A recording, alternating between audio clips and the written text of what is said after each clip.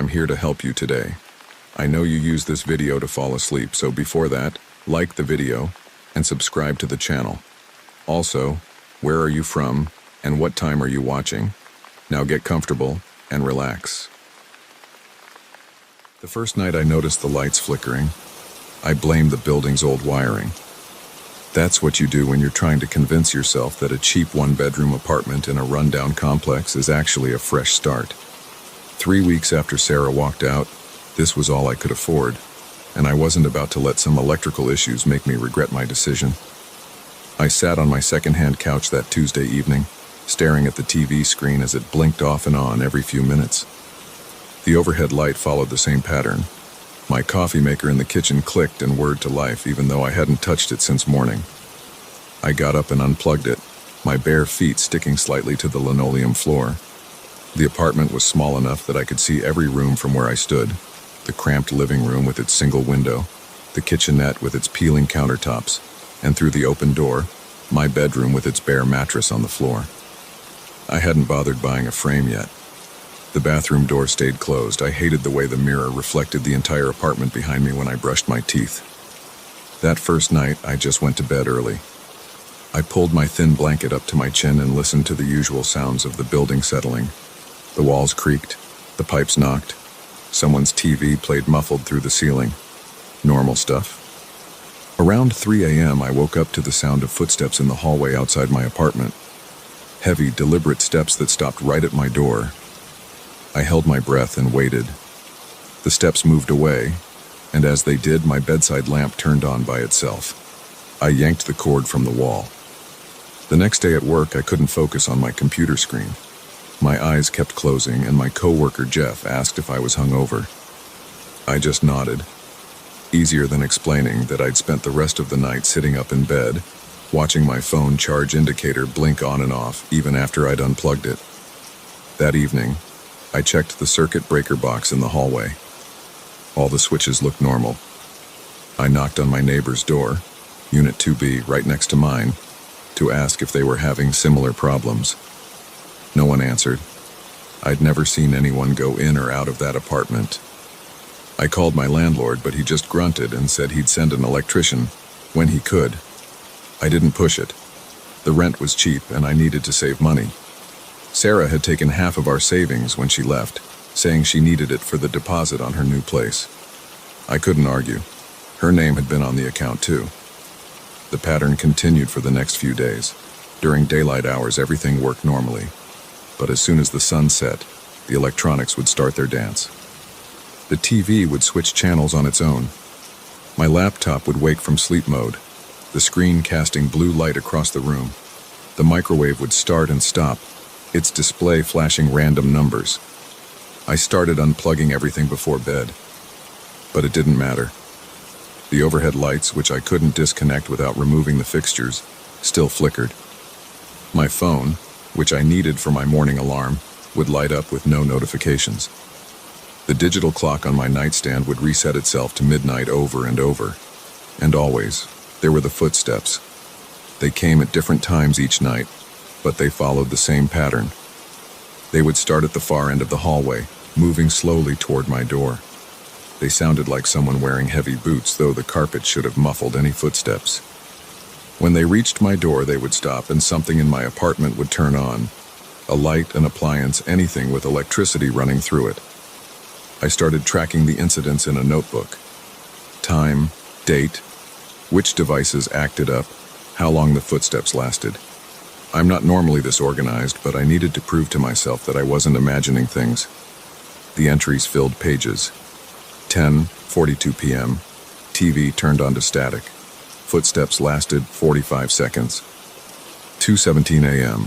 All lights flickered for 3 minutes. Footsteps stopped at door twice. 11:03 p.m. Microwave ran for 2 minutes empty. Footsteps dragged longer than usual. After a week, I couldn't take it anymore. I hadn't slept more than 2 hours at a stretch. Dark circles had formed under my eyes and my hands shook when I tried to type at work. I decided to stay up all night and confront whoever was walking the halls. I positioned myself in my living room chair facing the door. I had a baseball bat beside me. Not that I planned to use it, but it made me feel better. I'd drunk enough coffee to keep a college student awake during finals week. My phone's camera was ready to record. The first few hours passed slowly. I heard the usual building noises, doors closing, water running, the hum of the heating system. Normal apartment stuff. I started to feel stupid for sitting there with a bat. Maybe I really was losing it. Sarah had accused me of that near the end, said I was too paranoid, too clingy. "You see problems where there aren't any," she'd said while packing her books into boxes. At 2:43 a.m., the footsteps started. They came from the far end of the hall, just like always. Heavy, measured steps, boot heels on carpet. I gripped the bat tighter and stood up. The steps got closer. My overhead light began to flicker. I pressed my eye to the peephole, but the hallway was dark. The footsteps reached my door and stopped. The TV behind me turned on, filling the room with white noise. I yanked the door open. The hallway was empty, but the footsteps continued, behind me now, inside my apartment. I spun around. The TV's static cast shifting shadows on the walls. My coffee maker started brewing by itself. The microwave display blinked rapidly, but I couldn't see anyone. The steps moved across my living room, heavy boots on my thin carpet. I backed against the wall, still holding the bat. The footsteps reached my bedroom door, and every light in the apartment went out at once.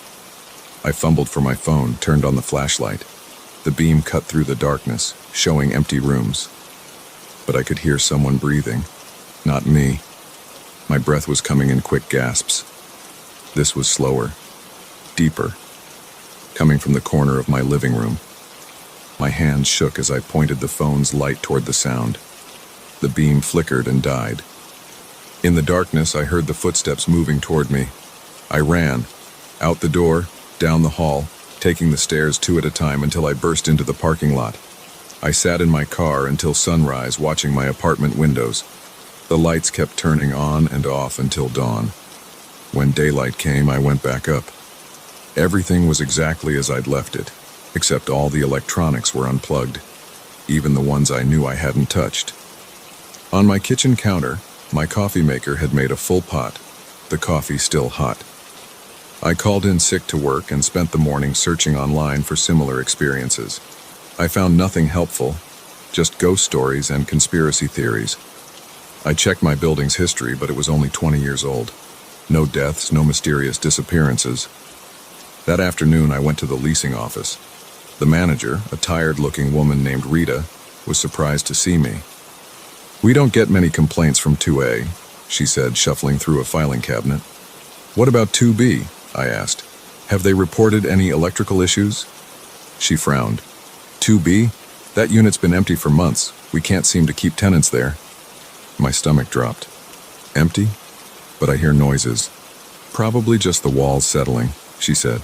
"It's an old building." But it wasn't just settling. That night I set up my phone to record the hallway while I tried to sleep at a friend's place.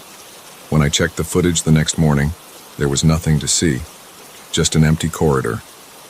But the audio picked up the footsteps, clear as day, and something else. The sound of keys jingling like someone trying to unlock a door. I spent the next few days researching the building's electrical system. I learned about electromagnetic fields, power surges, and electrical interference. None of it explained what was happening in my apartment. The lack of sleep started affecting my work. I missed deadlines, dozed off during meetings.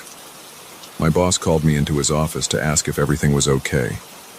I couldn't tell him that I was afraid to go home at night, that I spent hours watching my door, waiting for footsteps that shouldn't exist. After 2 weeks of this, I broke down and called Sarah. She answered on the fourth ring. "What do you want?" she asked, her voice tired. "I need to ask you something," I said. "When we were together, did you ever notice anything strange? Electrical problems? Weird noises?" She was quiet for a moment. "Is this about the new apartment? Just answer the question." "No," she said. "Nothing strange. But you always found something to worry about, didn't you?" I hung up. She was right. I had always been the anxious one in our relationship. Always checking the locks, worrying about burglars, imagining worst-case scenarios. But this was different. This was real. That night I decided to try something new. When the footsteps started, I didn't hide or run. I sat in my living room and spoke out loud. "I know you're there," I said to the empty apartment. "What do you want?" The footsteps stopped. The TV turned on, switched to a news channel, then off again. My laptop opened a blank document. "Are you trying to communicate?" The lights flickered. Once, twice, 3 times. My phone opened to its calculator app displaying numbers. 2B. I stood up slowly. "You're from next door?" The footsteps moved toward my bedroom. I followed, my heart pounding. They led me to my bedroom window, which looked out over the parking lot. A car I'd never seen before was parked in the spot marked 2B, an old model covered in dust. The next morning, I asked Rita about the car.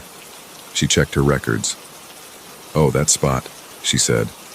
"It belongs to the last tenant of 2B. He left all his stuff when he moved out, including the car. We've been trying to contact him, but his phone's disconnected." "What was his name?" "Let me see. Thomas Chen. Worked nights at some factory. Quiet guy, always paid his rent on time. Then one day he just disappeared. Left everything behind." I spent my lunch break researching Thomas Chen. I found his social media profiles, inactive for months. His last post was about starting a new job at a power plant outside the city. I called the plant, but they had no record of him ever working there.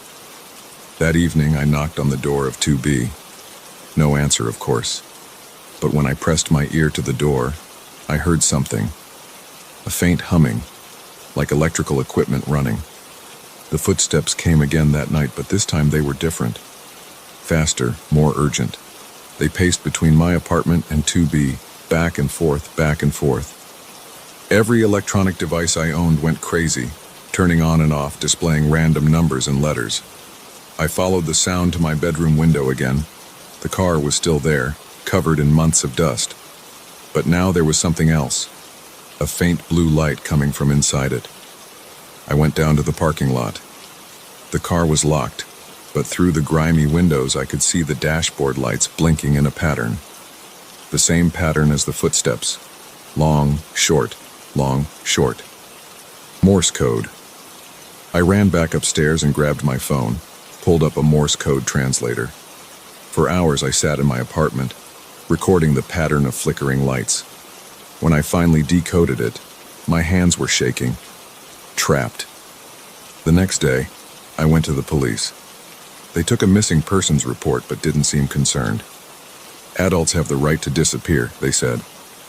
I told them about the electrical problems, the footsteps, the Morse code. They suggested I contact my landlord about the wiring, but I knew what I had to do. That night when the footsteps started, I was ready. I had a plan. I set up every electronic device I owned in a circle in my living room. Laptop, phone, TV, radio, even my old digital camera. I turned them all on and waited. The footsteps came right on schedule. As they crossed my threshold, every screen lit up with static. I stood in the center of my electronic circle and spoke. "Thomas Chen," I said clearly. "I know you're here. I know you're trapped. Tell me how to help." The static on every screen shifted, formed patterns. Numbers appeared across different devices, coordinates, an address, the power plant where he'd supposedly worked. I spent the next week investigating. The power plant was abandoned now, shut down months ago after an accident. The official report mentioned an electrical surge, equipment failure, no casualties. But in the basement, behind a locked door marked high voltage, I found Thomas Chen's employee ID card. It was scorched around the edges. I brought it back to the apartment. That night, when the footsteps came, I held up the card. "I found this," I said to the empty room. "What happened to you?" The lights flickered more slowly now. My devices displayed a series of images. Security camera footage from the plant. Thomas working late. A power surge. A door that wouldn't open. He wasn't dead. The police had confirmed that no bodies were found at the plant. But he wasn't fully here either. The surge had done something to him. Turned him into whatever was walking my halls at night. I spent another week researching electrical phenomena, quantum physics, theories about energy and consciousness. I learned about electromagnetic fields strong enough to affect human brainwaves, about consciousness as a form of electrical activity. Finally, I understood what I had to do. I set up my apartment like before, with every device running. But this time, I added extension cords, power strips, anything that could carry electricity. I created a web of power running through my apartment and into 2B through the shared wall outlet. When the footsteps came, I turned everything on at once. The power surge made the lights in the whole building dim. Static filled every screen. The footsteps stopped at my door. I opened it. Thomas Chen stood there, not a ghost, not a spirit, but a man made of flickering light and electrical interference. He looked at me, nodded once, and walked past me into my apartment. Every device surged with power. The lights blazed so bright I had to shield my eyes. When I could see again, Thomas was gone. But this time, the footsteps didn't come back. The next day, his car was gone from the parking lot. Rita said it had been towed, but she couldn't tell me where. The police found Thomas 2 days later, alive but confused, in a hospital 50 miles away. He had no memory of the past few months. I still live in apartment 2A. The electronics work normally now. The hallway is quiet at night. Sometimes when I'm falling asleep, I think I hear footsteps, but they're just the building settling. Normal apartment stuff. But I keep one power strip unplugged just in case. And every now and then when I pass 2B, I swear I can hear the faint hum of electricity behind the door.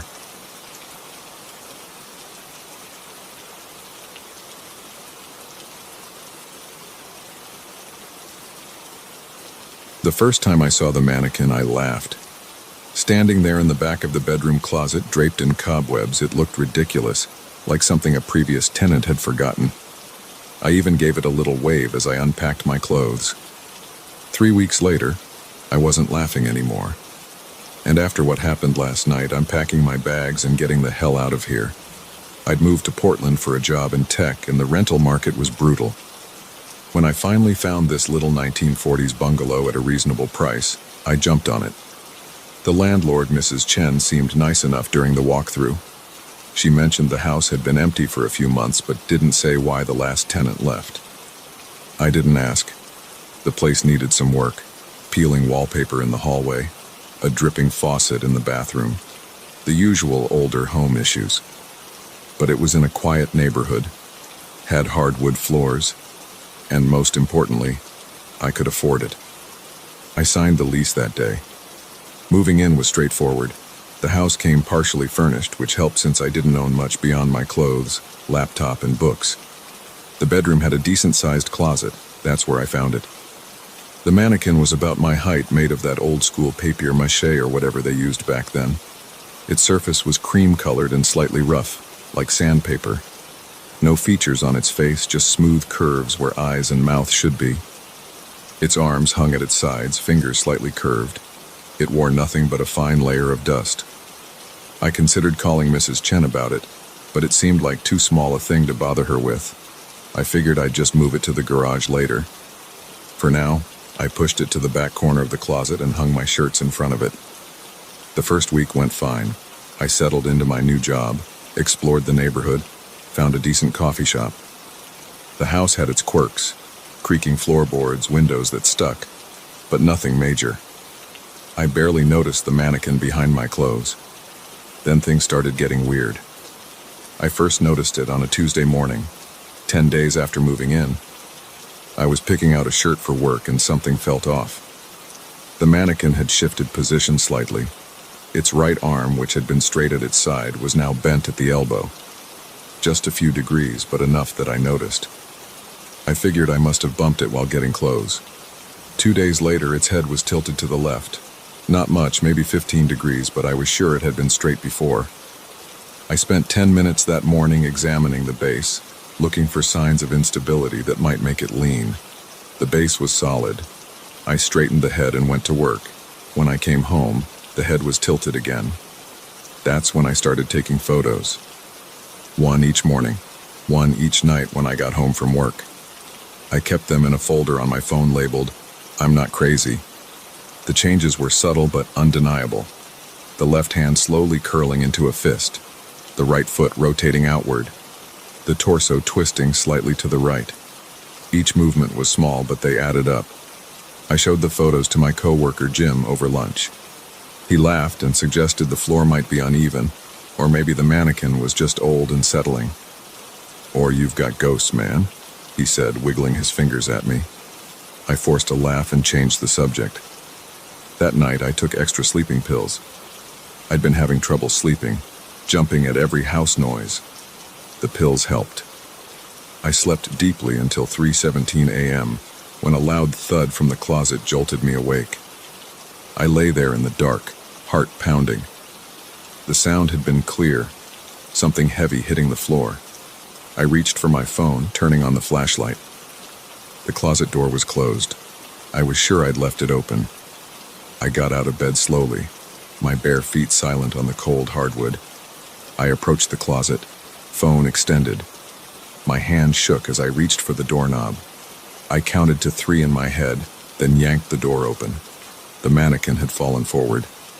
It lay face down among my scattered shoes, one arm stretched toward my bed. I stood there for a long time, flashlight beam fixed on its outstretched hand. Eventually, I closed the door and wedged a chair under the handle. I called Mrs. Chen first thing in the morning. The conversation didn't go well. "What do you mean, a mannequin?" she asked. "In the bedroom closet. It's been there since I moved in. I assumed it belonged to the previous tenant." A long pause. "There was no mannequin when we cleaned the house. Are you sure you didn't bring it?" "I'm looking at it right now. It's definitely been here the whole time." Another pause. "I'll send someone to remove it." "Thank you, when?" "Next week maybe, I'm very busy." I hung up and looked at the mannequin. I'd propped it back up in the corner, but something was different. It took me a moment to realize what had changed. Its head was now turned to face directly at me. I decided to remove it myself. I grabbed it firmly around the waist, planning to carry it to the garage. The surface felt wrong under my hands, warmer than it should be, with a slight give to it, like pressing into firm clay. I dropped it immediately. It hit the floor with another loud thud, but didn't break or crack. I called in sick to work and spent the day researching storage units. I found one a few miles away and paid for a month. That afternoon, I wrapped the mannequin in old blankets and wrestled it into my car's trunk. The storage facility manager gave me an odd look as I carried the wrapped shape to my unit, but didn't comment. I felt better that night. I actually managed to eat dinner and watch some TV. Around midnight, I headed to bed, relieved to have dealt with the situation. The relief didn't last long. The first thing I noticed was the closet door standing open. I always closed it now, out of habit. The second thing I noticed was the smell, musty and organic like wet paper. The third thing I noticed was the mannequin, standing exactly where it had been before. I backed out of the bedroom. My hands were shaking so badly I dropped my phone twice trying to call Jim. When he finally answered, his voice was groggy with sleep. "I need you to come over," I said. "What? It's midnight, man. Please, I need someone else to see this." He must have heard something in my voice because he agreed. While I waited, I sat in the living room, keeping the bedroom door in view. 20 minutes later, his car pulled up. "This better be good," he said as I let him in. I led him to the bedroom without speaking. The closet was empty. "I don't understand," I said, pushing hangers aside. "It was right here. Right here." Jim rubbed his eyes. "Maybe you dreamed it?" No, I was awake. It was here when I came to bed. I swear." "Look," he said, "you've been stressed about the move, the new job. Maybe you should talk to someone." I showed him the photos on my phone. He looked through them carefully. "These could be the same mannequin in different positions," he said gently. "Or different mannequins. There's no way to tell it's moving on its own." "I know what I saw." He patted my shoulder. "Get some sleep, okay? Call me if you need anything." After he left, I did a thorough search of the house. No mannequin. I checked outside too. walking around the house with my phone's flashlight. Nothing. Finally exhausted, I returned to my bedroom. I didn't sleep. I sat in bed with all the lights on, alternating between watching the closet and checking my phone. Around 4 a.m., I got up to use the bathroom. When I returned, the mannequin was standing beside my bed. I froze in the doorway. It stood perfectly still, but something was different about its surface. The cream-colored material looked softer, more organic, like skin that had been underwater too long. Its hands were fully formed now, with defined knuckles and fingernails. The smooth face had developed subtle contours, the suggestion of cheekbones, a slight ridge where eyebrows should be. I backed away slowly. It didn't move. I made it to the front door, grabbed my car keys, and left. I drove aimlessly until sunrise. Now I'm sitting in a coffee shop writing this all down. My hands have finally stopped shaking enough to type. In a few minutes, I'm going to call Mrs. Chen and tell her I'm breaking the lease. I'll pay whatever penalty she wants. Then I'm going to book a hotel room. Tomorrow, I'll start looking for a new place to live. I keep thinking about the storage unit. I should go check it, make sure the mannequin is still there. But I know it won't be. The blankets will be there, neatly folded. The unit will be empty otherwise. My phone buzzes, a text from Mrs. Chen. Previous tenant asked about mannequin. Says it belonged to shop that closed in 1950s. Previous owner used to make custom forms for wealthy clients. All special orders, very expensive. Some say too lifelike. Shop closed after owner disappeared. Need to discuss. I turn off my phone. I don't want to discuss anything. I don't want to know anymore. I just want to get my essential belongings from the house and leave. I can buy new clothes, new books, new everything. But first, I need to delete those photos from my phone. I don't want to see them again. Especially not the last one I took this morning, just before I fled the house. The one that shows the mannequin's face, where the smooth surface has split into a line that could almost be a smile. I know it's still in the house, waiting. Maybe in the closet again, or maybe standing by my empty bed. But it's patient. It has all the time in the world. And somewhere, beneath that slowly changing surface, it knows I'll have to come back eventually. At least to get my laptop.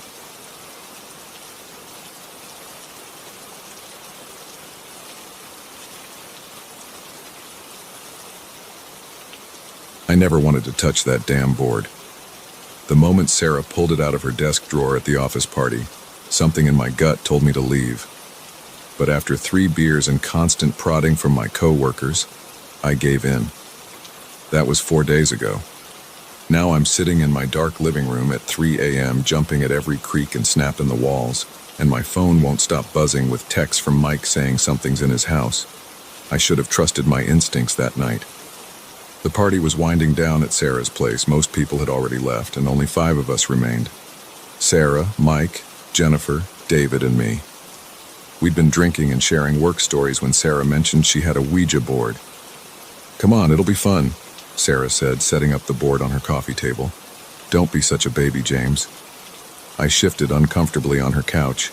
"I don't mess with that stuff. My grandmother always said it was dangerous." "It's just a piece of cardboard from Hasbro," David laughed, already placing his fingers on the planchette. "What's the worst that could happen?" The worst, as it turns out, was about to begin. We gathered around the board, all 5 of us touching the plastic planchette with our fingertips. The room felt colder suddenly, but I blamed it on Sarah's overactive air conditioning. The only light came from a table lamp in the corner, casting long shadows across the board. "Is anyone there?" Sarah asked in a theatrical voice. Nothing happened for several seconds. Then the planchette started to move. My first instinct was that someone was pushing it, but I could feel the resistance under my fingers as it glided across the board. "Yes." "What's your name?" Jennifer asked. The planchette moved again, spelling out, "Watching." "Watching what?" Mike asked, his voice slightly unsteady. "You." My stomach clenched. "Maybe we should stop." "No way," Sarah said. "This is just getting good. Spirit, why are you watching us?" "Waiting for what?" David asked. opened, the temperature seemed to drop another few degrees. I could see my breath now, forming small clouds in the dim light. "I'm done," I announced, pulling my fingers away from the planchette. "This isn't funny anymore." "Don't break the circle," Sarah hissed, but it was too late. The planchette flew off the board, hitting the wall with a crack. The table lamp flickered and went out, plunging us into darkness. Someone screamed. I think it was Jennifer. When Sarah finally found her phone and turned on the flashlight, the Ouija board had 3 long scratches across its surface. We all left quickly after that. I blamed the wine and beer for what happened, told myself it was just someone messing around. But when I got home that night, things started happening. First, it was small stuff. My keys weren't where I left them. The TV turned on by itself in the middle of the night. The bathroom door would be closed when I distinctly remembered leaving it open. I told myself I was being paranoid, that the Ouija session had just spooked me, but then things escalated. Last night, I woke up to all my kitchen cabinets standing wide open, every single one. I know I closed them before going to bed. My coffee maker turned on by itself at 2 a.m., brewing nothing but steaming hot water that spilled across the counter. The radio in my bedroom started playing static at full volume, even though it wasn't plugged in. I barely slept last night, and today at work was a nightmare. I couldn't focus, kept nodding off at my desk. Sarah wouldn't look at me, and Jennifer called in sick. David acted like nothing had happened, but I noticed his hands shaking when he poured his coffee. Then Mike called an hour ago, his voice trembling. "James, something's wrong. Something's in my house." "What do you mean?" "I can hear footsteps upstairs, heavy ones, but I live alone, man. And there's scratching in the walls. It started right after the session. At first I thought it was just my imagination, but tonight I saw something." "What did you see?" My throat felt dry as sandpaper. "A shadow, but it wasn't normal. It moved against the light like it was solid, and I swear it was watching me, just like the board said." "James, I think we let something out." "That's impossible. It was just a game, right?" "Then explain why my furniture keeps moving. Every time I leave a room and come back, everything's shifted slightly. My couch was 3 feet from where I left it. My dining room chairs were all stacked on the table. And the scratches, they're appearing everywhere. On the walls, the floors, even my bedroom door. I heard a crash in the background, followed by Mike's sharp intake of breath. "Oh God. James, I have to go. It's here." The line went dead. That was 20 minutes ago. Mike's been texting nonstop since then, saying he's barricaded himself in his bathroom. The thing, whatever it is trying to get in. He can hear it scratching at the door. I'm not safe either. As I sit here writing this, I can hear movement in my kitchen. The sound of drawers opening and closing. Footsteps on the tile floor. But I know I'm alone in the house. Or at least I should be. The temperature keeps dropping. My breath comes out in white puffs now, just like it did during the session. The scratching has started in my walls too, getting louder and closer. My phone buzzes again. Another text from Mike. "It's in the house. Can't stay in bathroom. Running to car. Meet at Sarah's. Need to end this." I grab my keys and jacket, hoping I can make it to my car before whatever's in my house finds me. The scratching follows me down the hallway, getting faster and more frenzied. Something heavy thuds behind me as I reach for the front door. I don't look back. I can't look back. I know what I'll see if I do. That solid shadow Mike described. The thing that's been watching us since we opened the door between worlds with that stupid board game. My car starts on the first try, thank God. As I pull out of my driveway, I see movement in my living room window. A dark shape, darker than the night around it, presses against the glass. It has no features I can make out, but I know it's watching me leave. I call Sarah while driving, my hands shaking so badly I almost dropped the phone. She answers on the first ring. "James, are you okay? Mike's coming to your place. Something's happening. That thing from the board." "I know," she interrupts. "Jennifer just called me. She's seeing things too. David's already here. We need to finish what we started." "What do you mean?" "We broke the circle, James. We didn't say goodbye. We need to close the door we opened. I push my speed up to 70, running a red light. In my rearview mirror, I see something moving in the back seat, just a flicker of shadow, but it's enough to make my heart stop for a second. How do we close it? I still have the board. We need everyone who was there. We need to end the session properly. It's the only way to send it back. And if we can't? Sarah's voice drops to a whisper. Then it stays.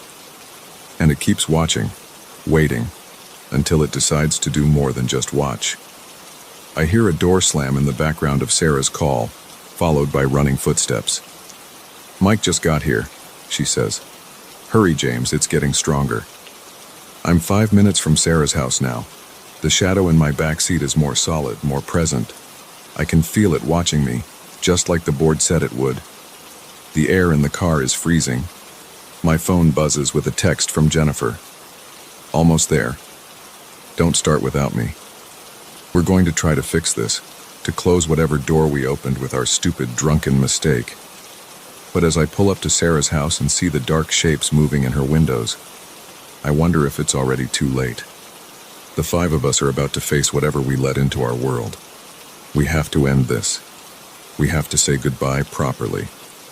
Because if we don't, that thing will keep watching, keep waiting, and eventually, it will do more than just move furniture and scratch walls. I park my car and run to Sarah's front door, not looking back at the shadow I know is following me. We started this together and we'll end it together. Sarah opens the door before I can knock. Her face is pale, her hands trembling. Everyone's here. The board's ready. I step inside, and the door closes behind me with a soft click. The shadows in the corners of Sarah's living room seem deeper than they should be, more alive. Mike sits on the couch, his clothes disheveled, eyes wild. Jennifer paces by the window, jumping at every sound. David stands in the corner, trying to look calm but failing. The Ouija board sits on the coffee table, the 3 scratches from our first session still visible on its surface. The planchette waits in the center, seeming to gleam in the dim light. Everyone sit, Sarah commands. We need to do this right. We gather around the board just like before, but this time there's no laughter, no skepticism. We know what we're dealing with now. We know it's real. The moment our fingers touch the planchette, the temperature plunges. The shadows in the room grow darker, more substantial. They seem to pulse with a life of their own. We need to speak to the spirit we contacted before, Sarah says, her voice steady despite her fear. The planchette moves immediately, faster than before. We're here to say goodbye, Sarah continues. We're closing this session. Watching waiting open, the planchette spells out rapidly. No, Sarah says firmly. You need to go back. We're ending this.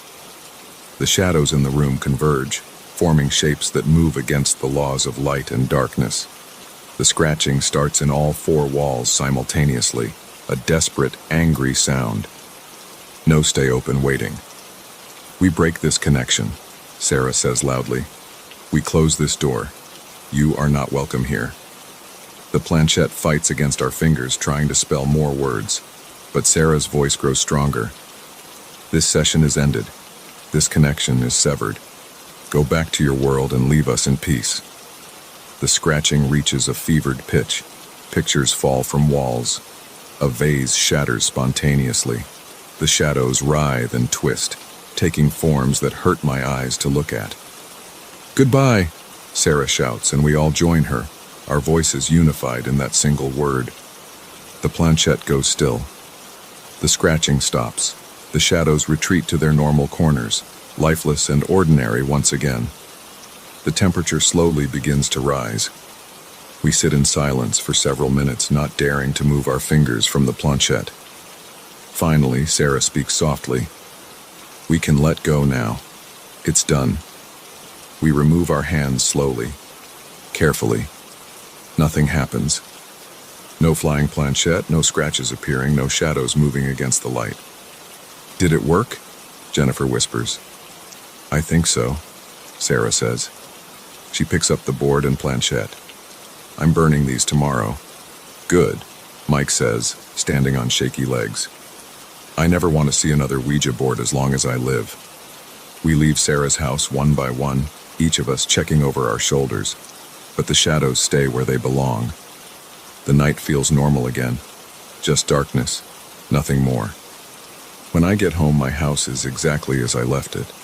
No open cabinets, no scratches on the walls, no movement in the corners of my vision.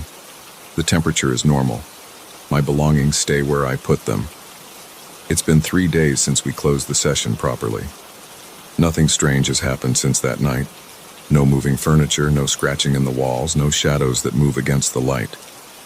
We don't talk about what happened, but sometimes at work I catch Sarah's eye, or Mike's, or Jennifer's, and I know we're all thinking the same thing. We were lucky. We managed to close the door we accidentally opened, but none of us will ever forget what it felt like to be watched by something from the other side, to be waited for, to know that sometimes when you reach out to the darkness reaches back. I've thrown away every board game I own, just to be safe. Some doors are better left unopened, some games aren't worth playing, and some things should stay on their side of whatever barrier separates our world from theirs. The only reminder of our experience is a single text message thread between the 5 of us, created the day after we closed the session. It contains just one message from Sarah: never again. We all replied with the same word: agreed, and that's how it will stay.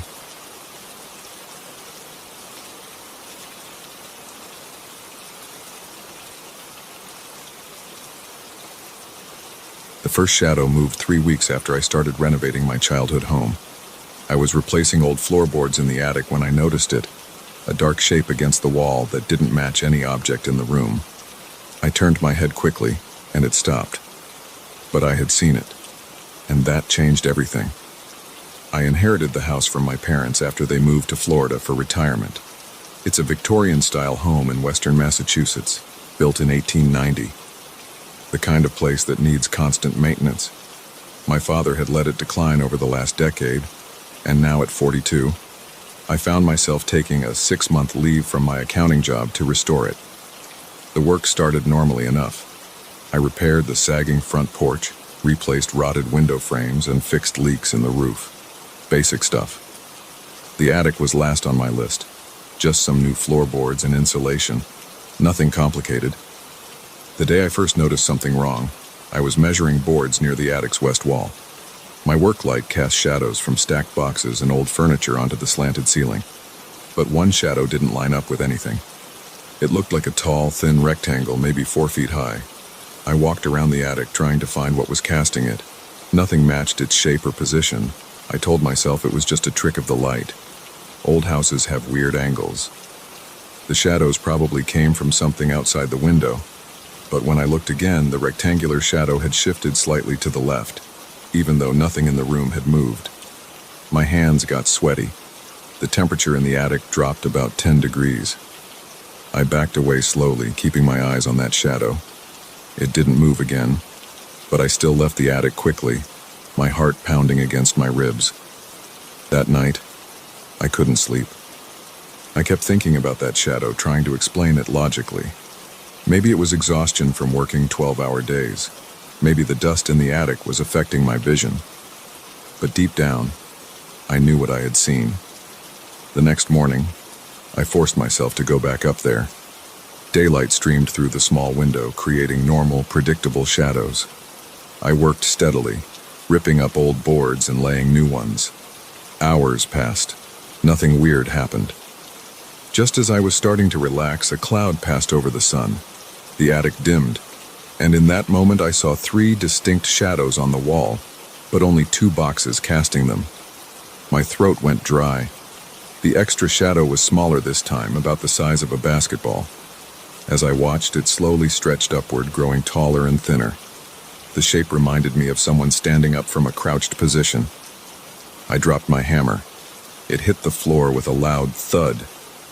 The shadow jerked at the sound, then quickly shrank back to its original size. My legs felt weak. Sweat ran down my back despite the cool air. I left the attic again, slamming the door behind me. That night, I searched online for information about shadow phenomena. Ghost stories, optical illusions, anything that might explain what I was seeing. I found plenty of supernatural theories, but nothing scientific or credible. The next few days, I worked only in the downstairs rooms. I told myself I was just prioritizing the more important repairs. But every time I passed the attic stairs, my stomach tightened. I could feel the door up there, like it was watching me. A week passed. The rest of the house was nearly finished, and I was running out of excuses to avoid the attic. The incomplete work up there was preventing me from closing out the contractor permits. I had to go back. I chose a bright morning, bringing every work light I owned. I set them up to eliminate as many natural shadows as possible. The attic was hot and stuffy under the artificial lighting. I worked quickly, trying to stay focused on the task at hand. 2 hours in, one of the work lights flickered and went out. I looked up from hammering and my blood went cold. A cluster of shadows had gathered in the corner where the light failed. They moved like ink drops in water, merging and separating. None of them matched any objects in the room. I watched, paralyzed, as one shadow detached from the group. It slid across the wall, maintaining the shape of a person's profile. Not walking, gliding. When it reached the midpoint of the wall, it stopped. Then it turned, and I swear it faced me, though it had no features, no eyes. My chest constricted. I couldn't breathe. The shadow stayed perfectly still, oriented in my direction. The air pressure in the attic changed, making my ears pop. The remaining work lights dimmed slightly. Then the shadow moved again, faster this time, sliding toward me along the wall. I scrambled backward, knocking over my toolbox. The sound of scattering tools was deafening in the enclosed space. The shadow recoiled from the noise, retreating to its cluster in the corner. I ran downstairs and didn't stop until I reached my car. I drove to the nearest hardware store and bought motion sensors, more lights, and security cameras. I spent the rest of the day installing them throughout the house, focusing on the attic. If something was moving up there, I wanted proof. The cameras recorded nothing unusual for the first 2 nights. On the third night, at 2:47 a.m., every motion sensor in the attic triggered simultaneously. The security footage showed only darkness. The infrared lights on the cameras had failed. When I checked the attic the next morning, nothing was disturbed, but the air felt different, heavier. The shadows in the corners seemed darker, more solid. One of them rippled when I walked past like a curtain in a breeze, but there was no wind in the attic. I called a local paranormal investigation team. They seemed professional and brought scientific equipment, EMF meters, thermal cameras, audio recorders. They spent a full night in the attic. Their equipment malfunctioned constantly. Batteries drained in minutes. Digital displays showed random numbers. The lead investigator said she had never seen such consistent technical failures. But they did record something. In one infrared video clip, a dark mass moved independently across the frame. The investigator tried to enhance the footage, but the file corrupted every time she opened it. After 3 attempts, her laptop crashed and wouldn't restart. The team advised me to document everything but warned me not to interact with the shadows. They said they'd research similar cases and get back to me. I'm still waiting for their call. I tried to resume work in the attic, but the shadow activity increased. They moved more frequently, more boldly. Sometimes I heard soft scraping sounds, like something being dragged across the floor, but nothing ever actually moved. One shadow grew large enough to cover an entire wall. Another formed into a perfect circle and rolled across the ceiling. 2 shadows merged into a shape that reminded me of wings spreading. Each incident left me shaking, pulse racing, hands so unsteady I couldn't hold my tools. I hired contractors to finish the attic work.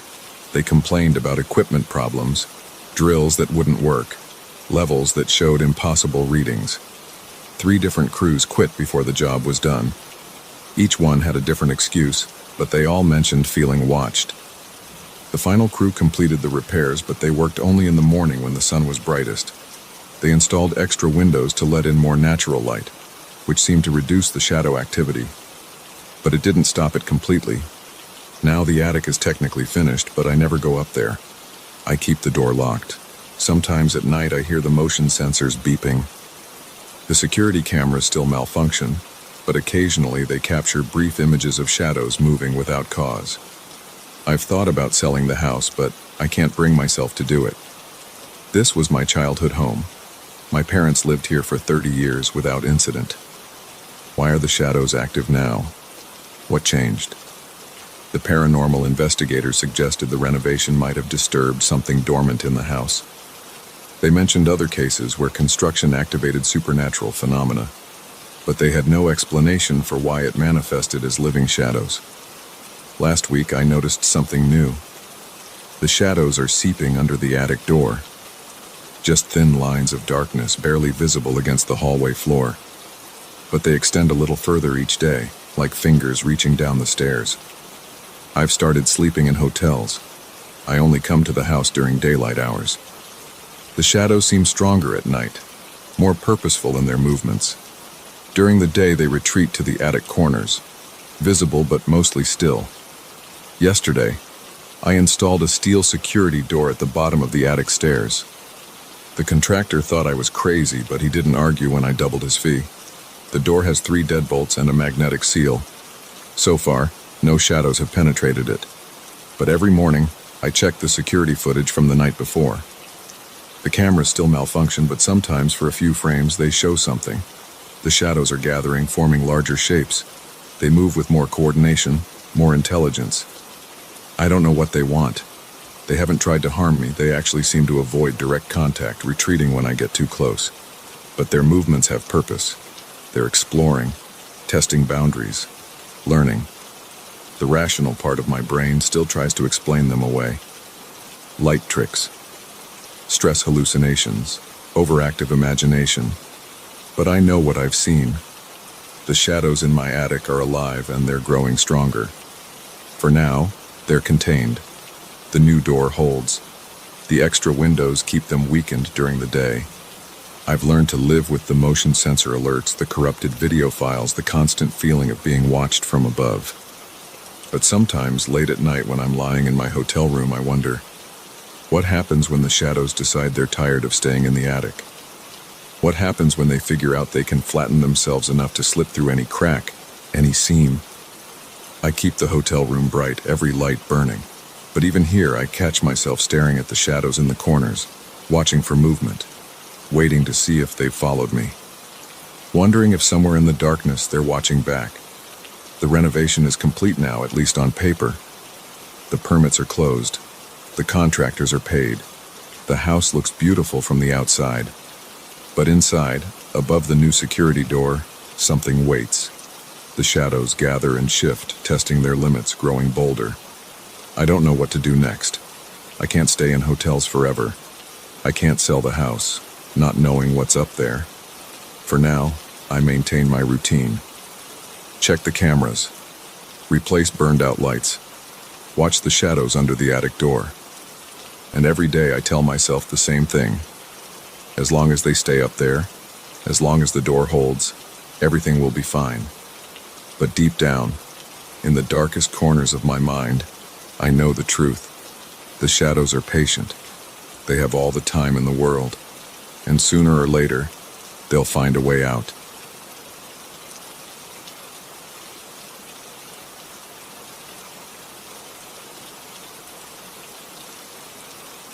I used to love running at dusk. Used to. Now I can't even look at Liberty Park without my hands shaking and my stomach turning. The doctors say I'm fine physically, but they don't understand. They weren't there. They didn't see what I saw. They didn't feel what I felt. But I need to tell this story.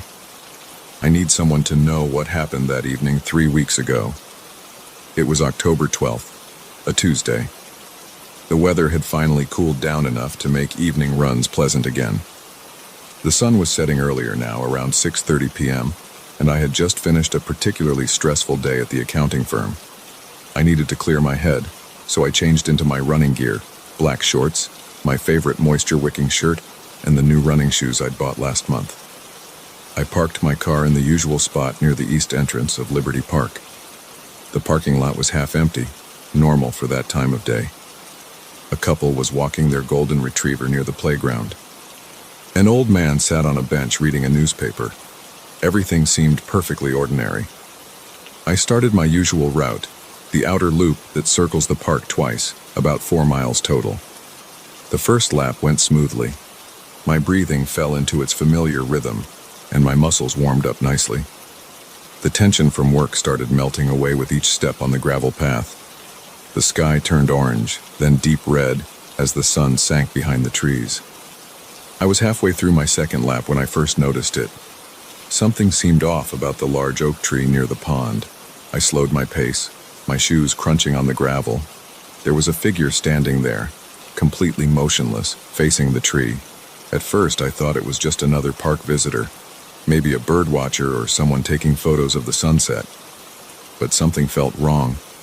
The figure was tall, probably 6.5 feet, wearing what looked like a dark gray suit. It stood unnaturally still like a statue. Its arms hung straight down at its sides, not moving at all. Not even slightly. People don't stand that still.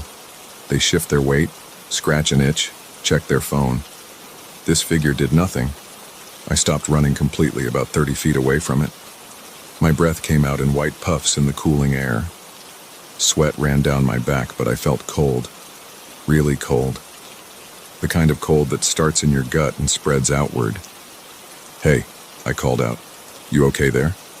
No response, no movement, just that rigid stillness. I took a step closer, though everything in my body screamed at me not to. "Sir?" Or, "Ma'am, is everything all right?" The figure's head turned, not its body, just its head, rotating slowly toward me like a security camera. Too slowly, too smoothly. When it faced me fully, I saw what wasn't there. It had no face. Where features should have been, there was just smooth, pale skin. No eyes. No nose, no mouth. Nothing. Just a blank oval of flesh. My legs went numb. My mouth dried up instantly. I stood there, frozen, staring at this impossible thing. It didn't move. I didn't move.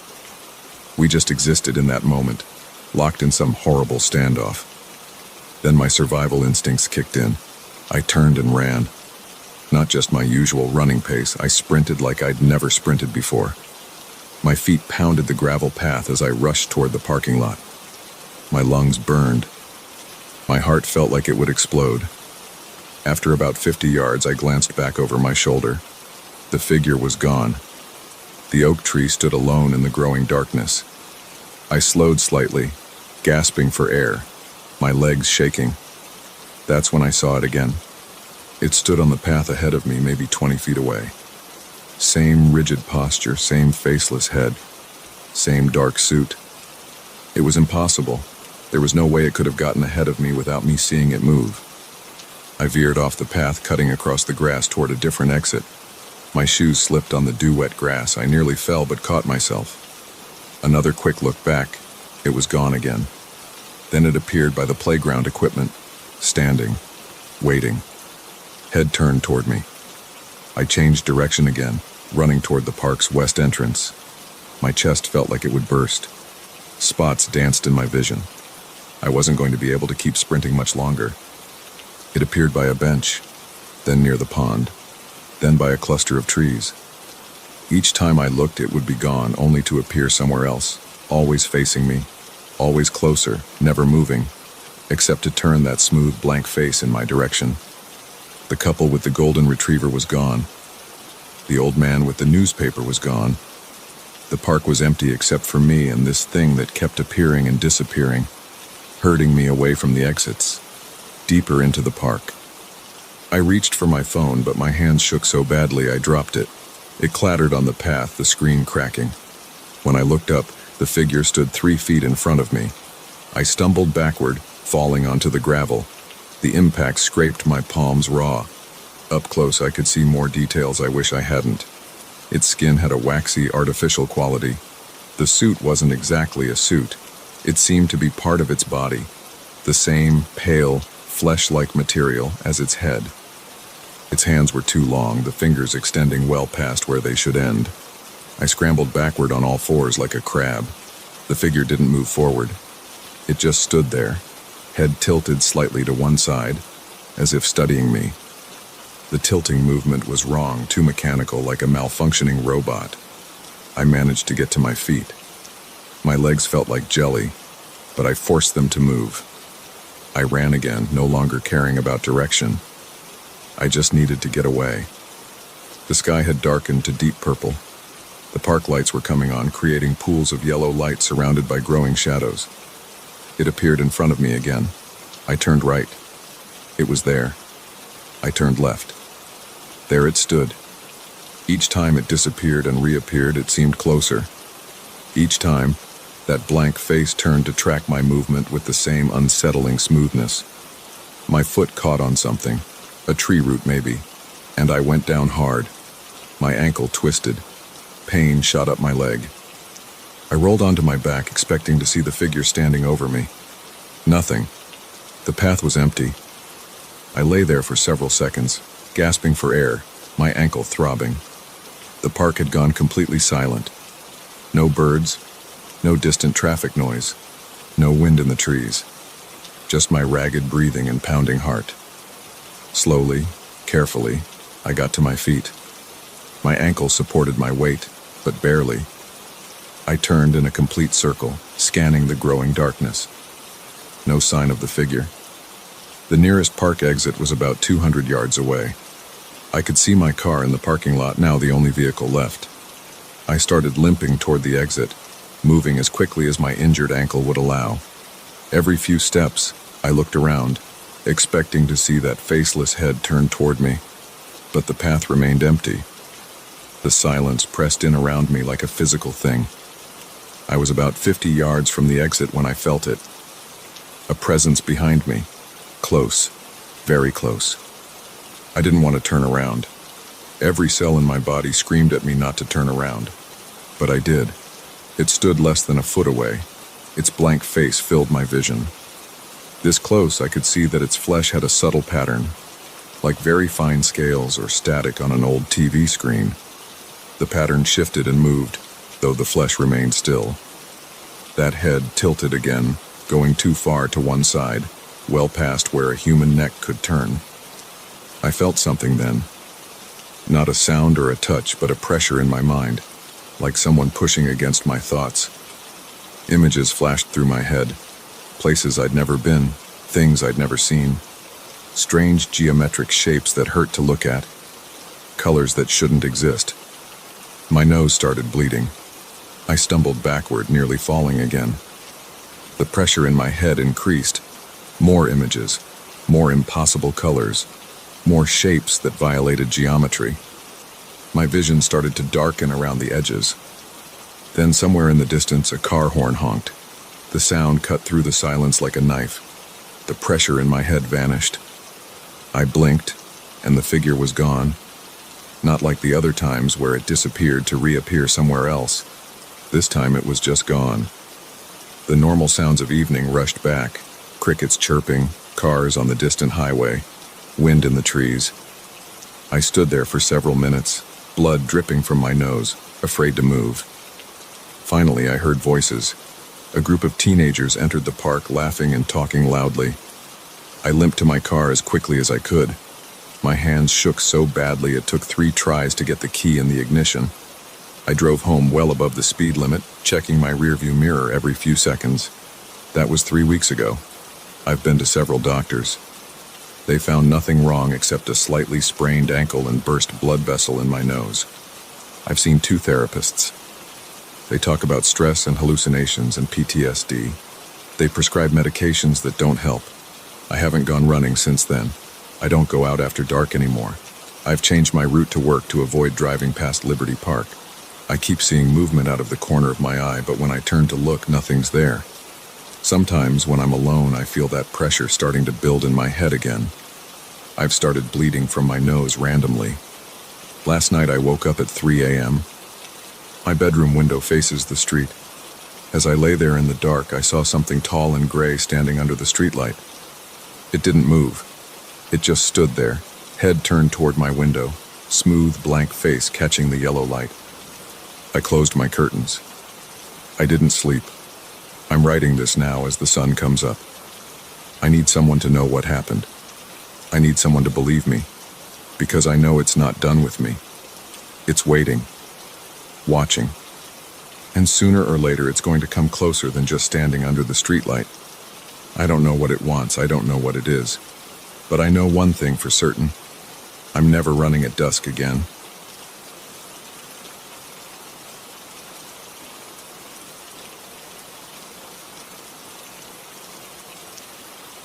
The first sign was a stabbing pain behind my left eye.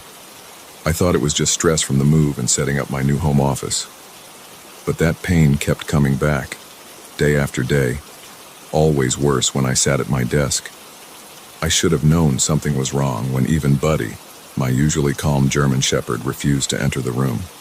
He'd just stand in the doorway, hackles raised, staring at that damn painting. I found it at Mike's flea market downtown, buried under a stack of dusty frames and water-damaged prints. The price tag read $25, marked down from $75. A steal for what looked like an original oil painting, a landscape of a dense forest at dusk. The trees were dark, almost black against a deep purple sky. Something about the way the branches twisted and reached toward the canvas edge caught my attention. It wasn't exactly beautiful, but it was striking. Perfect for my bare office walls. Interesting choice, the vendor said when I handed over the cash. She was an older woman with thick glasses and arthritic hands. That one's been here a while. Most people pass it by. She hesitated, then added, had a couple try to return it last month. Said it didn't feel right in their house. But all sales are final. I should have paid more attention to her words, but I was too focused on getting my new place set up. After 15 years in the same cramped apartment, I'd finally saved enough for a down payment on a small house. The office was my priority. I work from home as a software developer, and I needed a proper workspace. The painting looked perfect above my desk. The dark colors matched my minimalist decor, and the forest scene added depth to the room. For the first few days, everything was fine. I settled into my routine, coding and taking video calls, occasionally glancing up at my new art piece. Then the headaches started. Small twinges at first, barely noticeable. But they grew stronger, always centered behind my left eye. I'd catch myself rubbing my temples, struggling to focus on my screen. The pain seemed worse in the late afternoon, when the sun hit the painting at certain angles. My productivity started to slip. Code that should have taken hours stretched into days. I'd find myself staring at the painting instead of my monitor, lost in those twisted branches. Sometimes I could swear they moved, just slightly, like they were reaching toward me. But when I blinked or looked closer, everything was static. The tension in the room became unbearable. My shoulders would knot up within minutes of sitting down. The air felt thick, almost pressurized, like the moment before a thunderstorm. I started taking more breaks, working from my laptop in the kitchen instead. Buddy's behavior was the next red flag. He'd always followed me around the house, usually sleeping under my desk while I worked. But now he wouldn't set foot in the office. He'd whine and pace in the hallway if I closed the door. When it was open, he'd stand guard at the threshold, growling softly at the painting. I started having trouble sleeping. My dreams were filled with forests, not the bright sunlit woods where I used to hike, but dense, suffocating thickets of black trees. I'd wake up drenched in sweat, my head pounding. The pain would fade during my morning shower, only to return the moment I sat down at my desk. After 2 weeks, I couldn't take it anymore. I called my doctor and described the symptoms. He suggested it might be eye strain from my monitors or poor posture. I bought a new chair, adjusted my screen height, even got my eyes checked. Nothing helped. The breaking point came during a video call with my biggest client. I was presenting some new features when the pain exploded behind my eye. The room started spinning. I barely managed to end the call before throwing up in my wastebasket. As I sat there, head between my knees, I looked up at the painting. The branches seemed to writhe against the canvas, and I swear I heard something like whispers coming from the frame. I stumbled out of the office and slept on my couch that night. The next morning, I started researching the painting. I took photos and did reverse image searches, I posted on local art forums. Nothing came up. Finally, I went back to Mike's flea market. The older woman wasn't there, but her daughter was manning the stall. When I described the painting and mentioned the headaches, her face went pale. "You bought that thing?" She shook her head. "Mom should have told you about the Reeves family. They bought it last spring, had it for less than a month.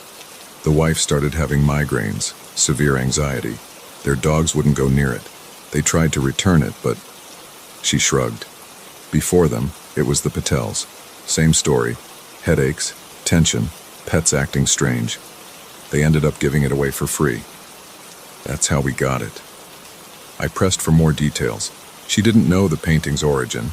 It had shown up in a box of donated items. No signature, no documentation, just that unsettling forest scene that nobody wanted to keep. "If I were you," she said, lowering her voice, "I'd get rid of it, not sell it. That just passes the problem on. Destroy it." I went home and stared at the painting. In the morning light, it looked almost normal. But as I stood there, the pressure started building in my head again. Buddy pressed against my legs, whimpering. I took it down immediately. The moment it left the wall, the air in the room felt lighter. My headache began to fade. I carried it out to my garage and examined it closely for the first time since buying it. The canvas was old, the paint cracking in places. The forest scene was more detailed than I'd realized. Among the twisted branches, I could make out shapes that looked almost like faces or hands reaching out. The longer I looked, the more patterns emerged, until my vision started to blur and the pain returned full force. I wrapped it in thick blankets and drove it to a storage unit across town. I couldn't bring myself to destroy it. Something about burning or cutting up an original painting felt wrong, even one like this. But I needed it out of my house. The change was immediate. My headaches vanished. The tension in my office disappeared. Buddy resumed his spot under my desk. Within days, my productivity returned to normal. I even started sleeping better, though the dreams of dark forests lingered. A month later, curiosity got the better of me. I started digging deeper into the painting's history. I posted on more forums, joined local art groups, even hired a part-time research assistant. We tracked down the previous owners, not just the Reeves and Patels, but 3 other families before them. Each story was the same: headaches, anxiety, pets refusing to enter rooms, a growing sense of dread. One family reported seeing movements in the painting at night. Another claimed they heard whispers coming from it during storms. The trail went cold in 2019. Before that, no one knew where it came from or who painted it. No signature, no gallery stamps, no records of sale. Just a disturbing image that kept circulating through the community, causing problems wherever it went. I visited the storage unit a few times, always with someone else. The effects were weaker there, but still present. A dull ache behind the eyes, a feeling of being watched. The last time I went, I noticed dark stains spreading from behind the frame, like water damage or mold. The forest seemed darker, the branches more twisted. I swear the shapes among them had changed positions. I've stopped paying for the storage unit, let them auction it off when my payment defaults. Maybe it'll end up back at the flea market or in another home. Part of me feels guilty about that, but I tell myself it's better than destroying a potentially valuable piece of art. Besides, the effects seem to vary from person to person. Maybe someone out there can handle it better than I could. My office feels normal now. I've hung a bland landscape print where the painting used to be. Rolling hills, blue sky. Nothing that could hide shapes or shadows. Buddy sleeps peacefully under my desk while I work. The headaches are gone, though sometimes late at night, I still dream of those twisted branches reaching through the darkness. I've learned to trust my instincts and my dogs. Some things just feel wrong, even if we can't explain why. That painting brought something into my home that didn't belong there. I don't know if it was cursed or haunted or just painted with some toxic material that caused hallucinations. I probably never will. But sometimes when I'm working late and the house is quiet, I think about that storage unit. I imagine the painting sitting there in the darkness, wrapped in blankets, waiting. I wonder who will find it next, what stories they'll add to its history. And I hope they realize sooner than I did that some bargains come with hidden costs. I've started checking flea markets and thrift stores regularly, looking for signs of the painting resurfacing. I've never seen it again, but I keep a file of similar cases. Stories of artwork that affects people in strange ways, that seems to carry something more than just paint and canvas. Most are probably urban legends or coincidences, but after my experience, I'm not so quick to dismiss them. The research has become something of an obsession. I've connected with others who've had similar experiences, not just with my painting, but with other pieces. There's a community out there sharing stories and warnings. Some think certain artworks act as conduits for negative energy. Others blame toxic pigments or psychological suggestion. I don't know what to believe anymore. What I do know is this: that painting changed me, not just through the headaches and fear, but by showing me there are things in this world that defy explanation. Things that can affect us in ways we can't understand or control. I still have the photos I took for my research. Sometimes I look at them, trying to make sense of what happened. The images don't carry the same power as the original. They're just pictures of a slightly creepy painting, but I can't delete them. They're evidence proof that it wasn't all in my head. Last week, I got an email from someone claiming they'd found the painting at a different storage facility auction. They described the same symptoms: headaches, tension, pets acting strange. I gave them all the information I had, including the histories I'd collected. They decided to donate it to a paranormal research group for study. Part of me hopes they'll find answers. A bigger part hopes they keep it locked away where it can't affect anyone else. I've redecorated my office completely now. Bright colors, abstract prints, nothing that could hide shapes or shadows. The room feels alive in a good way, filled with natural light and positive energy. Buddy has claimed the entire space as his domain, sprawling on the rug and demanding belly rubs during my video calls. Sometimes I catch myself staring at the wall where the painting hung, remembering how those branches seemed to reach toward me. The memory still makes my head throb slightly. But then Buddy will nudge my hand or bark at a squirrel outside, bringing me back to reality. I've learned to appreciate normal, unremarkable art, the kind that just sits quietly on walls, adding color without adding dread.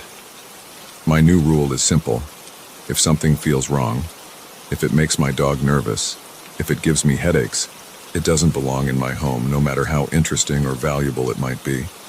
The experience has made me more cautious about what I bring into my space. Not just artwork, but everything.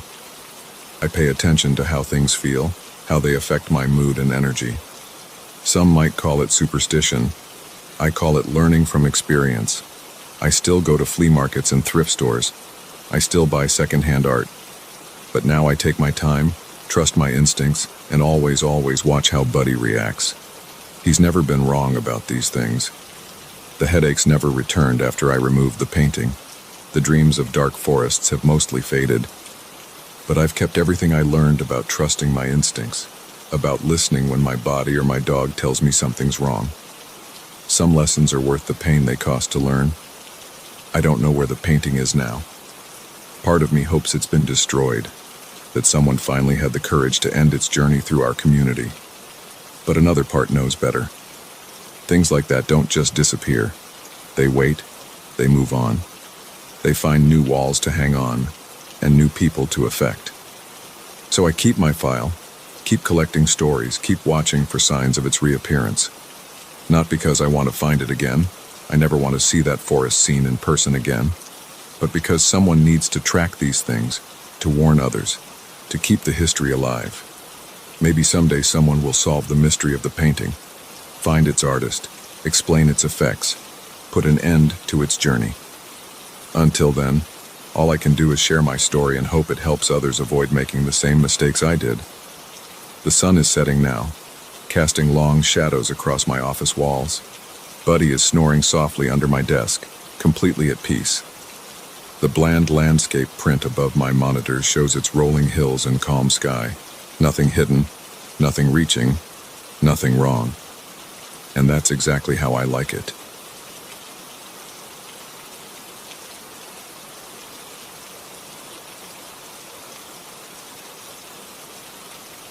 The first time I heard the laughter coming from my antique grandfather clock, I convinced myself it was just a dream. By the fourth night, I knew better. Something was living inside that mahogany case, and it was trying to drive me insane. I'd bought the clock at an estate auction in Burlington, Vermont. The previous owner had died of natural causes at 92, and his family was liquidating everything. The clock stood 7 feet tall, its dark wood polished to a mirror shine, brass pendulum swinging with perfect rhythm. The auctioneer mentioned it was German-made, circa 1885. I won it for $3,200, a steal for a piece that well preserved. Getting it home was a hassle. The moving company charged extra for the stairs to my second-floor apartment, and it barely fit through the door. But once I had it positioned in my living room, against the wall between my bookcases, it transformed the whole space. The steady tick-tock became the heartbeat of my home. During the day, at least. The first night I jerked awake at exactly 3:15 a.m. A soft giggle echoed through my apartment, high-pitched but definitely adult, like someone trying to stifle their amusement. I lay in bed, heart pounding, convinced a burglar had broken in. But when I crept out with my baseball bat, the apartment was empty. All the windows were locked, the door still chained. The second night, same thing. 3:15 a.m. on the dot. This time the laughter was clearer, still quiet, but distinctly coming from the direction of the living room. I switched on every light in the apartment and spent 30 minutes examining the clock. The case was solid, no hidden compartments. The mechanism worked perfectly. No speakers, no electronics, nothing that could produce sound except the normal ticking. By the third night, I was sleeping on my couch, determined to catch whatever was making the sound. 3:14 a.m. I stared at the clock face, waiting. The second hand swept past 12. 3:15 exactly. The laughter started, soft at first, then building slightly. It was coming from inside the clock case, no question. But when I yanked open the front panel, the sound stopped instantly. Nothing inside but brass weights and gears. I started documenting everything. The laughter always began precisely at 3:15 a.m. and lasted exactly 47 seconds. The tone never varied, always that same suppressed giggle, like someone who knew a secret they were dying to share. The sound didn't show up on recordings, either from my phone or the professional audio equipment I borrowed from work. My neighbors hadn't heard anything. The building superintendent gave me a weird look when I asked if any previous tenants had reported strange sounds. I called the auction house to ask about the clock's history, but they only had the basic details. Purchased new by the deceased owner's grandfather in Munich, passed down through the family. I'm not a superstitious person. I work in IT security. Logic and data are my world. But after 2 weeks of this, I was starting to crack. Sleep deprivation was affecting my work. I'd catch myself nodding off during meetings, then jolt awake in a panic, thinking I'd heard that damned laugh. I tried sleeping at friends' houses, but I'd lie awake all night wondering if the laughter was happening back in my empty apartment. I considered selling the clock, but the thought of that sound haunting some unsuspecting buyer made me feel guilty. Besides, by that point, I needed to know what was causing it. I took a week off work and turned my living room into a research station. I set up infrared cameras, motion sensors, and electromagnetic field detectors. I tracked temperature changes and air pressure fluctuations. During the day, I pored over German clockmaking forums, reaching out to collectors and historians. The only unusual reading came from the EMF meter. Every night at 3:15, it would spike briefly, then return to normal. But EMF spikes can be caused by all sorts of things: old wiring, pipes, even passing vehicles. It wasn't proof of anything. One expert from Bavaria responded to my inquiries. He recognized the maker's mark inside the clock, a small workshop that had operated in Munich's Altstadt neighborhood from 1850 to 1902. The craftsman, Friedrich Weber, was known for his precision mechanisms, but had a reputation for eccentricity. He'd claimed his clocks contained pieces of time itself and insisted on working alone after midnight. That led me down a rabbit hole of research into Weber's other creations. Most were standard grandfather clocks, but a few had documented irregularities. One reportedly chimed at random intervals despite having no chiming mechanism. Another was said to keep perfect time even when its weights were removed. The stories were probably just legends that had grown around the clockmaker's mysterious personality. But then I found an article from an 1887 Munich newspaper describing Weber's arrest for fraud. He'd been caught stealing hair from barbershop floors and women's brushes, claiming he needed it for his clocks. The charges were eventually dropped. The judge apparently decided he was merely eccentric rather than criminal. But Weber never sold another clock. He died in an asylum in 1903. I became obsessed with the idea that human hair might somehow be incorporated into my clock's mechanism. I spent hours examining every inch of the works with a magnifying glass. The thought should have disgusted me, but by that point I was beyond normal reactions. I just wanted answers. The laughter continued every night, exact as clockwork. I started talking back to it. "What do you want?" I'd ask. "Why are you here?" Sometimes I'd catch myself laughing along, matching its pitch and rhythm. Those moments scared me more than the sound itself. After a month, I noticed changes in my daily routine. I'd find myself standing in front of the clock for long stretches, watching the pendulum swing. The tick-tock seemed to sync with my heartbeat. I'd lose track of time, coming to with a start to realize hours had passed. My friends stopped visiting. They said the apartment felt wrong somehow, though they couldn't explain why. My girlfriend and I broke up after I refused to stay at her place more than one night in a row. I couldn't bear the thought of missing something important at 3:15. I started setting my alarm for 3:10 every night, not trusting myself to wake up naturally anymore. I kept detailed notes of each laughing episode, measuring the volume and duration with scientific precision. The sound never changed, but I convinced myself I could hear subtle variations, sometimes mocking, sometimes inviting, sometimes almost sad. The clock's timekeeping remained perfect, which was strange for such an old mechanism. Most antique clocks need regular adjustment, but this one never gained or lost a second. The pendulum swung with metronomic precision, day and night, defying entropy itself. One night, I decided to try stopping the pendulum at 3:14. As soon as my hand touched the brass weight, static electricity crackled up my arm. The metal was ice cold despite the warm room. I yanked my hand back and the pendulum continued its swing as if I'd never touched it. I tried unplugging everything in the apartment at 3:14, thinking some kind of electrical interference might be causing the sound. The laughter came right on schedule. I tried sage burning, salt circles, and other supernatural remedies I found online, feeling foolish but desperate. Nothing changed. The breaking point came when I caught myself planning to build a false wall around the clock, sealing myself inside with it at night. That's when I knew I had to end this before I lost myself completely. I called a local clock restoration expert, explaining that I needed the mechanism dismantled and examined. He arrived that afternoon, tools in hand. As soon as he opened the case, I saw his expression change. "This isn't right," he muttered, peering at the gears. "These markings, I've never seen anything like this." The brass pieces were covered in microscopic etchings, curves and spirals that seemed to shift when viewed from different angles. They formed patterns that made my eyes hurt if I looked too long. The expert said they weren't any known maker's marks or decorative elements. He worked methodically, documenting everything before carefully removing each piece. The etchings covered every gear and weight, even parts that should never be visible during normal operation.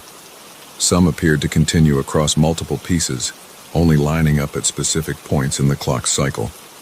Near the center of the mechanism, we found something that made the expert step back in shock.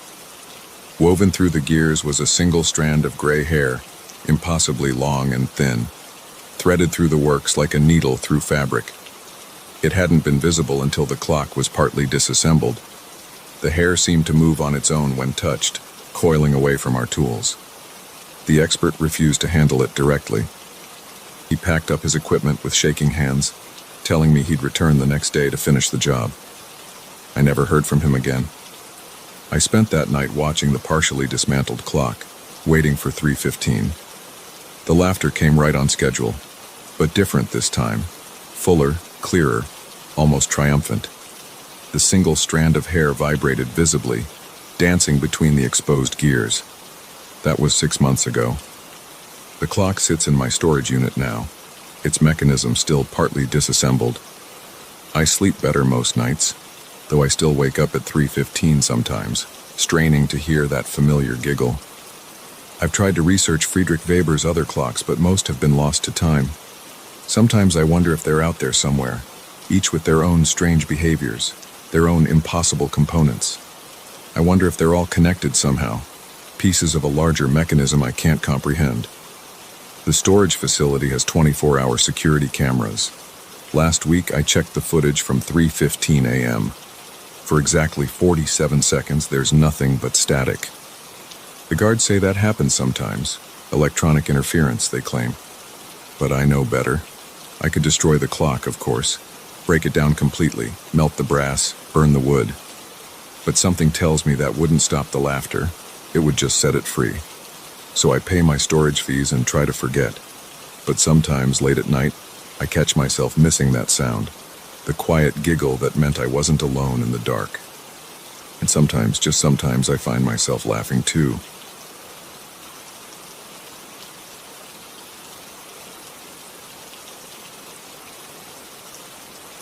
The fluorescent light in the break room shouldn't have been on at 11:47 p.m. I noticed it through the glass partition while working on the quarterly sales report, the bright rectangle of light breaking the darkness of the empty office floor. I hadn't turned it on when I made coffee 2 hours ago. I rubbed my eyes and looked again. Someone was standing there, a dark silhouette against the white cabinets, completely still. The figure was tall, maybe 6 feet, and thin, too thin. Hello? My voice came out hoarse from hours of silence. The figure didn't move. Security? No response. My heart started beating faster. I stood up slowly, my chair squeaking in the quiet. The sound felt obscenely loud. "I can see you in there," I called out, trying to sound authoritative despite the tremor in my voice. "The office is closed." The figure remained motionless. Something about its stillness made my skin crawl. Normal people shift their weight, breathe visibly, make small movements. This person, was as still as a photograph. I should have called security, should have picked up my phone and dialed the front desk. But I didn't. Instead, I found myself walking toward the break room, drawn by a need to confront whatever was standing in there. My footsteps echoed on the laminate flooring, 20 feet away. I could make out more details now. The figure appeared to be wearing dark clothing, but the edges were strangely blurry, as if it was slightly out of focus. Its head was turned away from me, facing the coffee machine. "This is private property," I said, my voice stronger now. "You need to leave." Still no response. 15 feet. My palms were sweating. The air felt thick and cold. I could hear the hum of the vending machine and the soft whir of the HVAC system, but nothing else. 10 feet. The break room door was open. I stopped at the threshold, heart pounding in my chest. The figure was 5 feet away from me now. I could smell something odd, like wet cardboard and copper pennies. "I'm going to call security right now if you don't." The words died in my throat as I stepped into the break room. The space was empty. I spun around, checking every corner. Nothing behind the small table, nothing by the refrigerator, nothing in the small utility closet. The room was completely vacant. My legs felt weak. I gripped the counter to steady myself, breathing hard. The coffee machine clicked and gurgled, making me jump. The pot was half full, still warm. I hadn't made that much coffee earlier. I backed out of the break room, unwilling to turn my back on the empty space. The fluorescent light flickered once, twice. I reached for the switch and flipped it off with shaking fingers. Back at my desk, I grabbed my phone and called security. My hands were trembling so badly I had to dial twice. "Front desk, this is Mike." "This is John Reeves from marketing on the 14th floor," I said, trying to keep my voice steady. "Has anyone else signed in tonight?" "No, sir. You're the only one logged in above the lobby. Everything okay up there?" I swallowed hard. Could you check the cameras for the break room on 14 in the last few minutes? One moment. I heard keyboard clicking. Nothing unusual showing up, just the empty room. Want me to come up and take a look? I stared at the dark break room. No, that's fine. Thanks. I hung up and started packing my laptop and papers with jerky movements. The quarterly report could wait until tomorrow. The office felt different now, hostile. The shadows in the corners seemed deeper, the silence heavier. As I waited for the elevator, I kept glancing over my shoulder at the break room. The light was still off, but I couldn't shake the feeling that something was in there, watching me from the darkness. The elevator arrived with a cheerful ding that sounded wrong in the tense atmosphere. I stepped in quickly and jabbed the lobby button repeatedly until the doors closed. In the mirrored walls of the elevator, I saw my reflection, pale, sweating, eyes wide. But for a fraction of a second, in the corner of the mirror, I thought I saw something else, a tall, thin shape standing perfectly still. I didn't look back as I hurried through the lobby. Mike, the security guard, waved, but I barely noticed. The night air hit me like a slap, and I gulped it down in grateful breaths. My car was the only one left in the parking garage. The sound of my footsteps echoed off the concrete walls, making it impossible to tell if other footsteps were following. I fumbled with my keys, dropping them once before managing to unlock the door. Only when I was inside with the doors locked did I allow myself to relax slightly. The familiar smell of leather and pine air freshener helped ground me. This was normal.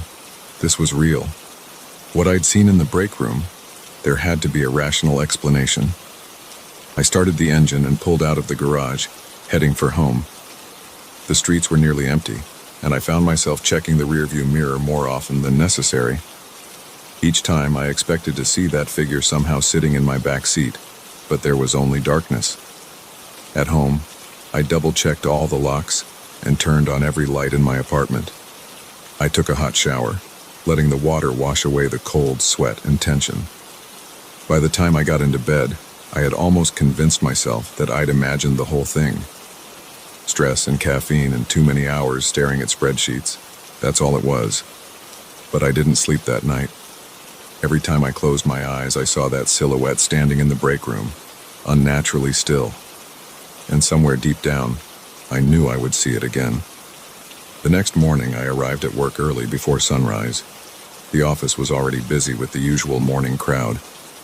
The break room looked completely normal in the daylight, with people making coffee and microwaving breakfast burritos. I went to my desk and pulled up the security footage from the previous night. The camera showed the break room from a high angle, giving a clear view of the entire space. I fast-forwarded through hours of emptiness until I reached 11:47 p.m. The footage showed nothing unusual. No figure standing by the coffee machine. No unexplained shadows. Just an empty room with the lights on. But I noticed something strange. At exactly 11:52 p.m., there was a brief flicker in the video, less than a second long. When I played it frame by frame, I saw it. A single frame where the image distorted, stretching vertically like a digital glitch. And in that distortion, there might have been a shape, tall and thin and wrong. I closed the video player and deleted the file. Some things are better left uninvestigated. For the next week, I left the office promptly at 5, along with everyone else. But I knew I couldn't avoid late nights forever. The quarterly report was due, and I was behind schedule. 7 days after the incident, I found myself working late again. The office emptied out gradually until I was alone on the floor. I kept the break room lights off and bought coffee from the shop downstairs before they closed. At 10:30 p.m., my phone buzzed with a text from my boss. "Report status?" I replied, "Almost done. Another hour or two." The elevator dinged in the distance. Probably the cleaning crew, I thought, but no vacuum sounds followed. No squeaking cartwheels, just silence. I tried to focus on my work, but my attention kept drifting to the dark break room. Was that movement in there? A shadow shifting? The soft sound of breathing? My phone buzzed again. Unknown number. The text read, "Behind you." I spun around so fast my chair rolled back and hit the desk. Nothing there, just empty cubicles and shadows. Another buzz. Same number. Break room. My hands were shaking as I set the phone down. This was someone's idea of a sick joke. Had to be. I stood up and walked deliberately toward the break room, anger temporarily overriding fear. The light was on. I hadn't turned it on. I was certain of that. But there it was, flooding the small room with harsh fluorescent light. And there, standing by the coffee machine, was the figure.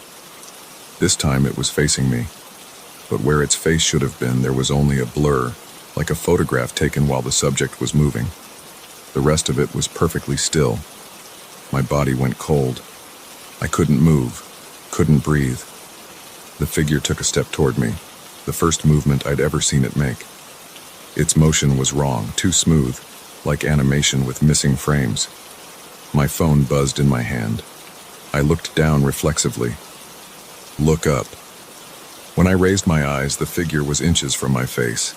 The smell of wet cardboard and copper was overwhelming. Up close, I could see that its edges weren't just blurry. They were dissolving, like ink running down a page.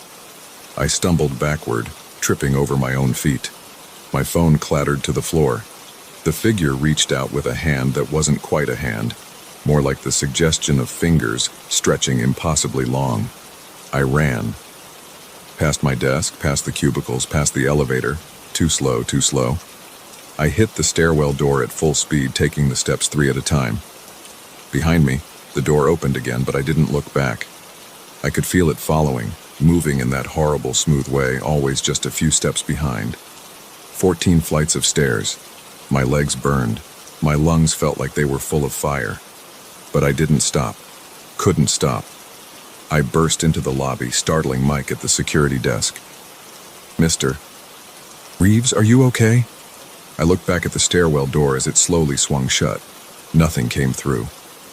Call someone," I gasped, bent over with my hands on my knees. "There's something, 14th floor." Mike was already on the phone, but I didn't stay to hear the conversation.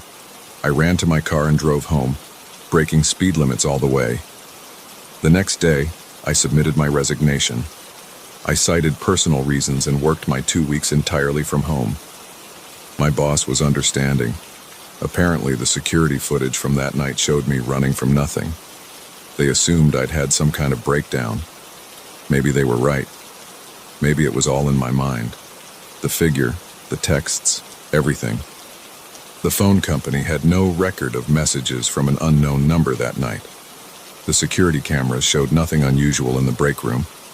But sometimes, late at night, my phone buzzes with texts from numbers that don't exist. And sometimes, when I catch movement in my peripheral vision and turn to look, I see something tall and thin and impossibly still, standing in the corner of my room. I've learned to ignore it, to pretend I don't see it watching me with its blurred non-face, to act like I don't notice when it moves closer, frame by frame, night after night. But I know, eventually, it will reach me, and when it does, I don't think I'll be able to run away again. For now, I work strictly during daylight hours. I keep all my lights on at night, I avoid empty rooms and quiet spaces, and I never ever drink coffee after dark. But sometimes when I'm falling asleep, I smell wet cardboard and copper pennies, and I know it's still waiting. Somewhere between one moment and the next, perfectly still and infinitely patient. I don't know what it wants. I don't know what it is. All I know is that it's real. It's watching, and someday it will be done waiting. Until then, I live with the knowledge that reality is thinner than we think, and sometimes things slip through the cracks. If you're working late and see a light on in an empty room, don't investigate. Don't call out. And whatever you do, don't look too closely at any figure standing perfectly still in the darkness. Some questions are better left unanswered. Some doors are better left closed. And some lights are better left off.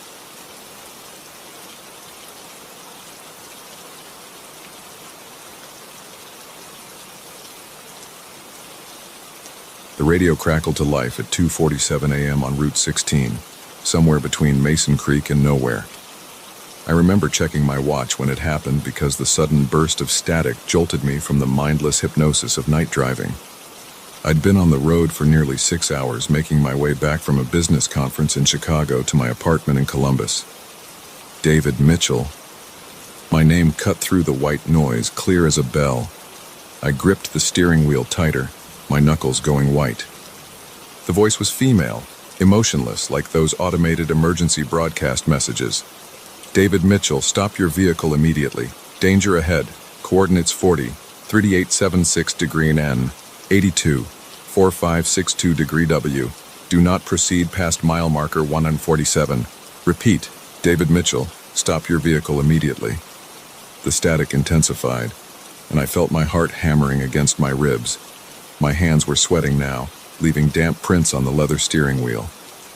I jabbed at the radio buttons, trying to find the station again, but all I got was dead air or late-night talk shows about alien abductions. I pulled over onto the gravel shoulder, the crunch of stones under my tires echoing in the empty night. The dashboard clock's red numbers glowed in the darkness. My rental car's engine idled, a low rumble that somehow made the silence around me feel heavier. I grabbed my phone from the cup holder. No service. Of course. I'd been in and out of dead zones for the past hour. Another joy of rural driving. The GPS was still working though, and I pulled up my location.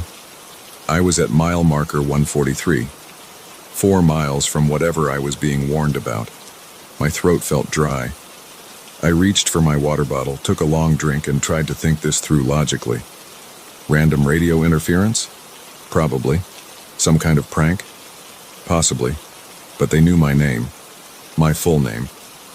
I turned the radio back on and methodically went through every frequency on the dial.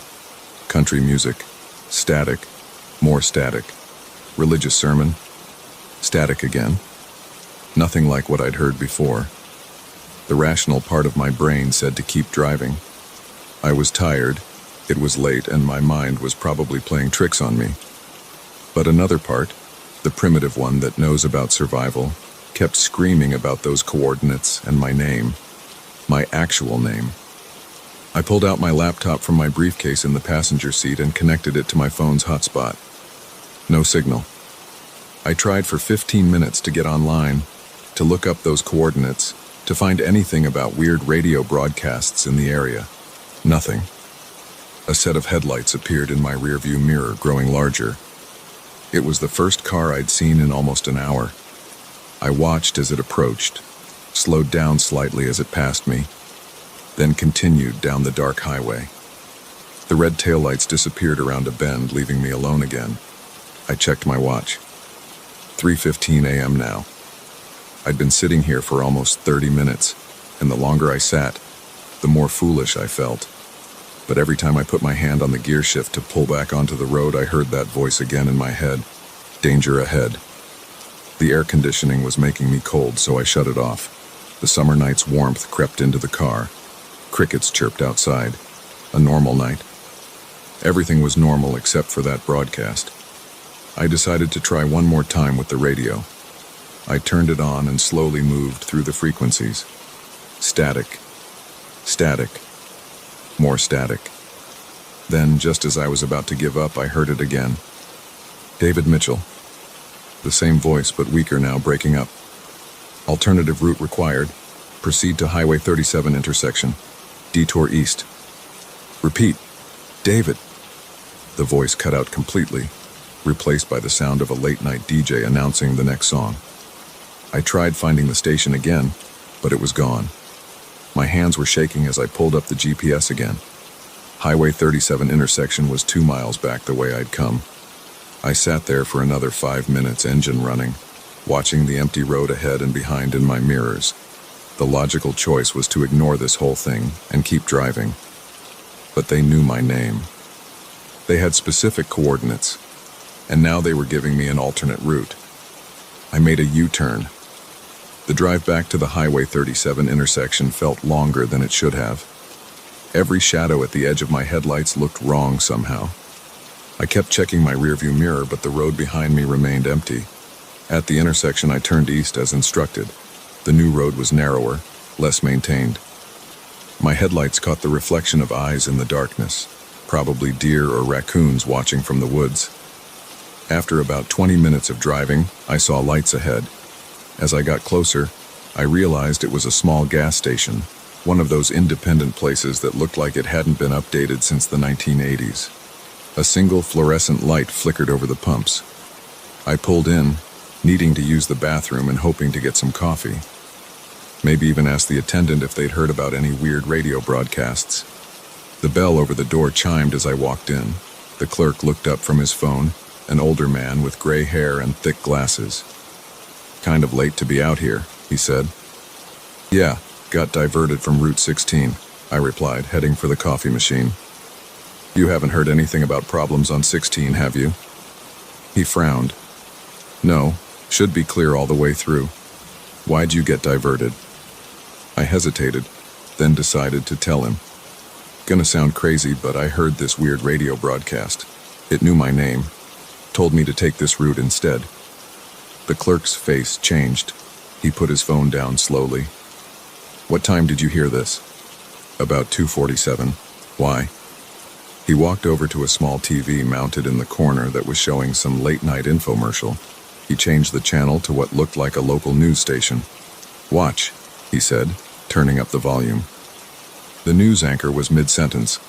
"Major chemical spill on Route 16 near mile marker 147. A tanker truck overturned at approximately 3:45 a.m., releasing hazardous materials. Emergency crews are on scene, and the road is closed in both directions. Residents within a 5-mile radius are being evacuated." I felt the coffee cup slip from my hand, hot liquid splashing my shoes. The clerk handed me some paper towels without a word. That's exactly where..." I couldn't finish the sentence. "Sit down," the clerk said, pulling up a plastic chair from behind the counter. "You look like you need it." I sat heavily, my legs feeling weak. But how? The broadcast was an hour before the accident. The clerk poured me a fresh coffee and pulled up another chair. "You're not the first one, you know. Over the years, we've had maybe 5 or 6 people come through here with similar stories. Always the same thing. Radio broadcast, specific warnings, usually about an hour before something happens." "What kind of something?" "Different things. Accidents mostly. Bridge collapse once. Never anything good." He took off his glasses and cleaned them with his shirt. "My theory? Someone's looking out for folks, don't know who or how, but they are." I stared at my coffee, watching the steam rise.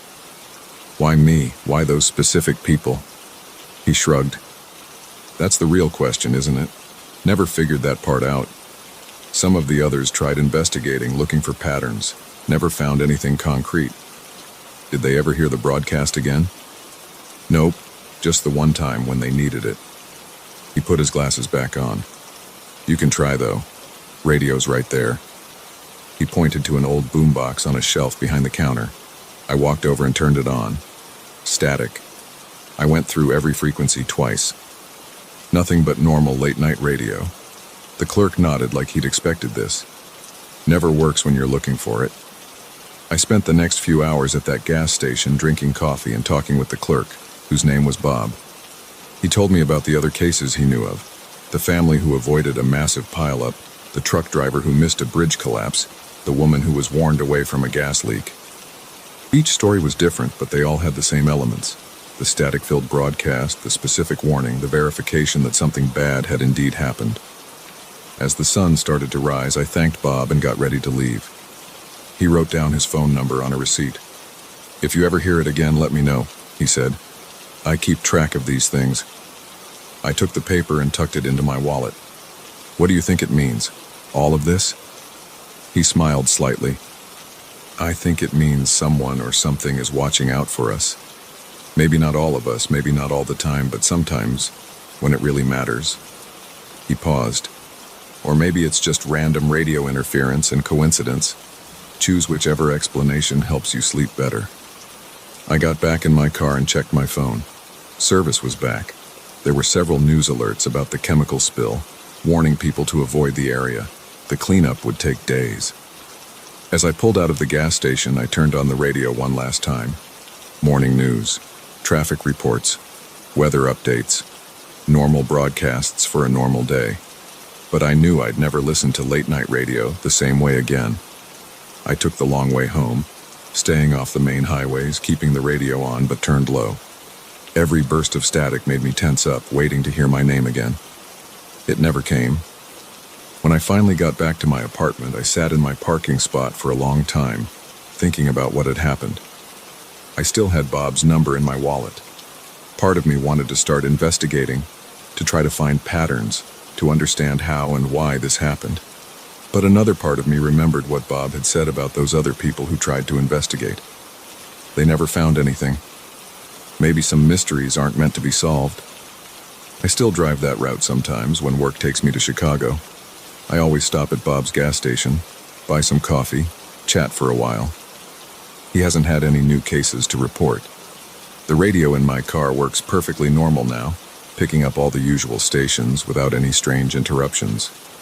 But late at night, when I'm driving alone on empty roads, I keep the volume turned up just a little higher than usual, just in case. Because somewhere out there, through the static and the darkness, someone or something might be trying to send another message. And next time, it might not be for me, but I want to make sure whoever needs to hear it does. I've never heard my name on the radio again, but I've developed a new appreciation for static. Some people find it annoying, that crackling white noise between stations. Not me.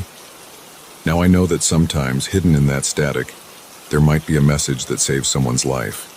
We just have to be listening.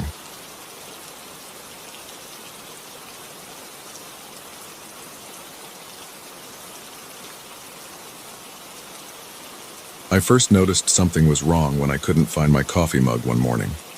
Not earth-shattering, sure, but I keep my morning routine strict. Coffee mug on the right side of the sink, ready for my 6 a.m. brew. That morning in September, it sat on the kitchen counter a good 3 feet from its spot. I stood there in my boxers and white t-shirt staring at it, the morning sun streaming through the kitchen window. My brain refused to process this small but significant change. I had just moved into this rental house 2 weeks ago, a modest 3-bedroom ranch-style home in a quiet neighborhood in Burlington, Vermont. The rent was surprisingly reasonable for the area, especially considering the finished basement and the well-maintained yard. The landlord, a thin man named Gary Peterson, had seemed almost too eager to get someone in the house. He'd dropped the security deposit requirement after our first meeting. I blamed the mug incident on my own forgetfulness. Moving does that to you, disrupts your patterns, makes you second-guess your memory. But then other things started happening. My keys would show up in different places. I'd leave them on the hook by the door, only to find them on the dining room table the next morning. The TV remote migrated from the coffee table to the kitchen counter. My shoes, always lined up by the front door, would be scattered, one in the entryway, its mate somehow ending up near the basement door. I live alone. I've always lived alone. I like it that way. After my divorce 3 years ago, the silence became my comfort. I know my habits. I know where I put things. The incidents escalated gradually. A week after the coffee mug incident, I came home from work to find all my kitchen chairs pushed away from the table at odd angles. I distinctly remembered tucking them in that morning. It's a habit my mother drilled into me as a kid. I stood in the doorway of the kitchen, my laptop bag still slung over my shoulder, and felt the first real tendril of unease curl in my stomach. I walked through the house, checking windows and doors, all locked. No signs of forced entry. The basement door was shut and locked just as I'd left it. I even checked the garage, empty except for my Toyota Camry and some moving boxes I still hadn't unpacked. That night I lay in bed and listened to the house settle. Every creak and groan made me tense up. I told myself old houses make noise, it's normal. But this house wasn't that old. Built in 1985 according to the rental agreement. The next morning, my toothbrush was in the toilet. I bought security cameras that day, 4 of them. I set them up in the main living areas, living room, kitchen, hallway, and one pointing at the front door. They connected to an app on my phone with motion detection and night vision. I felt better having them installed, more in control. The footage showed nothing unusual for the first few days. Just me moving around my house, looking increasingly tired as the week wore on. My sleep had gotten worse. I'd wake up at odd hours feeling like someone had just walked past my bed. Then one night, around 2 a.m., the hallway camera caught one of my hoodies sliding off its hook and dropping to the floor. Just falling, with no one near it. I watched the footage 20 times. There was no draft, no shake in the wall, nothing to explain it. The hood compressed slightly as it hit the floor like someone had stepped on it, but the camera showed empty space. I almost moved out that day. I sat in my car for an hour during lunch break, scrolling through apartment listings on my phone. But my 1-year lease had eaten most of my savings, and breaking it would cost another 2 months' rent. I couldn't afford it. Not with my car payment and the leftover debt from the divorce. So I stayed. I started leaving lights on at night. I bought more lamps, placing them strategically around the house to eliminate shadows. My electric bill would be hell, but the darkness had become unbearable. The cameras kept recording. Small objects would move when I wasn't in frame. A pen rolling across my desk, a magazine sliding off the coffee table. My wallet relocating from my jacket pocket to the kitchen counter while my jacket hung untouched on its hook. I stopped telling people about it. I'd mentioned some of the early incidents to coworkers, but their concerned looks made me shut up quickly. My sister called one night and I nearly broke down and told her everything. Instead, I talked about work and asked about her kids. The night it all changed, I was watching a basketball game. Just a regular Thursday evening in October, about 6 weeks after moving in. I sat on my couch, a beaten-up brown leather thing I'd kept in the divorce, with a beer in my hand. The Celtics were up by 12 in the third quarter. The couch cushion next to me sank down. I felt it clearly, the leather shifting, adjusting to weight, the same sensation as when someone sits down next to you. I froze, beer halfway to my mouth, eyes locked on the empty space beside me. The cushion compressed about 2 inches, a normal amount for an average-sized adult. I couldn't move. My chest felt tight, each breath shallow and quick. Sweat broke out on my forehead and upper lip. The beer trembled in my hand, foam sliding down the bottle. The indentation remained perfectly still, like whoever, whatever, had settled in to watch the game with me. 5 minutes passed. 10. The game continued on screen, but I couldn't focus on it. My eyes stayed fixed on that damn cushion, on the clear outline of someone sitting there. Someone I couldn't see. The air felt heavy, thick, colder than it should have been, despite the heating system humming steadily. My phone sat on the coffee table just out of reach. The security camera in the corner blinked its red light steadily. I managed to turn my head, slowly, to look at the space where a person's face would be. Nothing, just empty air. But I swear I heard breathing. Soft, regular breaths, almost peaceful. My muscles screamed from holding still so long. The beer had warmed in my grip. A commercial played on TV, the sudden increase in volume making me jump. The cushion shifted. I watched, paralyzed as the impression changed shape, like someone leaning forward, then standing up. The leather gradually returned to its normal position, tiny creases smoothing out one by one. I sat there for another hour, completely still, the game forgotten. Nothing else happened. When I finally gathered the courage to check the security footage, it showed exactly what I'd felt. The cushion depressing on its own, holding that shape for 15 minutes, then returning to normal. I called my landlord the next morning. Gary Peterson answered on the first ring, like he'd been waiting for my call. Has anyone... I hesitated, not sure how to phrase it. Did anything unusual ever happen when you lived here? Silence on the line. Then, what kind of unusual things? I told him everything. The moving objects, the cameras, the couch. My voice shook as I described it, but once I started, I couldn't stop. When I finished, the line stayed quiet so long I thought we'd lost the connection. The previous tenant noticed things too, he finally said, and the one before her. That's why the rent's so low. Why didn't you tell me? Would you have rented it if I had?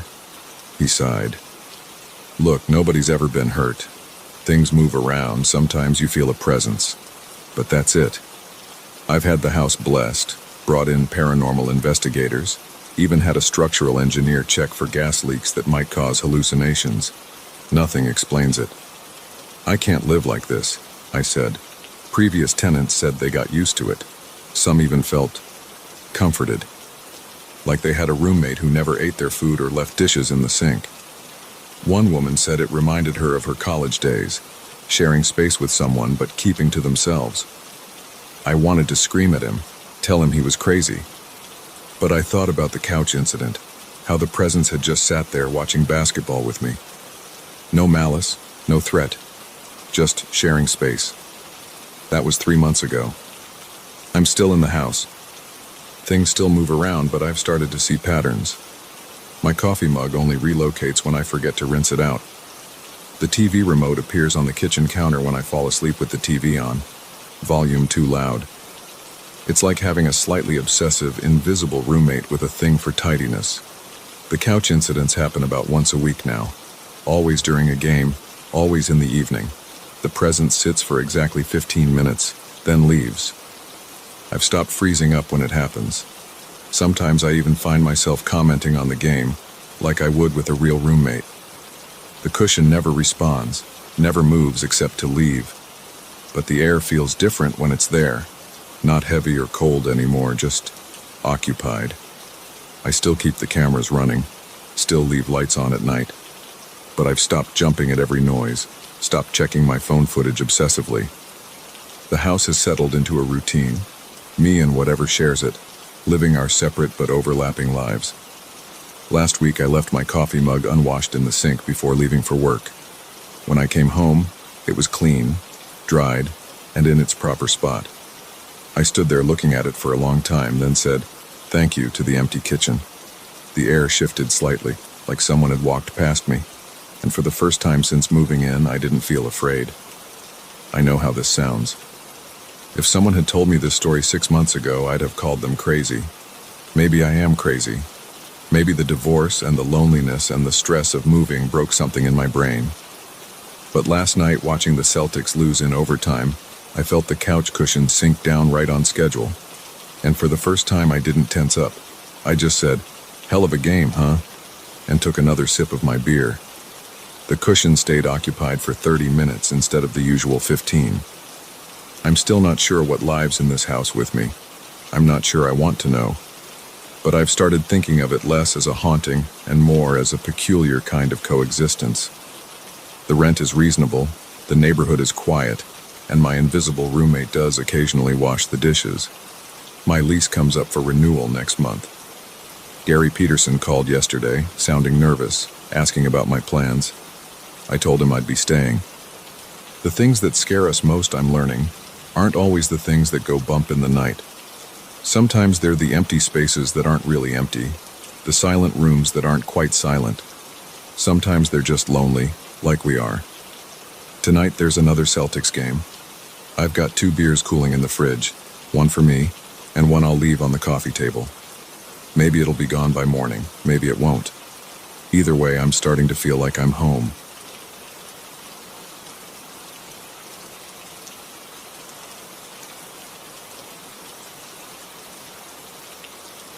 I should have known something was wrong when the realtor couldn't look me in the eye while showing me the master bedroom. She kept her head down, rushing through the features like she was reading from a script. The price was too good for a 4-bedroom Victorian in this neighborhood. But I bought it anyway. I needed a fresh start after the divorce, and this place, even with its peeling wallpaper and creaky floors, felt like an opportunity. The first week went fine. I worked remotely during the day and spent my evenings scraping old wallpaper and prepping the walls for paint. The previous owners had left the place in rough shape, but nothing I couldn't handle with some elbow grease and YouTube tutorials. It started in the upstairs hallway. I'd chosen a warm beige to brighten up the space and cover the dingy yellow that someone had painted decades ago. The first coat went on smooth. I remember feeling satisfied as I cleaned my brushes that evening, thinking about how much better the place would look once I finished. I woke up the next morning to get coffee before my first video call. The sun wasn't fully up yet, and the hallway was dim. I nearly dropped my mug when I saw it, a handprint pressed into the wall dark against the fresh paint. Not like someone had touched wet paint, but like someone had pushed their hand through from the other side, making the paint bubble and stretch. I touched it. The paint was completely dry and the handprint was cold. I figured some trick of the old plaster had made the paint dry weird. Houses this old have quirks. I sanded the spot down and applied another coat. The next morning there were 3 handprints. I'm not easily spooked. I've done construction work and I know old houses make weird sounds and settle in strange ways, but these handprints were different. They were perfect impressions of human hands, pressed outward like someone trying to break through a membrane, and they were exactly where I'd painted over the original ones. I took photos and sent them to my contractor friend Mike. He suggested it might be some kind of chemical reaction with the old paint, or maybe moisture damage pushing through. He offered to come take a look that weekend. I agreed, but I didn't wait. I spent that evening stripping all the paint from that section of wall, right down to the bare plaster. My shoulders ached from scraping, but I wanted to solve this before it got worse. The wall looked normal underneath. No water damage, no strange substances, just old plaster with layers of paint clinging to the edges where I hadn't scraped completely. I let it dry overnight and applied a primer the next day. The handprints came back. 5 of them this time, spread out in an arc at chest height. The paint around them felt ice cold, while the rest of the wall was room temperature. My hands shook as I took more pictures. The prints weren't just impressions anymore. I could see fingernails, lifelines, the subtle creases of knuckles. I called Mike and moved my work laptop downstairs. I didn't want to walk past that hallway more than I had to. The prints didn't spread or move during the day, but each morning there were more of them. They started appearing on other walls I'd painted, always pushing outward, always perfectly detailed. Mike came over on Saturday morning. He went pale when he saw the hallway. "This isn't normal," he said, running his hand over one of the prints. "This isn't any kind of water damage or chemical reaction I've ever seen." We spent the afternoon cutting into the wall to check the structure behind it. The plaster and lathe were intact. No hidden spaces, no signs of anything unusual. Mike helped me patch the holes and apply new paint. He stayed until it dried, and the surface looked perfect. He suggested I stay at his place that night, but I refused. This was my house. I wasn't going to let some weird paint issue drive me out. I regretted that decision at 3 a.m. when I heard it. A soft, wet sound like someone pressing their palms against glass. The hallway motion sensor light had triggered. My whole body went rigid as I lay in bed listening. The sound came again, followed by a slow squishing noise, like something thick and viscous being pushed aside. I grabbed my phone and turned on the flashlight. My feet felt like lead as I walked to the bedroom door. The hallway light flickered and I saw them. Hands pressing through the fresh paint, fingers first, then palms, bulging outward before retreating, leaving their perfect impressions behind. The paint rippled like water around each new print. I didn't scream. I didn't run. I stood there filming with shaking hands as more prints appeared, spreading across the wall like a timeline of invisible people trying to break through. The temperature dropped so low I could see my breath. My phone's battery drained from 80% to 0 in seconds, plunging me into darkness.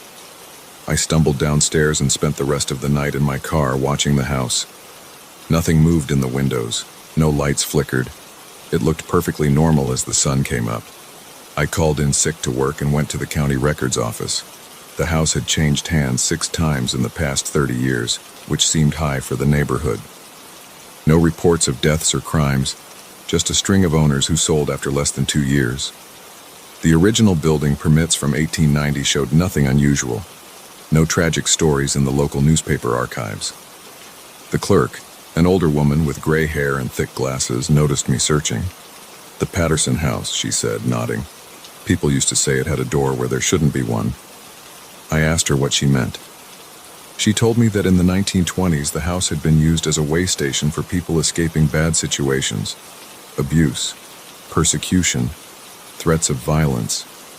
The owners would hide people in the walls temporarily, using a network of concealed spaces built between the rooms.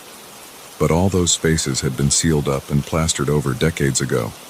The clerk didn't know more details, and I couldn't find any official records about it. I went home and sat in my car for an hour, watching the house.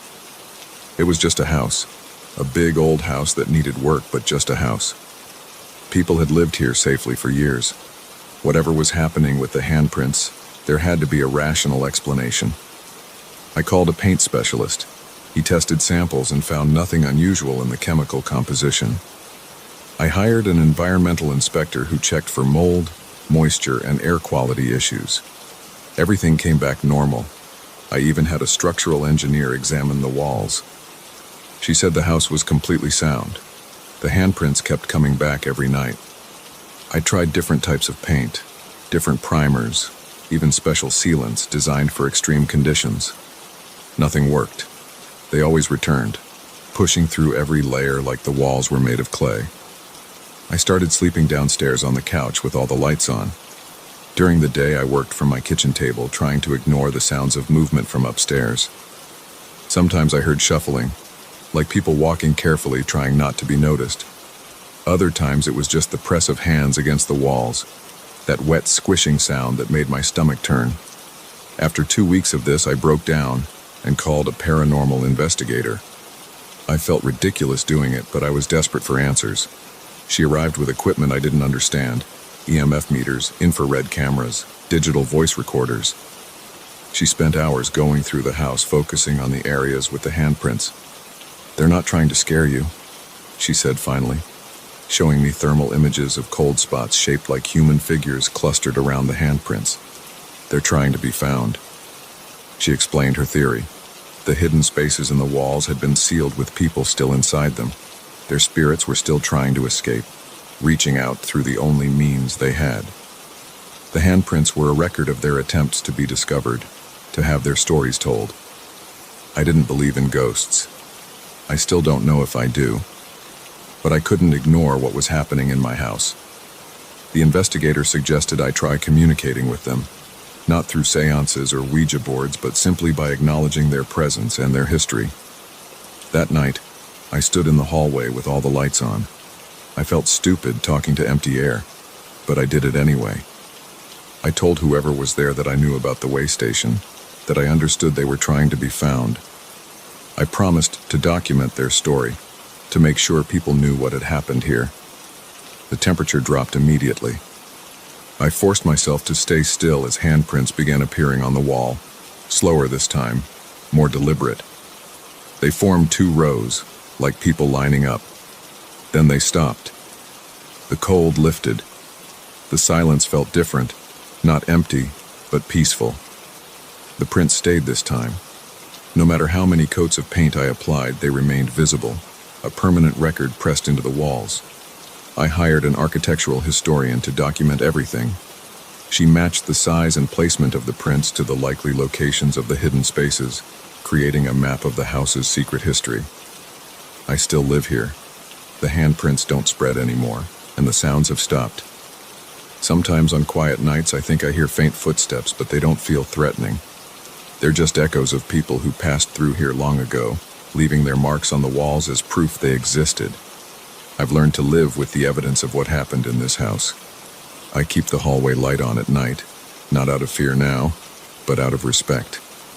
The walls tell a story that needed to be told, written in handprints that refuse to be painted over. Last week I got a letter from the Historical Society. They want to preserve the house as a landmark, to honor its role in helping people escape to safety. I agreed immediately. The handprints will stay visible, a testament to those who reached out through time and paint to be remembered. I'm still not sure I believe in ghosts, but I believe in the power of stories to push through whatever tries to cover them up. My house isn't haunted. It's history made visible, one handprint at a time. The realtor calls sometimes asking if I want to sell. The market's hot, she says, and she has buyers interested in the location. I always tell her the same thing. This house isn't for sale. Its story isn't finished being told. So I stay, sharing my space with the memories pressed into the walls. Each morning I walk past the handprints and notice something new. The angle of a finger, the depth of a palm, the story written in each unique impression. They're not trying to break through anymore. They've already succeeded in making their mark and making sure they won't be forgotten.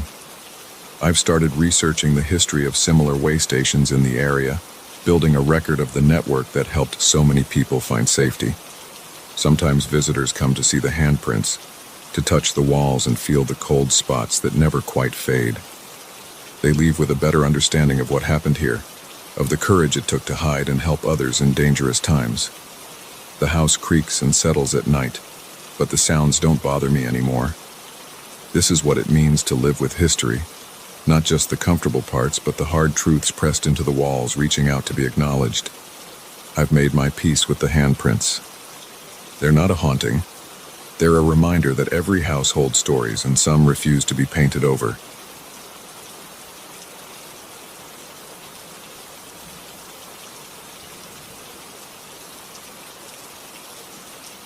Three sharp knocks hit my bedroom window at exactly 3:47 a.m.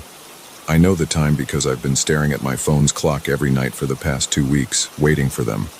The sound always comes in the same pattern. Tap, tap, tap. Clear. Deliberate. Impossible. I live on the 3rd floor of the Warren Heights apartment building in downtown Seattle. My bedroom window faces nothing but empty air and a 40-foot drop to the concrete below. There's no tree branch that could reach it, no ledge wide enough for anyone to stand on, and no fire escape on this side of the building. The window washers only come twice a year, and they always notify us a week in advance. The first time I heard the knocks, I jumped out of bed and ran to the window, yanking the curtains open. Nothing. Just the yellow glow of streetlights below and the occasional passing car. I opened the window and leaned out, looking in every direction. The brick walls were smooth and unbroken. No signs of any climbing equipment, no ropes, no ladder. Nothing that could explain those 3 distinct knocks. I called the police that first night. Officer Martinez showed up 20 minutes later, checked my window inside and out, and even walked the perimeter of the building. She found nothing unusual. Probably just the building settling, she said.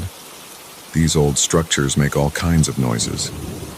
But buildings don't settle in perfect patterns of 3 knocks at the exact same time every night. I installed a security camera pointed at my window the next day. The footage showed nothing. At 3:47 a.m., the knocks were clearly audible on the recording, but the window remained empty. No shadow, no movement, nothing that could explain the sound. I tried sleeping on my couch for 3 nights. The knocks still came from my bedroom. When I slept at my sister's house across town, my security camera caught them anyway. My neighbor, Mrs. Chen from apartment 3B, says she never hears anything. Neither does Mr. Patterson in 3D. I've stayed awake countless nights, sitting in my reading chair with all the lights on, staring at that window. My heart races every time 3:47 approaches. My palms sweat. My mouth goes dry. But knowing exactly when it's coming doesn't make it any less unsettling. Last week, I covered the window with thick plywood. The maintenance guy helped me screw it directly into the wall. "That'll keep out any draft," he said with a confused look. I didn't bother explaining. The knocks came through the plywood. I've measured the temperature around the window with an infrared thermometer. No cold spots, no EMF readings.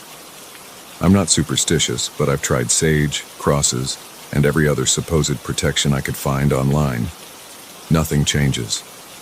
Tonight marks 2 weeks since it started. I'm sitting in my bedroom, laptop open on my knees as I type this. It's 3:43 a.m. The plywood is still secure over my window.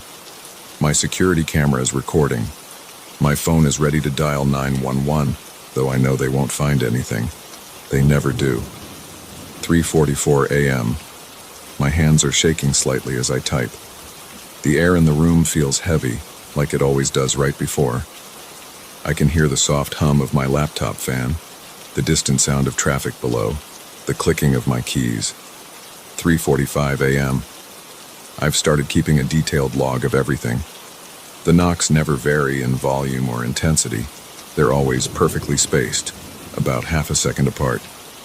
The sound is like knuckles on glass, even through the plywood. Clear, sharp, purposeful. 3:46 a.m. My heart is pounding now. Sweat beads on my forehead. The cursor blinks on my screen. I've considered moving, but something tells me it would follow me. Something tells me it's not the window that matters.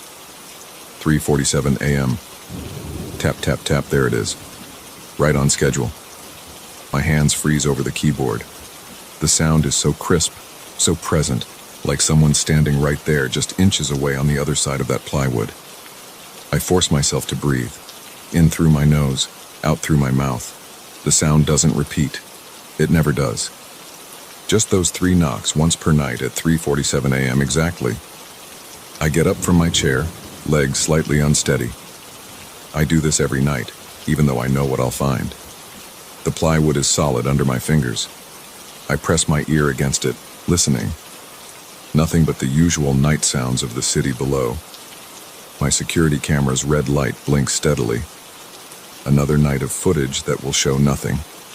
Another entry in my log that will provide no answers. I've started seeing a therapist. Doctor. Ramirez listens patiently as I describe the knocks, the investigations, my growing obsession with finding an explanation. She suggests stress, anxiety, auditory hallucinations. But how can it be a hallucination when my camera picks it up? How can it be stress when it's so precise, so consistent? The lack of sleep is affecting my work.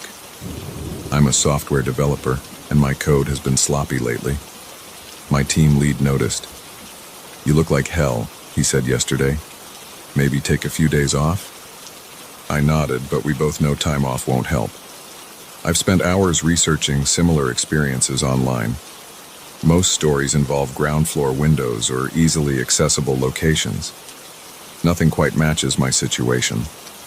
The few similar accounts I've found were clearly fiction, creepy stories written for entertainment. This is real. This is happening. The plywood has started to feel like a joke, a pathetic attempt to block out something that clearly doesn't follow physical laws. Sometimes I wonder if I should just take it down, face whatever's out there directly. But then I remember the darkness beyond my window, the sheer drop to the street below, and my courage fails. My sister Sarah visits more often now. She's worried. I see it in the way she looks at me, in her careful suggestions about seeing different doctors, trying different medications. "Maybe you should stay with me for a while," she said last weekend. "Just until you feel better." But I can't. The knocks would just follow me there, and then she'd have to deal with it too. I've started recording everything on my phone as well as the security camera. Different angles, different devices, hoping to catch something the others missed. The knocks are clear on every recording, but there's never anything visible. No distortion in the air, no unexplained shadows, no sign of what's causing them. The worst part is the waiting. Knowing it's coming, but not knowing why. Not knowing what it wants. Not knowing if one night it will be more than just knocks. Every evening I tell myself I won't stay up, that I'll try to sleep through it. Every night I find myself wide awake at 3:47 a.m., heart racing, waiting. I've developed a routine. At 3:40 I check all my recording devices. At 3:45 I position myself in my reading chair, facing the window. The plywood has become a sort of screen, a blank surface for my imagination to project its worst fears onto. But I force myself to watch it anyway. Maybe one night I'll see something different. Maybe one night I'll understand. The building manager is getting suspicious of my constant requests for security checks and maintenance inspections. "Mr. Walker," he said last time, "we've been over every inch of that wall. There's nothing there." He's right, of course. Whatever's causing this isn't something his maintenance crew can fix. I've started keeping track of other patterns. The weather doesn't affect the knocks. They come through rain, wind, and clear skies alike. The temperature doesn't matter. The day of the week doesn't matter. Nothing seems to matter except the time. 3:47 a.m. every single night. My appetite is gone. I force myself to eat protein bars and drink coffee to stay alert. My clothes hang looser now. Sarah brought groceries yesterday, tried to cook me dinner. "You need to take care of yourself," she said. "Whatever this is, starving yourself won't help." She's right, but food tastes like ash in my mouth. The only time I feel somewhat normal is during the day at work. The bright office lights, the constant noise of keyboards and conversations, the mundane problems of debugging code. It all feels so wonderfully ordinary. But as soon as the sun sets, the dread starts building again. I've considered setting up a live stream, letting others watch and verify what's happening. But what if nothing shows up on their end? What if I'm just broadcasting my descent into paranoia? What if something does show up, something I'm not ready to see? The building's security guard, Ron, has started doing extra patrols around 3:45 a.m. He's a good guy trying to help even though he thinks I'm losing it. Sometimes I watch him from my window, making his rounds in the parking lot below, looking up at my window with concern. He never sees anything unusual. Last night I tried something new. At 3:46 a.m. I pressed my hand flat against the plywood waiting. When the knocks came, I felt no vibration. The sound was there, clear as ever, but the wood remained still under my palm. It was like the sound existed independently of any physical source. I've started keeping a paper journal as well as my digital records. Something about writing by hand makes it feel more real, more documented. Pages filled with times, dates, weather conditions, what I ate, what I was wearing, any detail that might turn out to be relevant. None of it has revealed any pattern beyond the obvious. The plywood is becoming stained with my fingerprints. I touch it constantly, searching for weak spots, temperature changes, anything that might provide a clue. The maintenance guy offered to paint it, but I refused. Those marks are my only physical evidence that this experience is real, that I'm not just imagining everything. My doctor prescribed sleeping pills last week. I haven't taken them. The thought of being unconscious when the knocks come is somehow worse than the exhaustion of staying awake. What if something changes? What if I miss something important? The nights are the longest, between 3:48 a.m. and sunrise. After the knocks come, after the adrenaline fades, I'm left sitting in my chair staring at the plywood, wondering. The questions circle in my mind like hungry birds. Why me? Why this window? Why 3:47 a.m.? Why 3 knocks? I've started talking to it sometimes, in those dark hours after the knocks. I ask questions, make demands, even try to bargain. The silence that follows is always absolute, as if whatever's out there is listening but choosing not to respond. My laptop contains hundreds of audio files now, all identical. Background noise, 3 clear knocks, more background noise. I've analyzed them with every sound processing software I could find. The knocks are always at the same frequency, the same volume, the same duration. Perfect consistency that should be impossible for any natural phenomenon. Sometimes I dream about the knocks during the brief periods when I do manage to sleep. In my dreams, I finally open the window, finally confront whatever's out there. But I always wake up before I see it, heart pounding, sheets soaked with sweat. The plywood has become a wall between 2 worlds, my reality of facts, technology, and logic, and whatever exists on the other side. During the day, it looks almost silly, just a piece of hardware store lumber screwed into my wall. But at night, in those minutes leading up to 3:47 a.m., it becomes something else.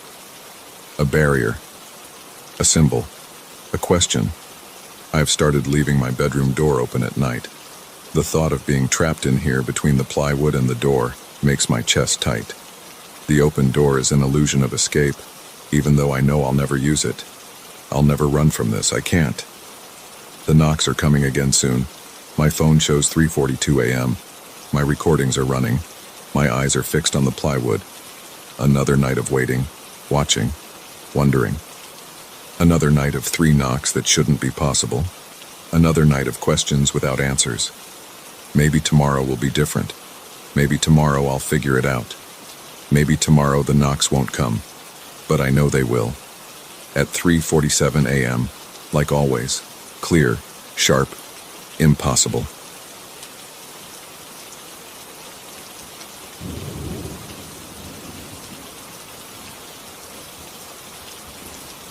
The intercom buzzer jolted me awake at exactly midnight. I know the time because I'd fallen asleep on my couch watching reruns, and the digital display on my cable box blinked 12-hour when the harsh electronic tone cut through my apartment.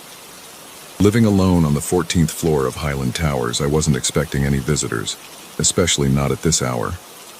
I sat up, disoriented, as another buzz pierced the silence. My apartment was dark except for the blue glow of the TV. Outside my windows, Chicago's downtown lights twinkled against the cloudy October sky. The buzzer rang again, more insistent this time. Who could that be? I muttered, pushing myself off the couch. My bare feet hit the cold hardwood floor as I walked to the intercom panel by my front door. The system was basic, just a speaker and talk button, no video. But my living room windows offered a clear view of the building's entrance 14 stories below, illuminated by bright security lights. I pressed the talk button. Hello? Static crackled, then a voice came through, soft, almost whispered. Let me in. I frowned, moving to the window. The entrance was empty. No one stood at the call box, no one waited by the glass doors, just an empty sidewalk and a few parked cars. Who is this? I asked into the intercom. Please, the voice whispered. Let me in. It's cold out here.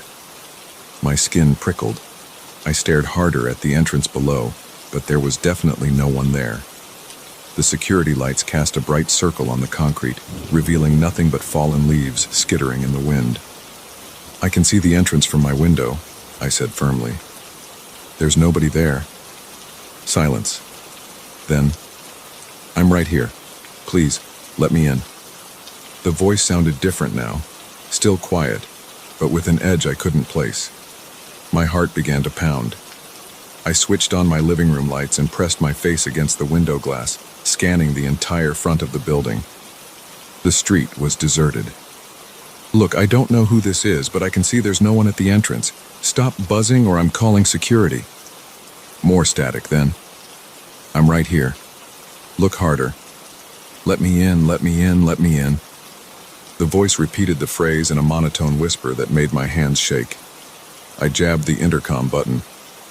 I'm calling security right now. I grabbed my phone from the coffee table and pulled up the building's after-hours security number.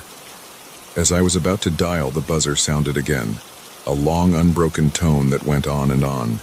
I covered my ears, the sound drilling into my skull. When it finally stopped, I immediately called security. The phone rang 6 times before going to voicemail. I tried again. Same result. That's when I noticed my cell signal was down to 1 bar, unusual for my high-rise apartment. The buzzer screamed again. I jumped, nearly dropping my phone. This time when it stopped, the voice came through without me pressing the talk button. I see you standing there in your blue t-shirt. Let me in. Ice shot down my spine. I was wearing a blue shirt. I stumbled back from the intercom, staring at it in horror. The button wasn't depressed. There was no way the system should be transmitting. That's impossible, I whispered.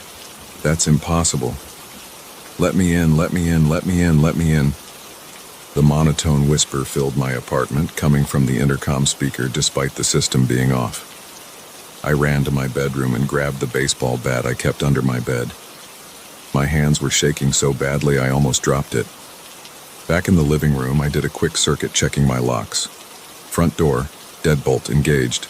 Balcony door, locked and security bar in place. Windows, all sealed. I was on the 14th floor. No one could get in from outside. The intercom stayed silent as I moved through the apartment. My breath came in short gasps. Sweat ran down my back despite the October chill. I tried security again. Still no answer. My gaze kept being drawn to the entrance below. The security lights flickered once, momentarily plunging the street into darkness. When they came back on, something was different. I pressed my face to the glass, trying to figure out what had changed. The call box. Its metal face used to reflect the security lights, but now it looked dark, almost like it was covered in... The buzzer shrieked. I jerked back from the window as the voice filled my apartment. I'm coming up. No, you're not, I growled, gripping my bat tighter. There's nobody there. I'm watching. This is some kind of prank. Watch, the voice whispered. The security lights flickered again. In that brief moment of darkness, I saw movement at the entrance, a darker shadow against the black. When the lights stabilized, nothing was there. But now the front doors stood open, swaying slightly in the wind. That's not possible, I said. Those doors are locked after 10 p.m. They can only be opened with a key card. I'm in the lobby, the voice said. It sounded clearer now, less static-filled. Coming to the elevator. I ran to my front door and pressed my eye to the peephole. The hallway was empty, lit by harsh fluorescent lights. The elevator was at the far end. I could see its floor indicator showing L for lobby.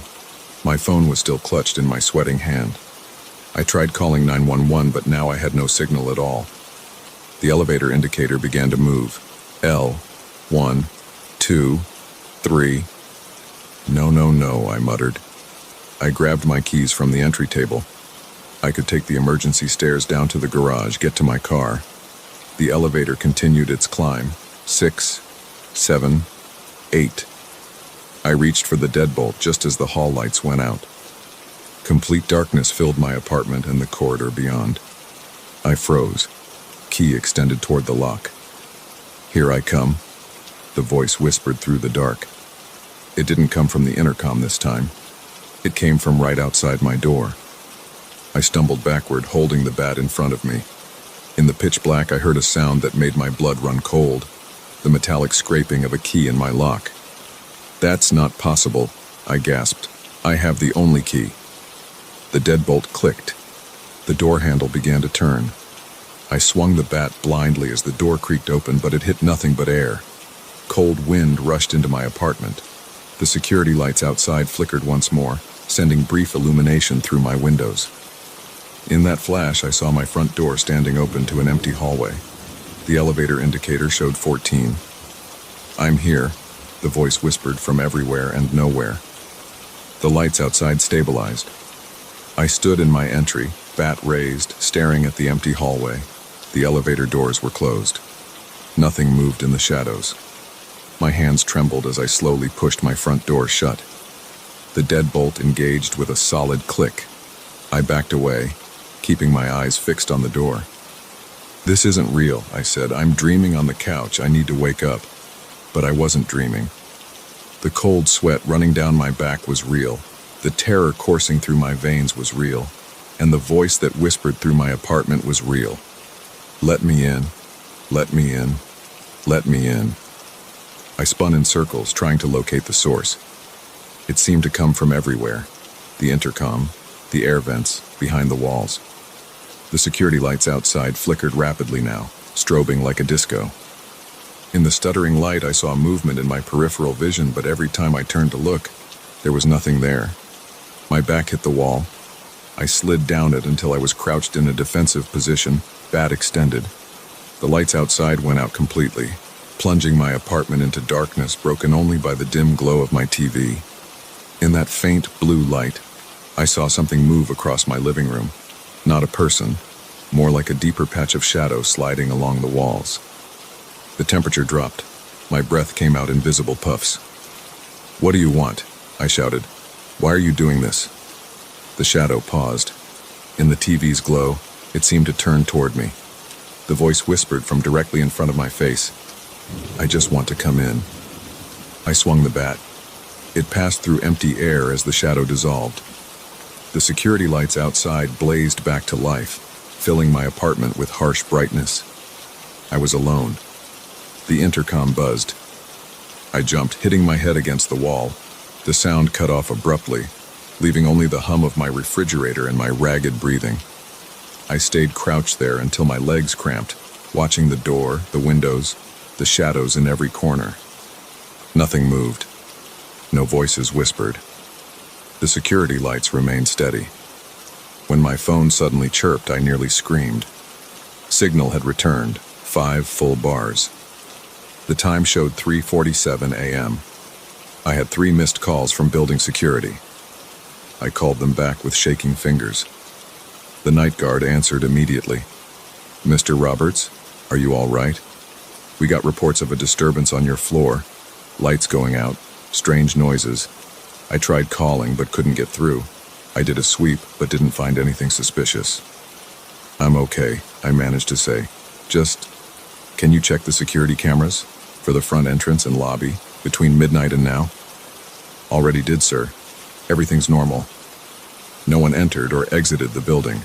The front doors stayed locked." "Why? Did you see something?" I stared at my front door. The deadbolt was still engaged. The windows were still sealed. The balcony door was still secure. "No," I said finally. "Must have been a bad dream." But I knew it wasn't a dream. As I hung up, the intercom crackled once, so quietly I almost missed it. A whisper, barely audible. "Tomorrow night." I didn't sleep. I sat on my couch with all the lights on, bat in my lap, watching the sun rise over Chicago. When my alarm went off at 7 a.m., I called in sick to work. Then I called a locksmith to change my deadbolt and a security company to install cameras and motion sensors. That was yesterday. Now I'm sitting here again, watching the clock tick toward midnight. The new security system is armed. The new deadbolt is engaged. I've triple-checked every window and door, but I know none of it will matter. Because as the digital display clicks from 11:59 to 12:00, I hear it, the buzz of the intercom, and a whispered voice that turns my blood to ice. "I'm back. Let me in."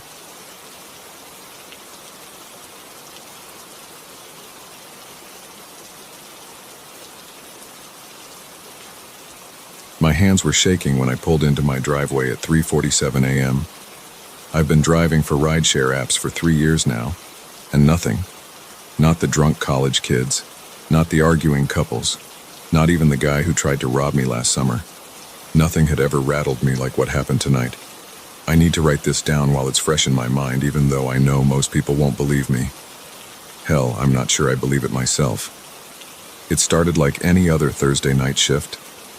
I'd been on the road since 6 p.m., making decent money with the usual mix of airport runs and bar hoppers. Around 2:30 a.m., I was thinking about calling it quits when one more ride request came through. The pickup location was in one of those older neighborhoods on the north side of town. You know the type. Big Victorian houses set back from the street, ancient oak trees making weird shadows under the streetlights. The app showed the passenger's name as John S. Generic enough. The rating was blank, which sometimes happens with new users. I probably should have paid more attention to that detail, but the surge pricing was good, and I figured one more ride couldn't hurt. I pulled up to the address, double-checking the house number in the dim light. 1879 Oakwood Drive. The house was dark except for a single porch light, its yellow glow barely reaching the crumbling concrete steps. I hit arrived on the app and waited. The night was dead quiet. No cars passing, no dogs barking, not even crickets. Just the tick-tick-tick of my cooling engine and the soft hum of the electric lines overhead. The temperature gauge on my dashboard showed 48 degrees, but I swear it felt colder. After about 2 minutes, I saw movement on the porch. A man stepped out of the shadows, and I mean that literally. 1 second there was nothing, and the next, he was just there. He was tall, maybe 6'2", wearing a dark suit that looked like something from an old movie. Not vintage hipster style, but actually old with wide lapels and a weird cut to it.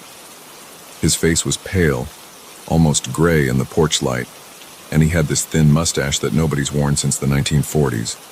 I usually get out to help passengers with their bags, but something kept me in my seat. Maybe it was the way he moved, too smooth, like he was gliding instead of walking. Or maybe it was his eyes. Even from 20 feet away through my windshield, I could see they were too dark, too deep. He opened the back passenger door without hesitation, like he'd done this 1,000 times. The car dipped slightly as he got in, which was somehow reassuring. At least he had physical weight. A blast of cold air hit the back of my neck, making the hair stand up. "Good evening," he said. His voice was deep but quiet, with an accent I couldn't place. Old-fashioned, like his suit. "Thank you for coming at this late hour." I glanced in the rearview mirror. His reflection was there, but something about it seemed off, like when you're looking at a 3D movie without the glasses, and everything's slightly blurred around the edges. "No problem," I said, trying to sound normal. "Where are we headed tonight?" He didn't answer immediately. In the mirror, I saw him straighten his tie with long, pale fingers. "Evergreen Cemetery," he said finally. "The old section, please." My stomach did a slow roll. Evergreen was clear across town, a good 30-minute drive at this time of night. And who goes to a cemetery at 3 a.m.? but the app had already registered the destination, and canceling now would hurt my rating. "Sure thing," I said, pulling away from the curb. My headlights swept across the old house, and for a second, I thought I saw a face in one of the upper windows. But when I looked again, it was just darkness. The first 10 minutes of the drive were silent. Not the comfortable silence you sometimes get with tired passengers, but a heavy silence that seemed to press against my ears. The radio was playing quietly, some late-night talk show, but the sound seemed to stop at the front seats like there was an invisible wall between me and my passenger. I tried making conversation, which I don't usually do with late-night fares. "You, work nights?" "You could say that." His voice seemed to come from everywhere and nowhere at once. "I keep unusual hours." In the mirror, he was staring straight ahead, his face expressionless. The streetlights we passed under should have moved shadows across his features, but somehow they didn't. We hit a red light, and I noticed the temperature had dropped even more. My breath was starting to fog in front of my face, even though the heater was running. I adjusted the controls, turning it up higher, but it didn't seem to make any difference. The streets were empty, which was normal for this time of night, but somehow it felt wrong, like we were the only car left in the world. We passed through downtown, the tall buildings looming over us, their windows dark and blank. My passenger hadn't moved or spoken again, but I could feel his presence behind me, like a weight pressing down on my shoulders. As we got closer to Evergreen, the streetlights became fewer and farther between. The road narrowed, lined with ancient trees that seemed to lean over the pavement, their branches reaching for each other overhead. My headlights caught glimpses of the iron fence that surrounded the cemetery, its spikes looking sharper than they should. The app directed me to the main entrance. The gates were closed, of course. Who opens a cemetery at 3 a.m.? I slowed down, wondering if I should ask for another destination. "Stop here," my passenger said before I could speak. "This will do fine." I pulled over to the curb, keeping the engine running. The fare total popped up on my phone, $47.83. I turned to ask if he wanted to pay through the app or... The back seat was empty. Not just empty. It looked like no one had ever sat there. No impression in the leather, no lingering warmth. Nothing. My hands were trembling as I turned around fully, checking the floor, the other seats. Empty. The doors were still locked. I always keep the child locks on during night shifts. The windows were up. There was no way he could have gotten out. I grabbed my phone, checking the ride details. The screen was blank. No passenger name, no destination, no fare. According to the app, I hadn't given any rides in the past hour. I sat there for what felt like hours but was probably only minutes, staring at the cemetery gates. The iron bars cast long shadows in my headlights, and beyond them, I could see the gravestones stretching away into darkness. Old ones, in the section he'd mentioned, their surfaces worn smooth by time. A movement caught my eye.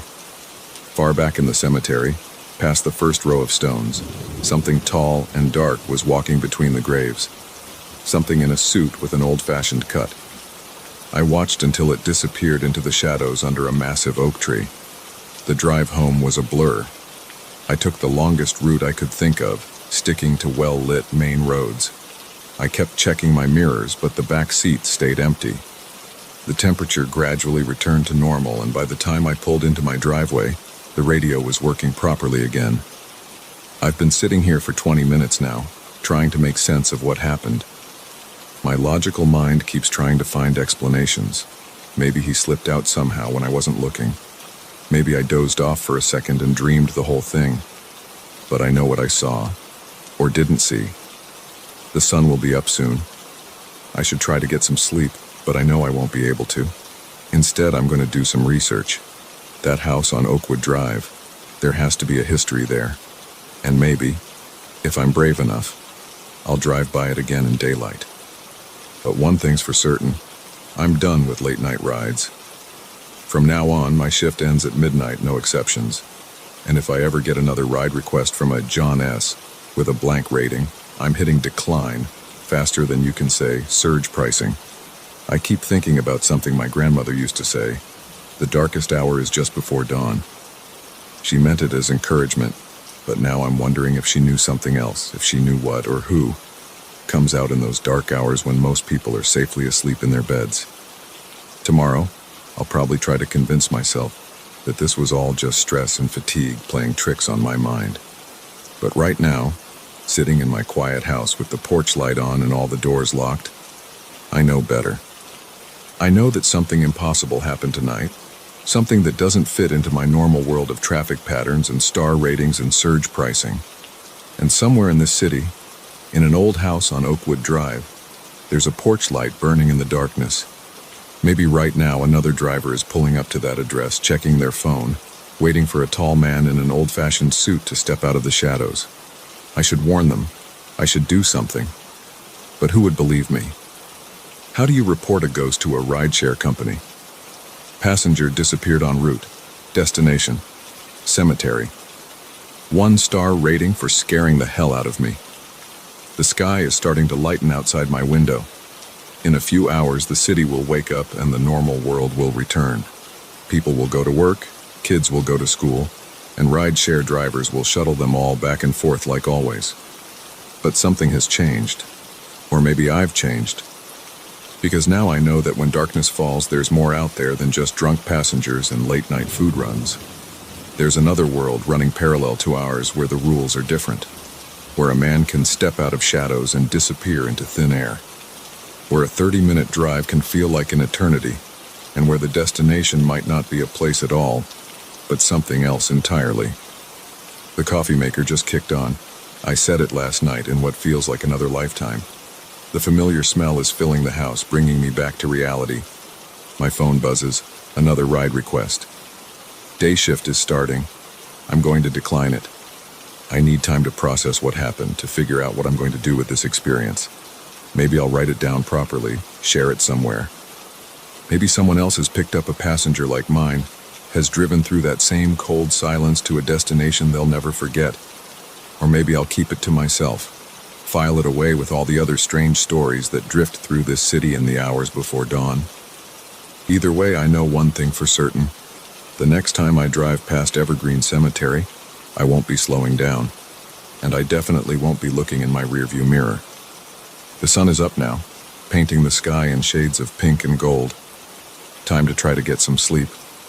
Even though I know my dreams will be filled with pale faces and dark suits, with empty back seats and cemetery gates. But that's okay, because in the daylight, even the strangest experiences fade to something manageable, something we can live with. Just, if you're ever driving late at night, and you get a request from a passenger named John S., do yourself a favor. Keep driving. Some rides aren't worth the fare, no matter how good the surge pricing might be. And if you find yourself on Oakwood Drive after midnight, don't look too hard at the shadows on that old porch. Sometimes the shadows look back.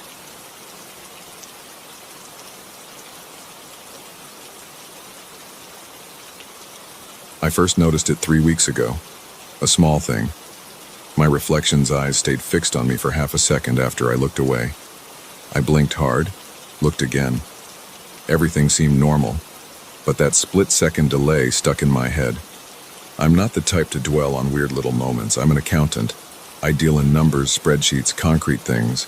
I live alone in a 1-bedroom apartment in Boston. My life runs on coffee, deadlines, and takeout. I don't read horror stories or watch scary movies. I don't look for hidden meanings or signs from the universe. But that moment with the mirror bothered me. It sat in the back of my mind like a stone in my shoe. Small, but impossible to ignore completely. The next time it happened, I was brushing my teeth before bed. I glanced down to spit in the sink, and when I looked back up, I caught my reflection still staring straight ahead for a heartbeat before matching my movement. My hand tightened on the toothbrush. Toothpaste dripped onto the counter. I told myself it was just tired eyes playing tricks, but it kept happening. Little moments where my reflection seemed to move just a fraction of a second too slow, or too fast. Sometimes when I walked past the bathroom mirror, I could swear my reflection's head turned to follow me before I actually turned to look. I started avoiding mirrors when possible. I shaved quickly, keeping my eyes down. I stopped fixing my hair, just ran a comb through it blind. My coworkers noticed. Sandra from accounting asked if I was sleeping okay. I told her I was fine. Then came the morning I couldn't avoid looking. I had an important client meeting. I needed to look presentable. I stood in front of the bathroom mirror, forcing myself to meet my reflection's eyes as I adjusted my tie. My reflection smiled. I wasn't smiling. My hands froze on my tie. Blood pounded in my ears. I watched my reflection's lips curl up while my own face remained frozen in shock. The smile grew wider than any normal smile should be. My reflection's eyes stayed locked on mine, unblinking. I stumbled backward, hitting the toilet tank. The back of my shirt got wet from condensation, but I barely noticed. My reflection stayed there, grinning, even though I was now 3 feet back from the mirror. I ran out of the bathroom, called in sick to work. Spent the day pacing my apartment, avoiding the bathroom door. That night, I covered the bathroom mirror with a towel. Used the mirror in my car's sun visor to fix my appearance for work the next day. But there are mirrors everywhere. Store windows, chrome elevator doors, the reflective panels in my office lobby. Every glimpse of my reflection made my stomach clench. Because now I could see the differences, the slight delay in movements. The way my reflection's eyes would slide toward me before I turned my head. The ghost of that terrible smile playing around the edges of its mouth. I started taking the stairs instead of the elevator. Kept my eyes down when passing windows. Used the bathroom stalls at work instead of the ones with mirrors. People definitely noticed now. My boss called me into his office to ask if everything was all right. I mumbled something about stress and personal issues. He suggested taking some vacation days. I almost did. But the thought of being alone in my apartment all day, knowing what waited behind that bathroom towel, was worse than being at work. The next phase started a week ago. I woke up at 3 a.m. needing to pee. Stumbled to the bathroom half asleep. Forgot about the towel. Flicked on the light, and there was my reflection, already standing there. Awake, waiting, grinning that impossibly wide grin. I jerked back, but it stayed. Pressed against its side of the mirror, watching me. Its clothes were the same as mine, white t-shirt, gray sweatpants. But its stance was wrong. Shoulders too straight for someone who just woke up. Head tilted at an angle that made my neck ache just looking at it. My bladder forgotten, I backed away. My reflection stayed in the mirror. Standing, watching, grinning. I could see the bathroom wall behind it, but it wasn't moving with me anymore. It had become its own thing. I slept on my couch that night with all the lights on. Called in sick again the next day. Ordered a black plastic garbage bag and duct tape from Amazon with same-day delivery. Covered the mirror completely. But now I can hear it at night. Soft tapping from the bathroom, like fingernails on glass. Sometimes I think I hear whispers, but when I strain to listen, it's just the hum of my refrigerator or traffic outside. The tapping is getting louder though, more insistent. Last night I woke up to a long, slow squeak, like someone dragging their hand down glass. I put in earplugs, turned on music, but I could still feel it. Feel eyes on me through the wall, through the plastic, through the dark. I haven't slept more than an hour at a time in 3 days. My hands shake constantly. I've lost weight. My clothes hang loose. The dark circles under my eyes make me look like I've been punched. Not that I look in mirrors anymore to check. Yesterday I caught a glimpse of myself in a window at work, except it wasn't me. My reflection was pressed against the glass, hands splayed out, that grin stretching literally from ear to ear. Its eyes were totally black. I saw a coworker walk past in the reflection, completely normal, while my distorted double stayed fixed in place. I dropped my coffee, made a scene. My boss sent me home again, suggested I talk to someone, get help. But who would believe me? What would I even say? My reflection is trying to get out of the mirror. They'd lock me up, so I sit here on my couch writing this on my phone. The tapping from the bathroom is constant now. Sometimes it sounds like knocking, sometimes like scratching. The plastic bag over the mirror bulges outward slightly, like something's pressing against it. I've pushed my couch against my front door, wedged chairs under all the doorknobs, covered every reflective surface I can find. But there's still the windows. The TV screen when it's turned off. The screen of my phone when it goes dark. I catch glimpses in each one, quick flashes of that grin, those black eyes. Sometimes just a hand pressed against the other side of the glass. Waiting. My phone's at 20% battery. I can't plug it in because the outlet is near a window. The tapping is getting louder. The plastic on the mirror is stretched tight now, like a drum. I've thought about running, but where would I go? There are mirrors everywhere, windows everywhere, screens everywhere, and it's in all of them now. Waiting, watching, grinning. The worst part is I'm starting to grin back. Not because I want to, but my face muscles keep twitching, pulling, like something is tugging on strings under my skin, trying to match that horrible smile. I catch myself practicing the tilt of its head sometimes, that unnatural angle. My neck cracks when I do it, but I can't seem to stop, like my body is rehearsing, preparing. The building manager called earlier. Neighbors complained about noise from my bathroom. Tapping, scratching. A weird squealing sound like nails on glass. I told him I'd call a plumber. He seemed suspicious. My boss texted, said I need to come in tomorrow, or we need to have a serious talk about my employment. I started to type a response, but my reflection appeared in the dark phone screen. Grinning. Always grinning. I threw the phone across the room. I went to pick it up just now. Had to. Need to keep writing. Keep documenting. But when I turned it over, my reflection wasn't mine anymore. The face was similar, but stretched somehow. Features just slightly wrong. That smile now full of too many teeth. The scratching from the bathroom is changing. Sounds more like digging now, like something trying to get through. The plastic bag is torn in places. I can see flashes of silver behind it, moving, shifting. My hands won't stop shaking. Keep mistyping. Face muscles twitching worse now. Neck keeps wanting to tilt at that angle. Sometimes I catch myself standing too straight, too still, like it does. Maybe I should just leave. Start driving. But which way do I look? The windows are everywhere. The screens are everywhere. And it's in all of them now. All of them showing that twisted version of my face. Those black eyes. That impossible smile. The bathroom door just creaked open. I didn't open it. The plastic is hanging in shreds now. I can hear something moving. Something breathing. My phone screen just went dark again. But the reflection isn't mine anymore. The face looking back at me is the right shape finally.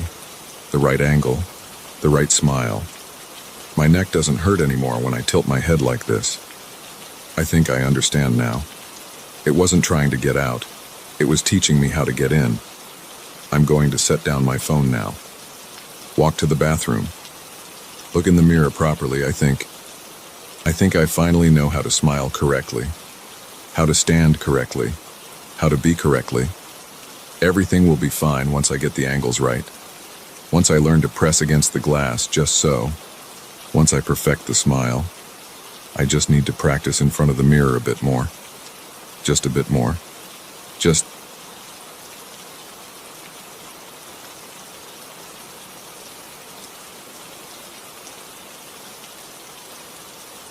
The radio sat there covered in decades of dust, its wooden cabinet dulled by time.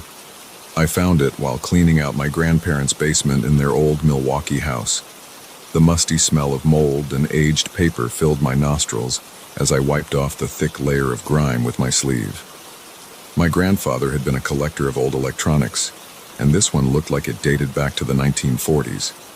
I noticed the power cord seemed intact, without any obvious fraying or damage. The urge to plug it in hit me immediately.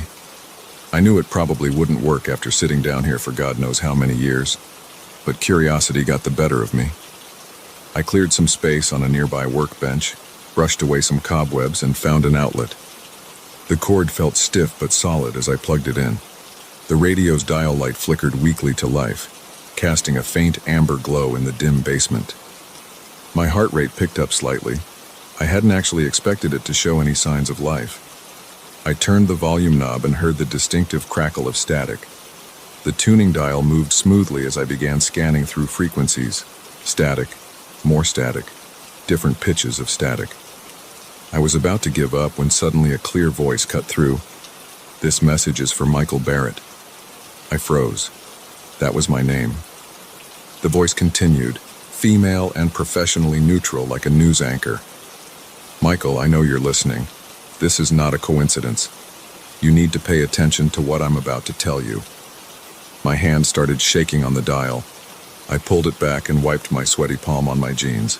The basement suddenly felt 10 degrees colder. "Your wife Sarah is in danger.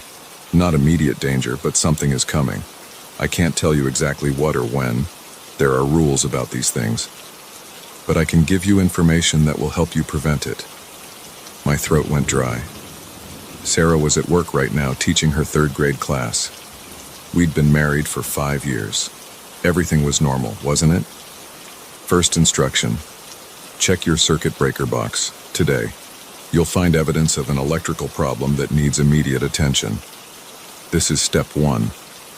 I grabbed my phone and started recording. The voice continued.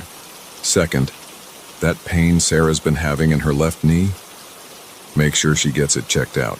Not by Dr. Matthews, he'll miss what's wrong. She needs to see Dr. Susan Chen at Milwaukee General, specifically her. Sarah had been complaining about her knee for a few weeks. She'd blamed it on running too much. We hadn't even discussed seeing a doctor yet. Third, within the next month, someone will try to sell you a cabin rental up north for a weekend getaway. The price will seem too good to be true. Don't take it." The voice paused. Static crackled. My hands were trembling as I adjusted the tuning slightly to maintain the clear signal. "I know you have questions. I know this seems impossible, but you need to trust me. Your grandfather trusted me when I warned him in 1962, and it saved your grandmother's life. Ask your mother about the car accident that almost happened." My breath caught in my throat. I'd never heard anything about this. I can't explain who I am or how I know these things, but I am here to help. There will be more messages, same time tomorrow. 2:17 p.m., don't be late. The voice cut out. Static rushed in to fill the silence. I tried adjusting the dial, but the voice was gone. I checked my phone's recording. It had captured everything. I sat on a dusty box, my heart pounding. The rational part of my brain screamed that this was impossible, that I was imagining things or this was some elaborate prank, but I couldn't shake the raw fear that crept through my body. The voice had known too many specific details. My phone showed 2:19 p.m. I needed to get home and check that circuit breaker box. Then I needed to call my mother and ask about a car accident that never happened in 1962. And somehow, I had to figure out how to convince Sarah to see a specific doctor she'd never heard of about a knee problem she hadn't even decided to have checked yet. I looked at the radio. Its amber dial light glowed steadily in the basement gloom. I couldn't leave it here. I wrapped the power cord around its wooden case and lifted it carefully. It felt heavy, solid, real. That night, I couldn't sleep. Sarah noticed my distraction during dinner, but I deflected her questions. How could I possibly explain what had happened? I lay in bed listening to her steady breathing beside me, my mind racing. I had checked the circuit breaker box that afternoon.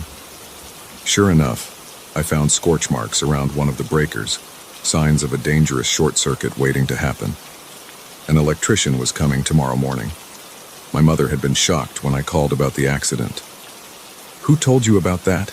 she'd demanded.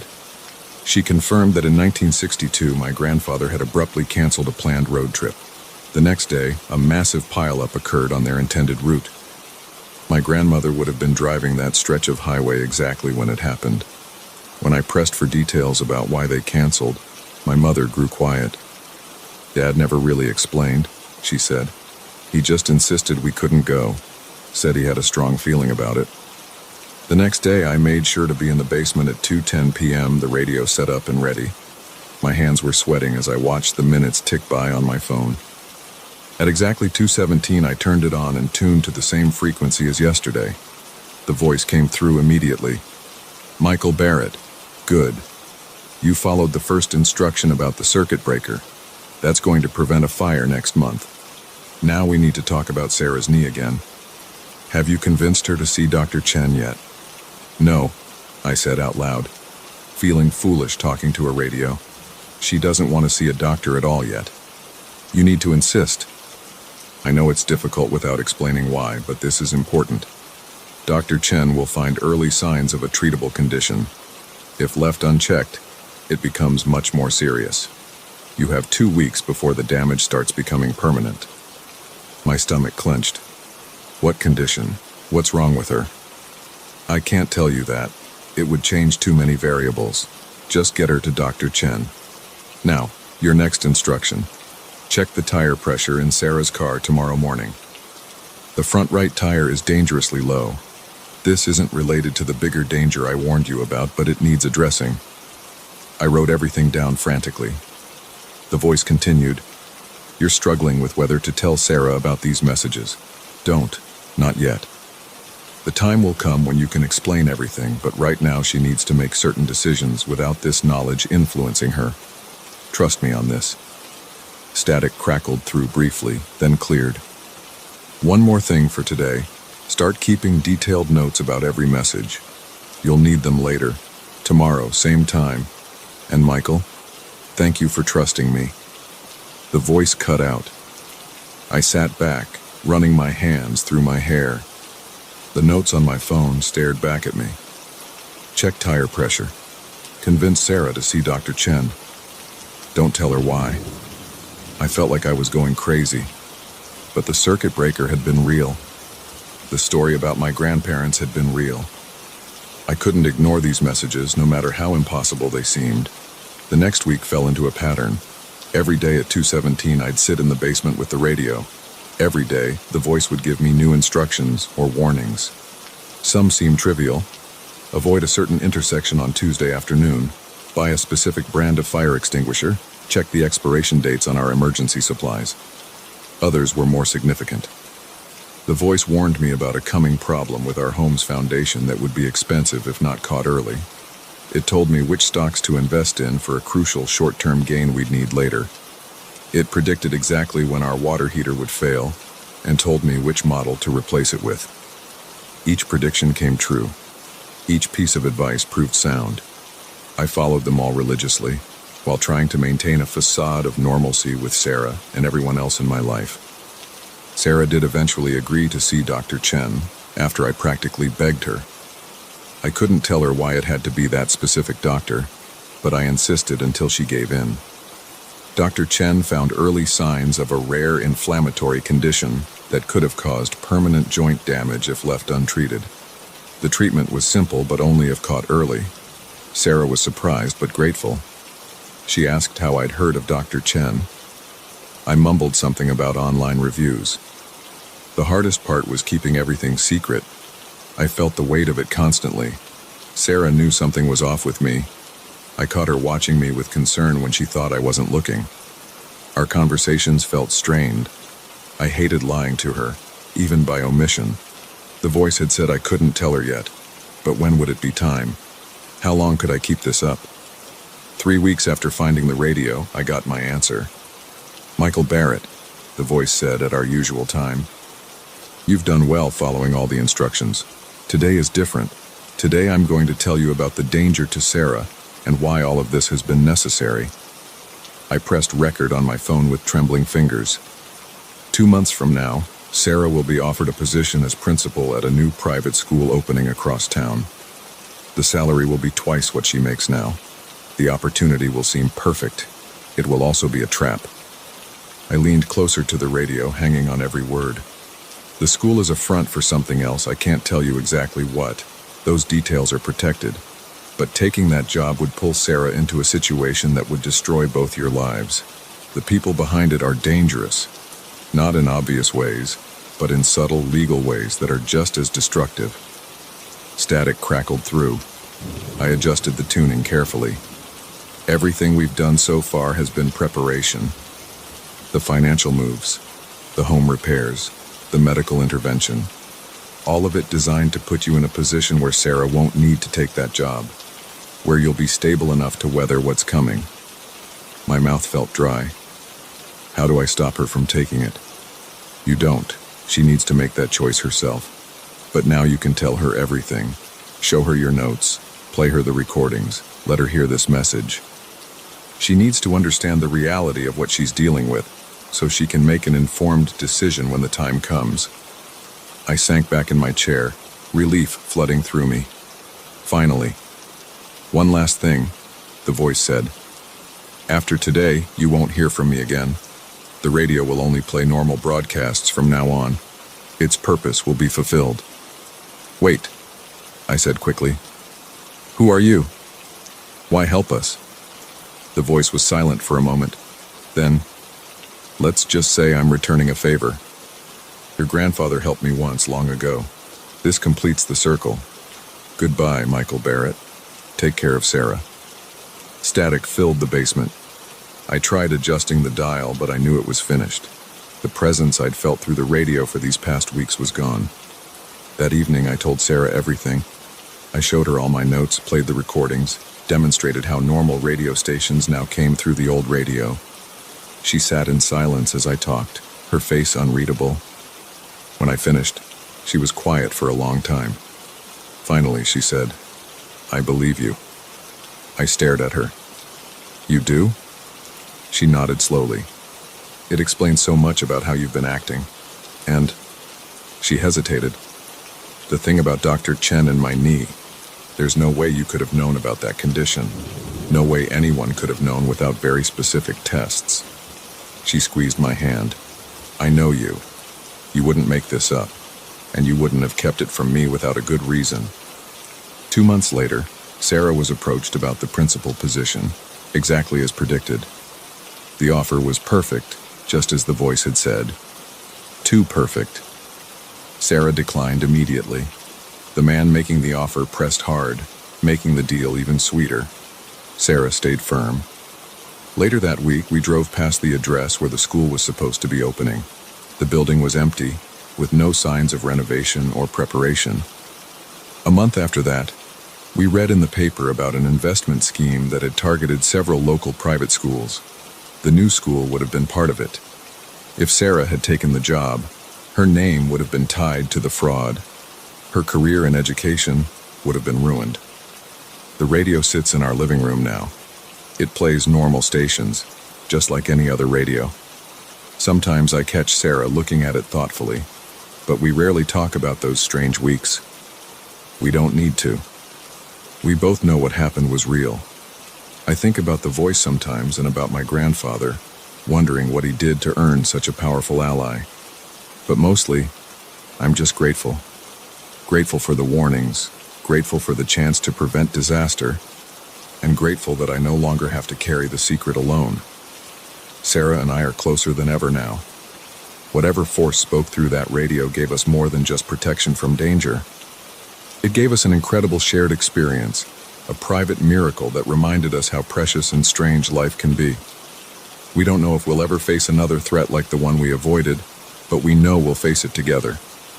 The radio keeps playing music and news day after day. Just an old wooden box with some vacuum tubes and wires inside. But sometimes late at night I could swear I see that amber dial light pulse just a little brighter, like a distant star winking at a secret.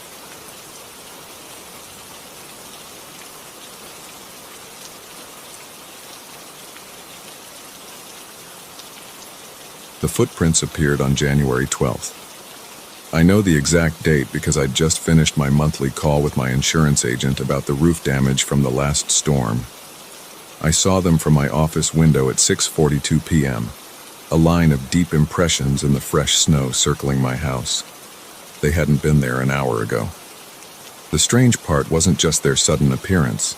It was that they formed a perfect circle around the entire house, with no tracks leading to or away from the ring, as if someone had been dropped from the sky.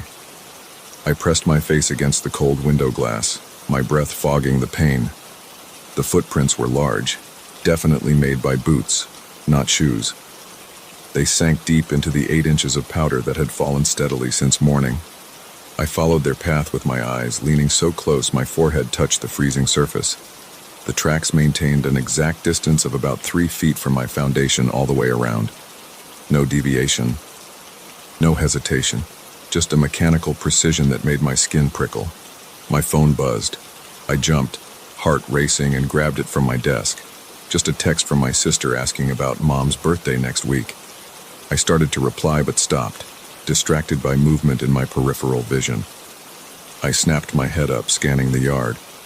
Nothing moved except the lazy drift of snowflakes catching the security lights. The rational part of my brain kicked in. There had to be an explanation. Maybe someone from the power company checking the meter. But they always came to the front door first, and these prints never approached the house. A prankster? The snow was pristine, except for that single line of footprints. They would have had to levitate to avoid leaving tracks to and from the circle. I pulled out my phone again and dialed the local police non-emergency number. Officer Martinez answered, and I explained what I was seeing, feeling slightly foolish. "Have you gone outside to investigate, Mr. Chen?" she asked. "No, I've been watching from my window." "Probably smart. Stay inside and lock your doors. I'll send a patrol car to check it out." I thanked her and hung up. My house suddenly felt very exposed with its walls of windows, modern architecture that had seemed so appealing when I bought the place last year. I moved through each room, drawing blinds and curtains. The sun had fully set now, leaving me in pools of artificial light that made the darkness outside seem deeper. 20 minutes later, red and blue lights flashed in my driveway. I watched through a gap in the living room curtains as 2 officers emerged from their cruiser, flashlights sweeping across the yard. They circled the house slowly, stopping frequently to examine the prints. One took photos, while the other measured the depth and spacing with a ruler. The doorbell rang. I checked the security camera feed on my phone before opening it. Officer Martinez stood on my porch with her partner, snow dusting their dark uniforms. "Evening, Mr. Chen. I'm Officer Martinez. We spoke on the phone. This is Officer Reynolds. Mind if we come in?" I stepped back to let them enter, noticing they carefully wiped their boots on the mat. Small courtesy, but it helped settle my nerves somehow. Normal people doing normal things. "Those are some unusual tracks out there," Martinez said, pulling out a notepad. "When exactly did you first notice them?" I told them the timeline while Reynolds prowled the perimeter of my living room, peering out windows. "The prints are consistent all the way around," he reported. "Same depth, same stride length. Whatever made them was maintaining a very steady pace." "Whatever?" I asked, not liking his word choice. Martinez shot him a look. "We have no reason to think this is anything other than human activity, Mr. Chen. But we are concerned about someone circling residences in this weather. There have been a few break-ins lately where burglars used the snow cover to mask their approach." They took my statement and promised to increase patrols in the area. After they left, I double-checked every lock and activated the security system. The house felt too quiet. I turned on the TV for background noise and tried to focus on work, but my eyes kept drifting to the windows. At midnight, I finally gave up pretending to be productive. I needed sleep, but my bedroom was on the ground floor with windows facing the backyard. After some hesitation, I grabbed blankets and my laptop and headed upstairs to the guest room. The elevation gave me a better view of the property anyway. I lay in bed watching the security camera feeds on my laptop. The snow had stopped and moonlight reflected blindingly off the white ground. The footprints stood out as sharp shadows in the pale expanse. Nothing moved. No new tracks appeared. Around 2 a.m., my eyes grew too heavy to keep open. The crunch of snow jolted me awake. I sat up, heart pounding, unsure if I'd really heard anything. The laptop had gone to sleep, its screen black. As I reached for it, another crunch, deliberate, heavy, right below my window. I froze, barely breathing. Another step, and another. Slow, measured footfalls circling the house. I wanted to look but couldn't make myself move to the window. The steps continued their steady pace. Crunch, pause, until they completed the circuit and started again. My hand shook as I woke the laptop and pulled up the camera feeds. Nothing. The yard was empty, the original tracks undisturbed, but I could still hear the footsteps, clear as a hammer on an anvil, making their endless loop. I fumbled for my phone and called Martinez's direct line that she'd left me. "Do you hear that?" I whispered when she answered. "Hear what, Mr. Chen?" Her voice was sharp, professional. "Someone's walking around my house. I can hear the footsteps in the snow." "I'm sending units now. Are you in a secure location?" "Upstairs guest room. Doors and windows are locked." "Stay there. Officers are 4 minutes out." The footsteps continued their measured pace as I waited. I counted the circuits, 3 complete circles around the house. Then they stopped. The silence felt worse somehow. Police lights again reflected off the snow. Martinez herself had responded with 3 other officers. They found no fresh prints, no disturbance of the original tracks. Their own footprints broke the pristine surface as they searched the property with guns drawn. "Could you have been dreaming?" Martinez asked gently after they completed their sweep. I started to protest but stopped. Could I have? The sound had been so real, but the untouched snow argued otherwise. "Maybe," I conceded. "It's been a strange night." She left an officer parked in my driveway for the remainder of the night. I didn't sleep, but I didn't hear the footsteps again either. Morning brought weak winter sunlight and a fresh skiff of snow that softened the edges of the original prints, but didn't fill them. I called in sick to work. I couldn't face leaving the house with those tracks still out there. Instead, I spent the morning Googling everything I could think of about mysterious footprints. I found plenty of folklore and conspiracy theories, but nothing that matched my situation exactly. Around noon, my doorbell rang. I checked the camera. Martinez again, in civilian clothes this time. "Thought I'd stop by on my lunch break," she said when I let her in. "How are you holding up?" "Honestly, not great. Keep feeling like I'm either crazy or being watched. Neither option is comforting." She nodded. "Mind if I look around again? Sometimes daylight shows things we miss at night." I gestured for her to go ahead. She moved through the house methodically, examining locks and sightlines. In my office, she paused at the window where I'd first seen the prints. "Tell me exactly what happened when you noticed them," she said. I walked her through the sequence again. As I described checking the phone message from my sister, she held up her hand. "Wait, you said you were on the phone with your insurance agent about roof damage?" "Yeah, from the storm last week. Why? Did anyone come out to inspect it?" "No, they're backed up with claims, supposed to send someone next week." She pulled out her phone and dialed. "This is Detective Martinez, badge number 8149. I need to know if you have any adjusters or inspectors working in the Oakwood Hills area." She listened, then asked for a specific name. Her expression hardened as she ended the call. "Your insurance company has no adjusters scheduled for this neighborhood. The person you spoke to wasn't from them." My stomach dropped. Then who? Someone gathering information, testing response times, learning routines. She was already moving, checking angles from windows to the street. They called to confirm you were home, then circled the house looking for entry points. The prints were meant to unsettle you, make you doubt yourself. Classic intimidation tactic. But why me? You live alone in an isolated house with good visibility of the approaches. You work from home most days according to neighbors. Regular schedule, minimal traffic. Plus, she gestured at my office setup. 3 monitors, high-end equipment, signs of money. She pulled out her phone again. "I'm calling in surveillance. We'll put cameras on the perimeter and..." She stopped, staring out the window. "Did you see that?" I moved to look.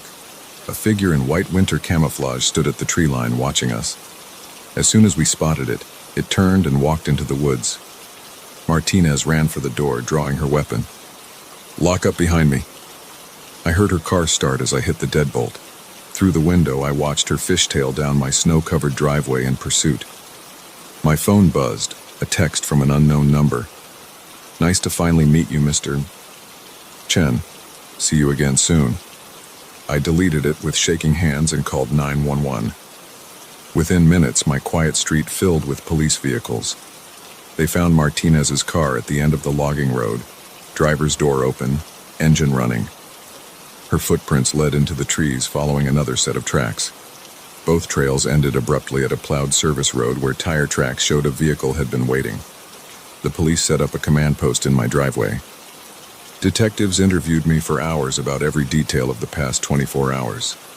They pulled security footage from neighboring houses, but the cameras had all gone dark for exactly 17 minutes the previous evening, the window when the footprints must have appeared. As darkness fell, they installed motion sensors and cameras around my property. 2 officers would be stationed outside round the clock. They offered to put me in a hotel, but I refused. This was my home. I wouldn't be driven out by fear. That night I sat in my office, lights off, watching the yard through night vision cameras. The snow reflected dull green through the infrared filter. Officers paced their assigned routes, checking in by radio every 15 minutes. At exactly midnight, my monitors went black. Backup power kicked in immediately, but those few seconds of darkness sent my pulse racing. As the screens flickered back to life, my phone lit up with a new text. Watching you watch me. Fun, isn't it? I forwarded it to the detective in charge and forced myself to keep scanning the cameras. Nothing moved in the yard except the patrolling officers. Hours crept by. My eyes burned from staring at screens. Just before dawn, movement caught my attention. A white-clad figure stood in my driveway facing the house. The officers were nowhere in sight. As I watched, it raised a hand and waved almost playfully. Then it turned and walked away, leaving no tracks in the fresh snow. The officers were found in their car, unconscious but unharmed. They remembered nothing after their 3 a.m. radio check. The cameras showed only static during that period. No prints, no evidence, just another taunt. This has been my life for the past week. Police presence, surveillance equipment, endless questions. No more footprints have appeared. No direct threats. Just the certainty that someone is watching, testing, waiting. Martinez hasn't been found. The white figure hasn't been seen again. I sit in my office each night, monitoring cameras, analyzing patterns. The police tell me to sleep, to let them handle it. But I can't stop watching. Because I know now, those first footprints weren't meant to frighten me. They were an introduction, a calling card, a promise of things to come. Tonight the snow is falling again, thick and silent. My screens show empty whiteness. I'm watching, waiting. The game continues, and I'm still learning the rules, but I won't be the one who blinks first. Let them watch. Let them test. I'll be ready when they finally make their move. For now, the snow falls, covering all traces, and somewhere out there, someone is planning their next step in this strange dance we've begun. But this time, I'm not afraid. This time I'm hunting them too.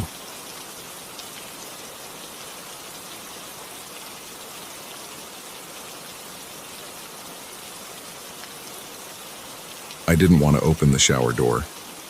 My hand gripped the metal handle and I stood frozen, staring at the blurred figure behind the frosted glass. It wasn't moving, just standing there. I'd been alone in this hotel room for the past 3 days, and I was definitely alone when I went into the bathroom 5 minutes ago. The figure remained motionless, a dark smudge against the white glass. My heart pounded against my ribs. Sweat formed on my palms, making the handle slippery. The bathroom fan hummed overhead, and water dripped from the leaky sink faucet. Drip, drip, drip. I cleared my throat. Hello?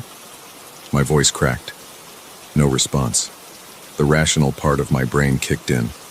I'm on the 20th floor of the Marriott in downtown Chicago. No one could have entered through the window. The door was locked and deadbolted with the security latch engaged. I'd checked it 3 times before going to bed, like I always do. I took a deep breath and yanked the shower door open. Empty. Just white tile walls, a chrome shower head, and a small bottle of hotel shampoo on the corner shelf. The shower curtain hung limp and still. No one was there. My shoulders sagged with relief. Just my imagination playing tricks. Too many late nights working on this merger deal.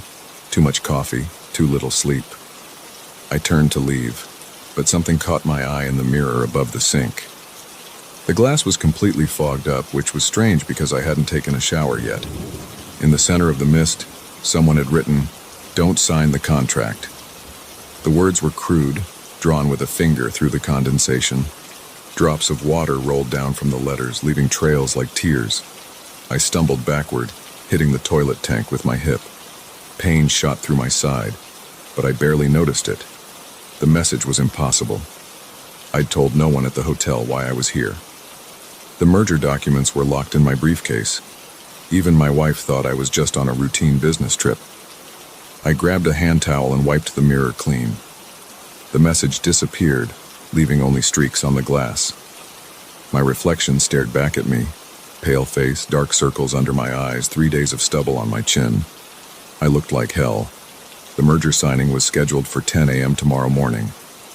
After 2 years of negotiations, Riverside Manufacturing would finally be absorbed into Global Dynamics. The deal would make the shareholders rich. It would make me rich. My bonus alone would pay off our mortgage. But something felt wrong about the whole thing. Little discrepancies in the financial reports that nobody could explain. Key employees at Riverside quitting suddenly in the past month. The rushed timeline for closing the deal. I splashed cold water on my face and gripped the edges of the sink. Get it together. There's no one in here. No one could have written that message. I'm just stressed and seeing things. The bathroom fan clicked off. The sudden silence felt heavy, pressing against my ears. Then I heard it. Soft footsteps in the bedroom. I whirled around. The bathroom door was still closed. I'd left it open when I came in. My throat went dry. "Who's there?" I called out, trying to sound authoritative instead of terrified. No answer. Just more footsteps moving closer to the bathroom door. I looked around frantically for a weapon. The best I could find was the metal tissue box holder bolted to the wall. I yanked at it, but it wouldn't budge. The footsteps stopped right outside the door. I backed up against the far wall, next to the shower. My hands clenched into fists. If someone was really out there, I'd have to fight. 20 stories up, there was nowhere to run. The door handle turned slowly. I held my breath. It opened an inch, then stopped. Through the crack, I could see only darkness. The bedroom lights were off. I distinctly remembered leaving them on. "Show yourself," I shouted. My voice echoed off the bathroom tiles. The door swung open the rest of the way. No one was there, just the dark hotel room beyond. I stayed pressed against the wall, eyes darting around the bathroom. The mirror had fogged up again. New words appeared as if an invisible finger was writing them. Check the server room. I knew exactly what that meant. The secure server room in Riverside's headquarters contained all their proprietary data, customer information, and trade secrets. I'd never been inside. It was off limits during due diligence. Global's tech team was scheduled to integrate the systems after the merger closed. My phone was on the bedside table. I needed to call someone.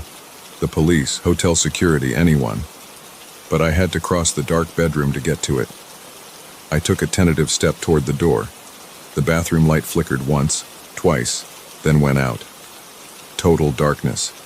I couldn't even see my hand in front of my face. The air felt suddenly cold, raising goosebumps on my arms. I heard breathing. Not my own panicked gasps, but slow, deliberate breaths coming from the shower behind me. I bolted. Ran straight through the darkness, banging my shin on something hard, probably the bed frame. I kept going until I hit the wall next to the room door. My fingers found the light switch and I flipped it on. The bedroom lit up. Everything was normal. Bed slightly rumpled but empty. Briefcase still locked and sitting on the desk. My phone on the nightstand where I'd left it. I limped to the bathroom door and flicked that switch too. Light flooded the small space. Empty. The mirror was clear, no trace of fog or writing. The shower door stood open, revealing nothing but clean white tile. My hands shook as I grabbed my phone. Who could I even call? What would I say? I saw a ghost who warned me about a corporate merger. They'd think I was crazy or drunk. I sat heavily on the bed, rubbing my bruised shin. The bedside clock read 3:17 a.m. In less than 7 hours, I was supposed to be in a conference room signing papers that would finalize the merger. The smart thing would be to forget this whole incident. Lack of sleep, stress, an overactive imagination, that's all it was. Sign the papers, collect my bonus, move on with my life. But I couldn't shake the feeling that something was very wrong. The message about the server room kept repeating in my mind. I pulled out my laptop and logged into my work email. Scrolling back through months of merger documentation, I found what I was looking for, the IT systems audit report. I'd only skimmed it before, trusting our tech team's assessment that everything was fine. This time I read every word carefully. Most of it was standard corporate jargon about network architecture and security protocols, but one section caught my eye. Access to secure server room 3B restricted due to ongoing maintenance.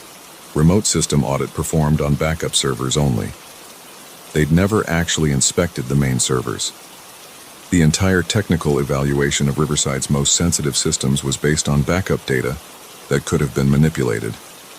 I dug deeper, pulling up personnel records. In the past month, Riverside's head of IT security had resigned suddenly, along with 2 senior system administrators. All 3 had signed extensive non-disclosure agreements as part of their separation packages. My mouth went dry as the implications hit me. If someone wanted to hide something, unauthorized data collection, financial fraud, corporate espionage, the server room would be the place to do it. I got up and paced the room, mind racing. The merger agreement had strict liability provisions. If significant illegal activity was discovered after closing, Global would be on the hook for hundreds of millions in damages and penalties. The shareholders would be wiped out. My career would be over. But I had no proof. Just suspicious circumstances and a warning from, what? A ghost? A hallucination? I'd sound insane if I tried to stop the merger based on that. The air conditioning kicked on with a loud whir, making me jump. I walked to the window and looked out at the Chicago skyline. The city was never truly dark, even at this hour. Points of light stretched to the horizon, office buildings where other people were probably working late, making their own questionable decisions.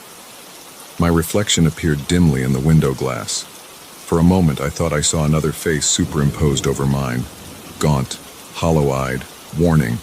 I jerked back, but it was gone. The smart move was to sign the papers, take the money and run. Whatever was happening at Riverside would become someone else's problem. But I knew I wouldn't sleep until I found out the truth. I changed into fresh clothes, grabbed my briefcase, and headed for the door. Then I stopped, turned around, walked back to the bathroom. The mirror was still clear. I leaned close and breathed on it, creating a small circle of fog. "Who are you?" I wrote with my finger. The fog expanded, spreading across the glass. Letters appeared. Someone who made the wrong choice. I waited, but there was nothing more. The fog faded, taking the words with it. 20 minutes later, I pulled into the parking lot of Riverside Manufacturing's headquarters. The security guard at the gate recognized me from my previous visits and waved me through with barely a glance at my visitor badge. The building was mostly dark, but a few lights burned in scattered windows. The night cleaning crew, probably. I used my temporary access card to enter through a side door, then took the elevator to the 4th floor where the server room was located. The hallway was silent, except for the soft hum of fluorescent lights. My footsteps echoed on the tile floor as I approached room 3B. A keypad lock protected the door. I hadn't been given the code, but I had something better. The master key fob I'd lifted from the security guard's desk during my last site visit. A violation of about 12 different corporate policies, but I'd figured it might come in handy. I held my breath as I touched the fob to the reader. The light turned green. The lock clicked open. The server room was smaller than I expected, maybe 20 feet square. Rows of black metal racks held blinking servers, cooling fans whirring softly. The air was cold, heavy with the smell of electronics. I pulled out my phone and opened the camera app. Whatever I found, I'd need evidence. The first few racks contained normal corporate servers, email, file storage, accounting systems. But in the back corner, partially hidden behind a partition, I found something different. A cluster of high-end servers connected to what looked like a data collection hub, the kind used for mass surveillance and data mining. I took photos of the equipment and serial numbers. Then I noticed something else, network cables running up through the ceiling. I followed them with my flashlight beam. They disappeared into a panel marked Building Management Systems. But this setup had nothing to do with managing the building. Someone had tapped into every electronic system in the facility: phones, computers, security cameras, even the card readers on the doors. Everything that happened here was being recorded and analyzed. The implications were staggering. Corporate espionage on a massive scale. They weren't just spying on their own employees. They were collecting data on everyone who entered the building. Customers, suppliers, contractors, including the Global Dynamics merger team. My hands shook as I took more photos. Our confidential negotiations, strategic plans, internal discussions. They had it all. No wonder they were rushing to close the deal. Once the merger went through, they'd have inside access to Global's entire operation. A door slammed somewhere in the building. I froze, listening. Footsteps echoed in the hallway, getting closer. I switched off my flashlight and pressed myself against the wall behind the server racks. The footsteps stopped outside the door. A key card beeped. The door opened. Light spilled in from the hallway. A figure entered. Tall, wearing a maintenance uniform. But the way he moved wasn't like a maintenance worker. Too purposeful. Too alert. He walked directly to the surveillance servers and began typing on a laptop connected to the system. From my hiding spot, I could see the screen. He was running some kind of deletion program, destroying evidence. My phone chose that moment to vibrate, an incoming email. The sound was tiny, barely audible over the server fans. The man's head snapped up. He reached under his jacket and pulled out a gun. "Come out," he said quietly. "Now." I stayed frozen, barely breathing. Maybe he wasn't sure where the sound came from. "I won't ask again." He started moving between the server racks, gun extended. I had seconds to decide, fight or run. I chose run. I burst from behind the rack and sprinted for the door. A shot cracked behind me, deafening in the small room. Something sparked off a metal cabinet near my head. I slammed through the door and ran down the hallway. Another shot. I dodged around a corner just as it hit the wall where I'd been. The elevator was too slow. I found the stairs and took them 3 at a time, half falling down the flights. My pursuer's footsteps thundered above me. I crashed through the stairwell door into the lobby. The security guard was nowhere to be seen. I sprinted for the exit, fumbling for my car keys. The glass doors loomed ahead, almost there. Pain exploded in my shoulder as something hit me from behind. I stumbled but kept going, burst through the doors into the cool night air. My car was 30 yards away. I could hear him behind me, closing fast. The keys slipped from my sweaty fingers. I snatched them up and jerked the door open, diving inside. The engine roared to life.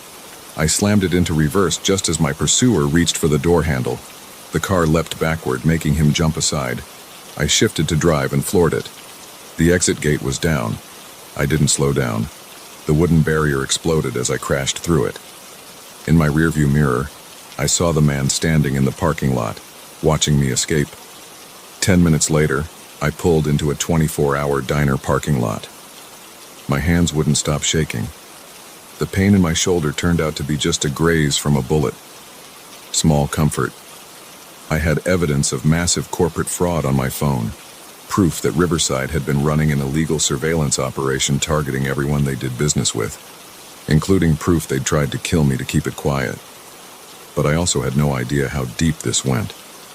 That man knew exactly when and why I'd be in the server room. Someone had warned me through impossible means. Someone who'd made the wrong choice.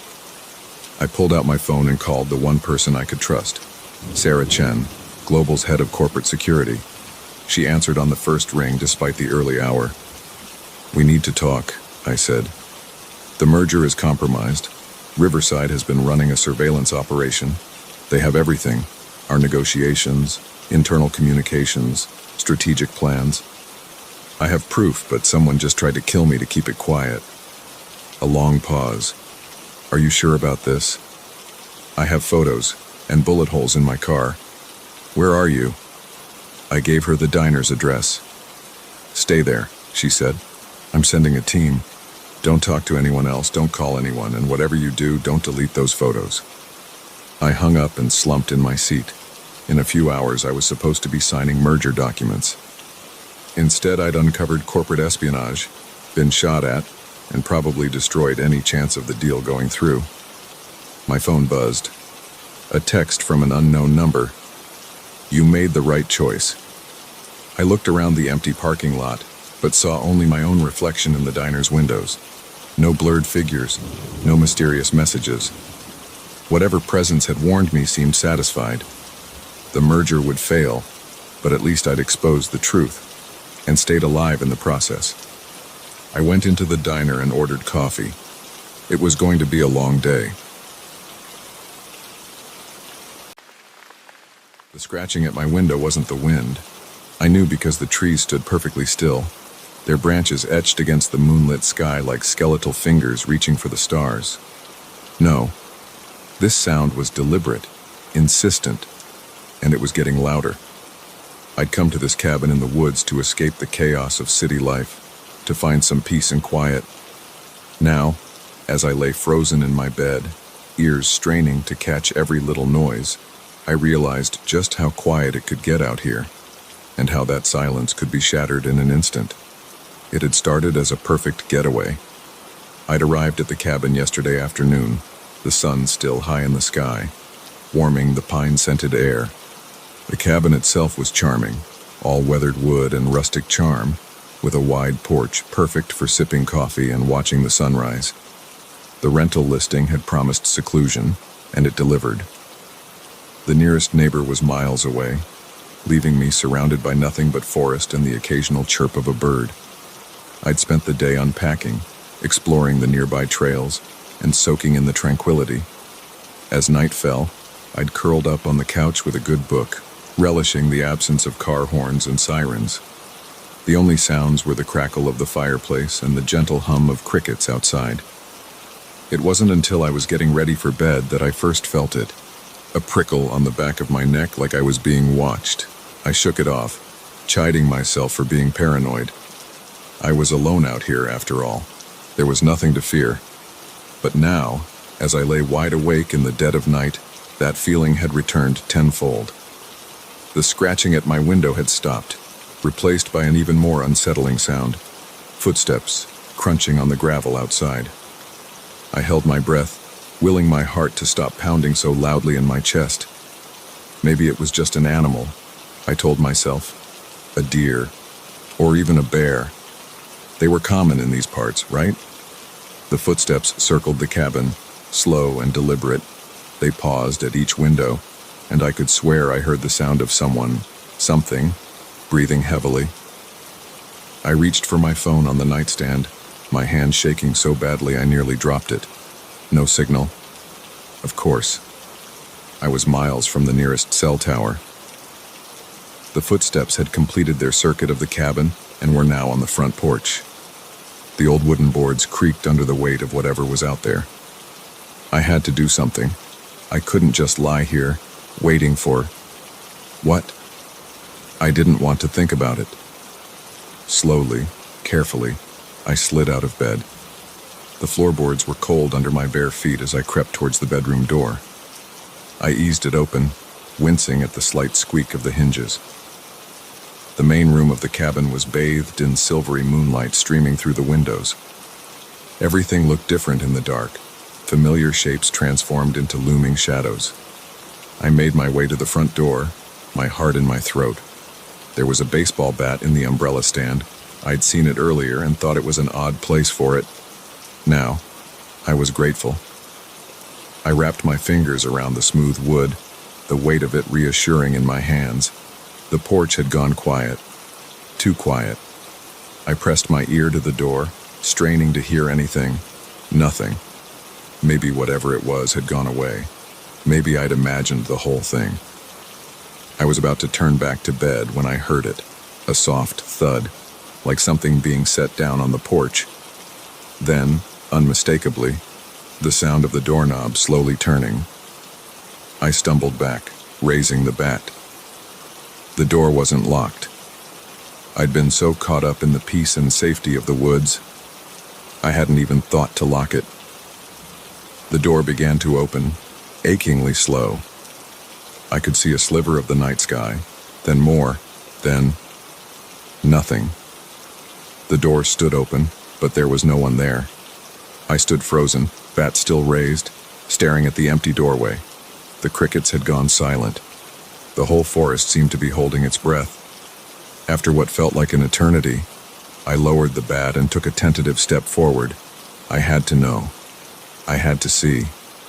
I peered out onto the porch. Empty. I took another step, then another, until I was standing fully outside. The night air was cool on my skin, raising goosebumps along my arms. I looked left, then right. Nothing but shadows and moonlight.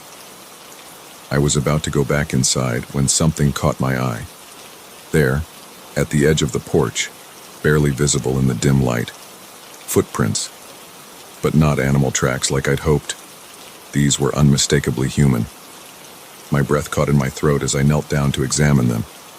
They were fresh, the mud still damp, and they were big, much bigger than my own feet. I followed the trail with my eyes. They led from the woods, up onto the porch, and then my blood ran cold. The footprints led directly to my bedroom window. With shaking hands, I fumbled for my phone and turned on the flashlight. The beam cut through the darkness, illuminating the side of the cabin. There, under my window, were more footprints, and something else. Long, deep scratches in the wood, right where the window met the wall. I stumbled back, my mind reeling. This was real. This was happening. I had to get out of here. I ran back into the cabin, slamming the door behind me and finally locking it. I rushed to my room, throwing on the first clothes I could find and shoving my feet into my hiking boots. As I was grabbing my car keys, I heard it again, footsteps on the porch. But this time, they weren't slow and stealthy. They were running. I bolted for the back door, wrenching it open and plunging into the night. I could hear heavy breathing behind me, twigs snapping under pursuing footsteps. I ran like I'd never run before, my lungs burning, branches whipping at my face. I had no idea where I was going. All I knew was that I had to get away. After what felt like hours but was probably only minutes, I burst out of the tree line onto the gravel road where I'd parked my car. It sat there, a gleaming beacon of hope in the moonlight. I fumbled with the keys, my hands slick with sweat. Behind me, I could hear something crashing through the underbrush, getting closer by the second. The key slid home. I wrenched the door open and threw myself inside, slamming it shut just as a dark figure emerged from the trees. I jammed the key into the ignition, silently praying to whatever might be listening. The engine roared to life, and I slammed my foot on the gas. As I peeled away, kicking up gravel, I caught a glimpse in my rearview mirror, a tall, broad-shouldered figure standing in the middle of the road, watching me drive away.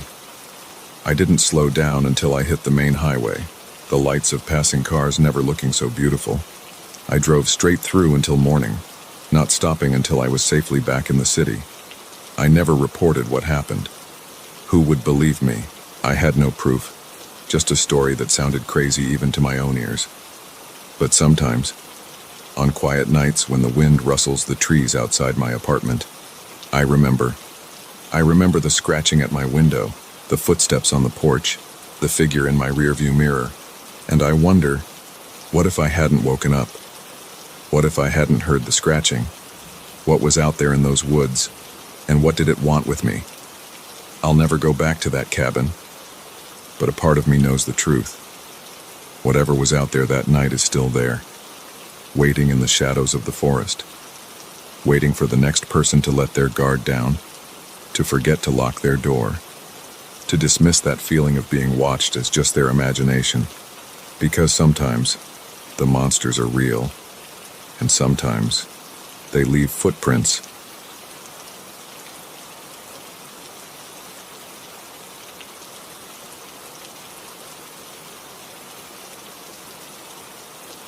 The moment I realized my passenger had vanished, I knew this wasn't going to be an ordinary night.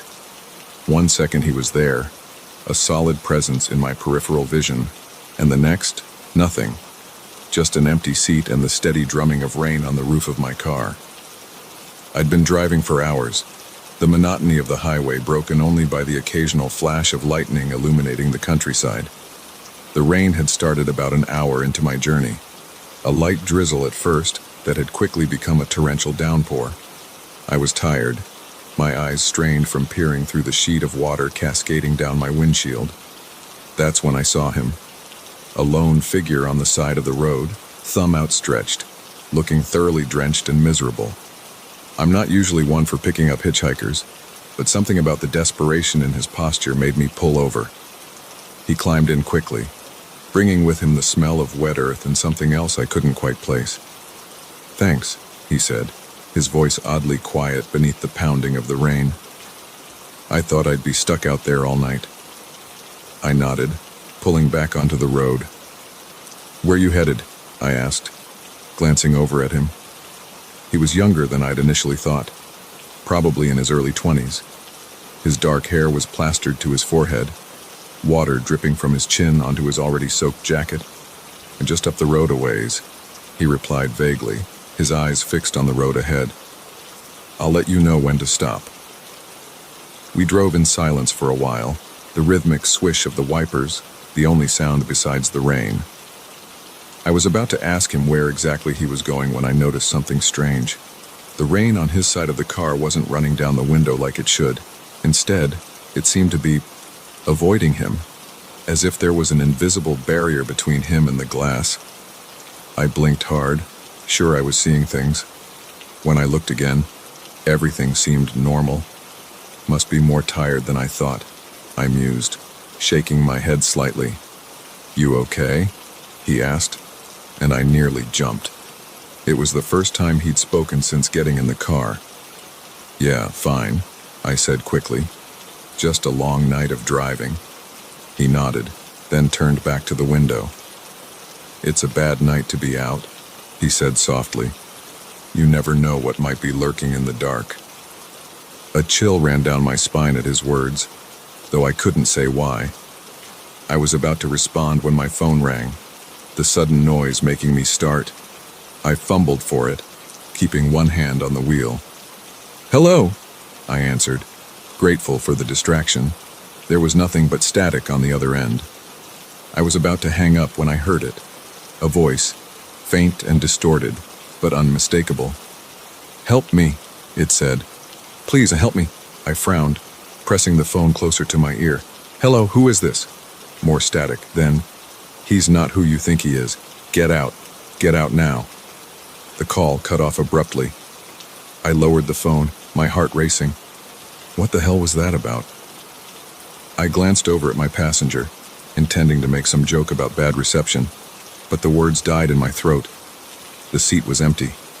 I slammed on the brakes, the car fishtailing slightly on the wet road before coming to a stop. I twisted in my seat, looking into the back, but it was empty too. He was gone, vanished into thin air. For a long moment, I just sat there, the engine idling, rain hammering on the roof. This couldn't be happening. People don't just disappear from moving cars. I must have imagined him. That was it. I was tired. It was dark. My mind was playing tricks on me. But even as I thought it, I knew it wasn't true. The seat beside me was still wet from his clothes. I could still smell that strange, earthy scent he'd brought with him. With shaking hands, I put the car back in drive and pulled off to the side of the road. I needed to think, to figure out what was going on. That's when my phone rang again. I stared at it, vibrating innocently on the passenger seat where I'd dropped it. The screen showed an unknown number, the same one as before. My hand hovered over it, part of me screaming not to answer, but another part knowing I had to. I picked it up. "Hello?" I said, my voice barely a whisper. "Why did you pick him up?" The voice was clearer this time, but still distorted, as if coming from very far away. "Don't you know it's dangerous to let strangers into your car?" "Who is this?" I demanded, fear giving way to anger. "What's going on?" "He's not gone," the voice said, ignoring my questions. "He's still there, watching, waiting." The call cut off again. I lowered the phone slowly, my eyes darting around the car, half expecting to see my vanished passenger materialize out of thin air. Nothing. Just the rain and the dark and the empty road stretching out before me. I had to get out of here. I put the car in drive, my foot hovering over the gas pedal, but something stopped me from pressing down. A feeling, an instinct I couldn't explain. I couldn't shake the sensation that I was being watched. Slowly, I turned to look out the passenger side window. For a split second, I saw him. Not in the car, but outside, standing in the rain. Our eyes met, and he smiled. It wasn't a friendly smile. I floored it. The tires squealed on the wet asphalt as I took off. My heart pounding so hard I thought it might burst out of my chest. I didn't know where I was going. I just knew I had to get away. I drove for what felt like hours, my knuckles white on the steering wheel, constantly checking my rearview mirror. But there was nothing behind me except the empty, rain-soaked road. Eventually, the adrenaline began to wear off, replaced by a bone-deep exhaustion. I needed to stop, to rest, to try and make sense of what had happened. I spotted a sign for a rest area coming up and decided to pull in. The parking lot was empty, save for a single semi-truck, its driver presumably asleep in the cab. I parked as far away from it as possible, killing the engine but leaving the keys in the ignition, just in case. I leaned back in my seat, closing my eyes and taking deep breaths. Okay, I thought, let's think about this logically. People don't just vanish into thin air. There had to be an explanation. Maybe I dozed off at the wheel. Maybe I'd imagined the whole thing. But even as I thought it, I knew it wasn't true. The wet seat, the phone calls, it had all been real. I was startled out of my thoughts by a tapping on my window. My eyes flew open, my heart leaping into my throat. It was a police officer, peering in at me with concern. I rolled down the window, trying to compose myself. "Everything all right?" he asked, shining his flashlight into the car. "You've been sitting here for a while." I blinked, confused. I'd only just pulled in, hadn't I? But a glance at the clock on my dashboard showed that nearly an hour had passed. "I'm fine," I said, my voice hoarse. "Just taking a break from driving. The rain, you know." He nodded sympathetically. "It's a bad night to be out. You heading somewhere in particular?" I opened my mouth to answer, then paused. Where was I going? I couldn't remember. It was as if the events of the night had wiped everything else from my mind. "I'm not sure," I admitted. "I think I got turned around in the storm." The officer's expression changed, just slightly. A flicker of something, suspicion, concern, crossed his face. "Why don't you come with me to the station?" he suggested. "We can get you a cup of coffee, maybe help you figure out where you're headed." I hesitated. On one hand, the idea of being somewhere safe, surrounded by people, was incredibly appealing. On the other, well, after the night I'd had, I wasn't sure I could trust anyone or anything. Before I could decide, my phone rang again. The officer frowned. "You should answer that," he said. "Might be someone wondering where you are." With a shaking hand, I picked up the phone. Unknown number. Of course. "Hello," I said, bracing myself for whatever might come next. "Don't go with him." It was the same voice as before. "He's not a real cop. Get out of there, now." The call ended. I looked up at the officer, who was watching me with an unreadable expression. "Everything okay?" he asked. I nodded, forcing a smile. Yeah, just, a friend checking in. You know what? I think I'm okay to keep driving. Thanks for checking on me. He didn't move away from the car. You sure? It's no trouble to come to the station. I'm sure, I said, starting the engine. Thanks again. He stepped back, but I could feel his eyes on me as I pulled out of the parking lot. In my rearview mirror, I saw him standing there, watching me drive away, just like the hitchhiker had. As I merged back onto the highway, my phone buzzed with a text, unknown number. Keep driving, it read. Don't stop until morning, and whatever you do, don't pick up any more hitchhikers. I tossed the phone onto the passenger seat, my hands gripping the wheel so tight my knuckles turned white. The rain continued to pour down, and somewhere out in the darkness, I knew he was still out there. Watching, waiting. And I drove on into the night, chased by ghosts and shadows, not knowing if I was fleeing from danger or driving straight into it.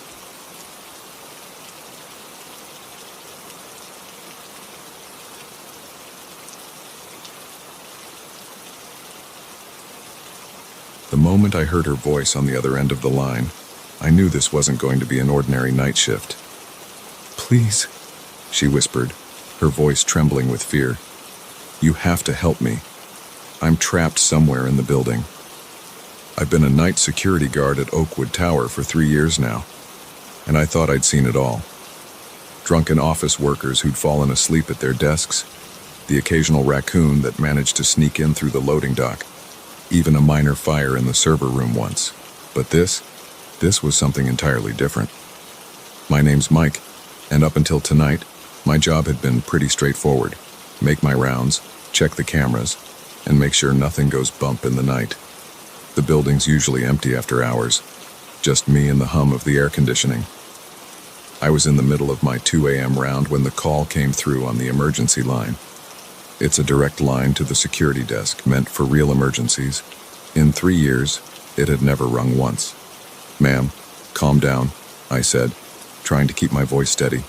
Can you tell me where you are? I don't know, she replied, her voice barely above a whisper. It's dark. There are no windows.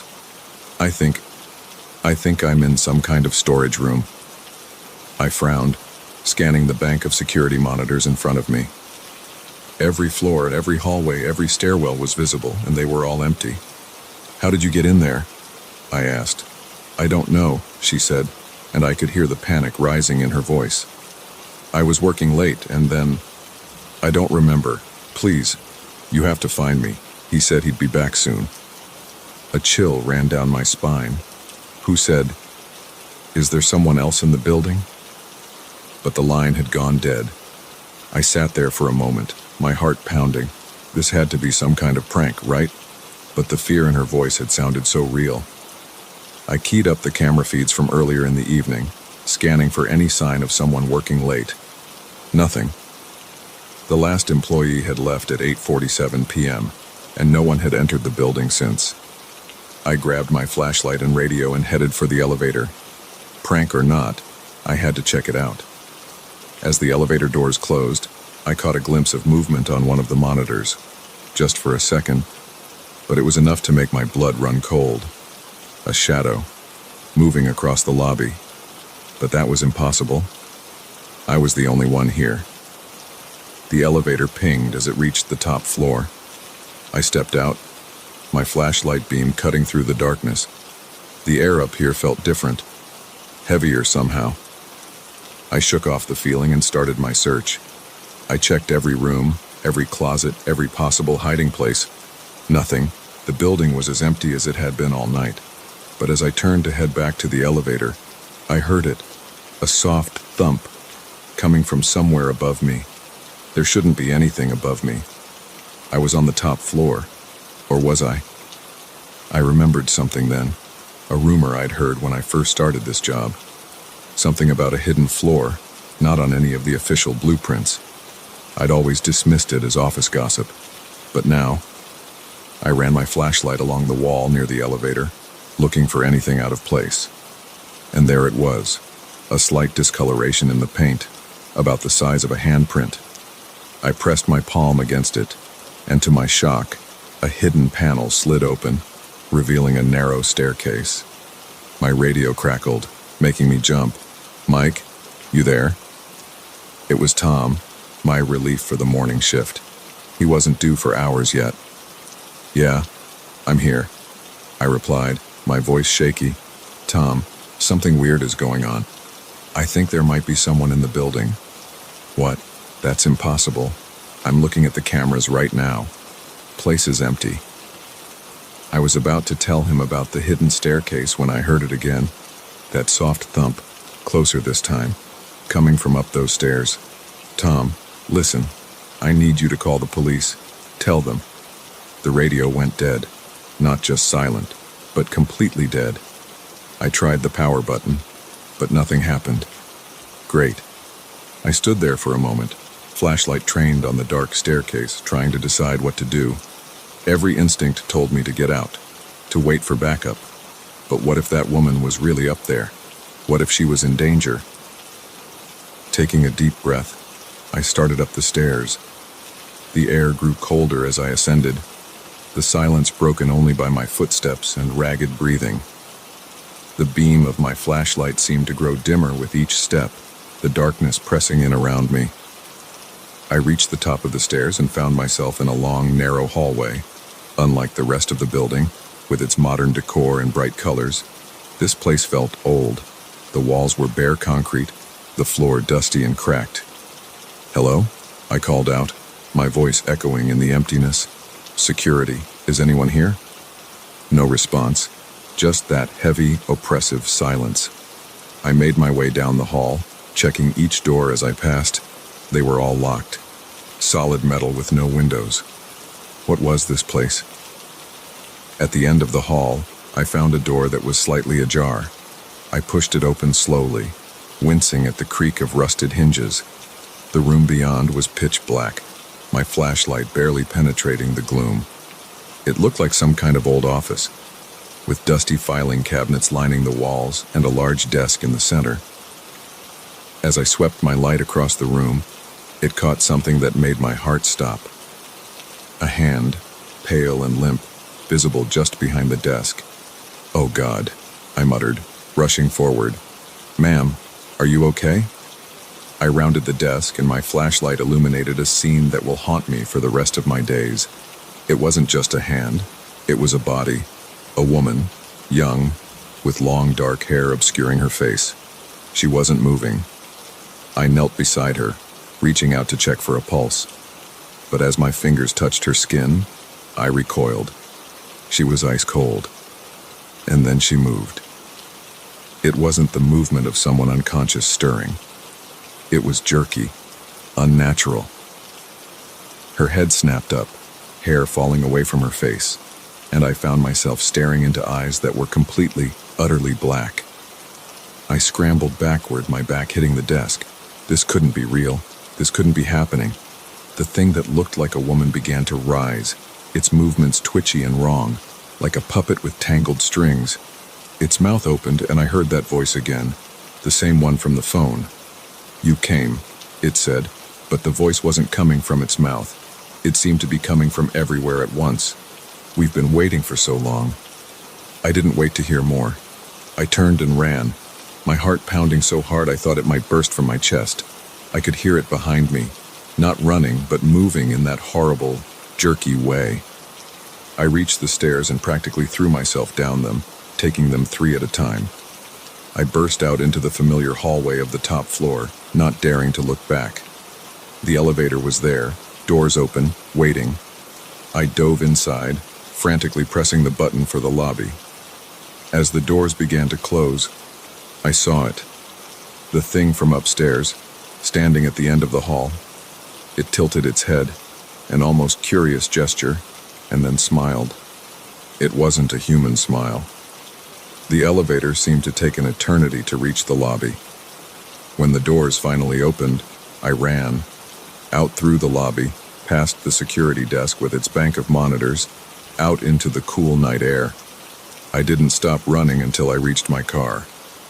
As I fumbled with my keys, I glanced back at the building, and there, in a window on the top floor, I saw a figure, watching me. I got in my car and drove. I didn't know where I was going. I just knew I had to get away. It wasn't until I was miles away that I realized I was shaking. I never went back to Oakwood Tower. I quit the next day, over the phone. They probably think I'm crazy. Hell, maybe I am. But I know what I saw, what I heard. Sometimes, late at night, my phone will ring. Unknown number. I never answer it. But sometimes, when the house is quiet and the shadows are long, I think I can hear a voice, whispering, waiting. And I wonder, not for the first time, what would have happened if I hadn't gone up those stairs, if I had just dismissed it as a prank and gone about my night. But deep down, I know the truth. It wouldn't have mattered, because whatever was in that building, whatever was pretending to be a woman in distress, it had been waiting for someone to answer that call, to climb those hidden stairs, waiting for me. And sometimes, in my darkest moments, I fear it's still waiting. That one day I'll turn a corner and find myself back in that hallway, with that thing smiling its inhuman smile, waiting to finish what it started.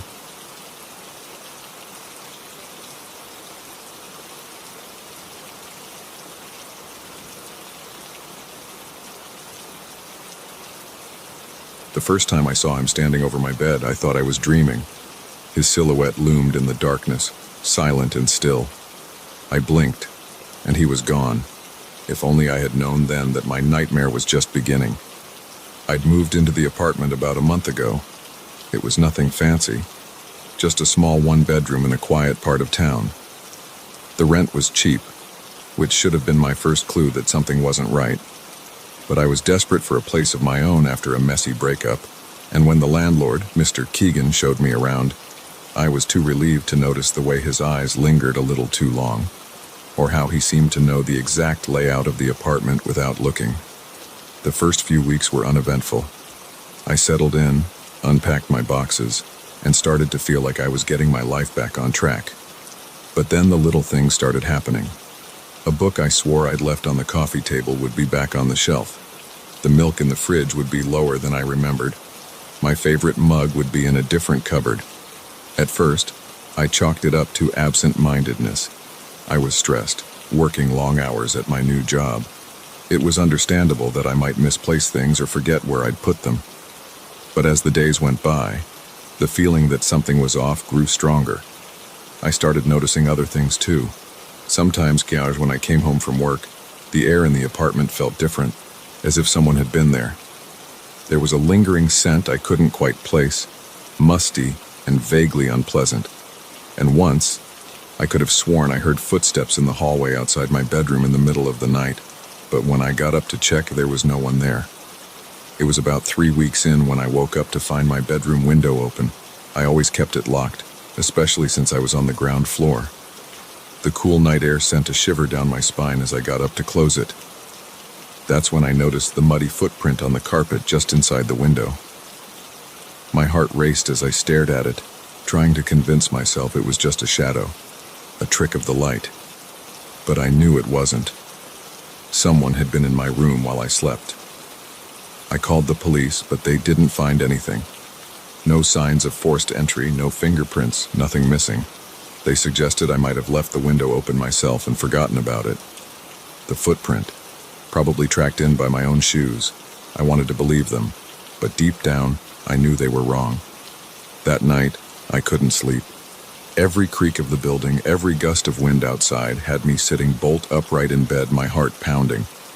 It was during one of these moments of heightened alertness that I saw him for the first time. A dark figure, standing at the foot of my bed, motionless. I gasped, fumbling for the lamp on my nightstand. By the time I got it on, he was gone. I told myself it was just my imagination, a result of stress and lack of sleep. But the incident left me shaken. I started double-checking all the locks before bed, wedging a chair under my bedroom doorknob. I even considered moving out. but the thought of breaking my lease and trying to find a new place was overwhelming. Instead, I decided to take matters into my own hands. I bought a small security camera, one of those nanny cam types disguised as a digital clock. I set it up on my dresser, angled to capture most of the room. If someone was coming into my apartment, I was going to catch them. For the first few nights, nothing happened. The footage showed only me, tossing and turning in my sleep. But on the fourth night, everything changed. I woke up to my alarm as usual, got ready for work, and headed out. It wasn't until I got home that evening that I remembered to check the camera.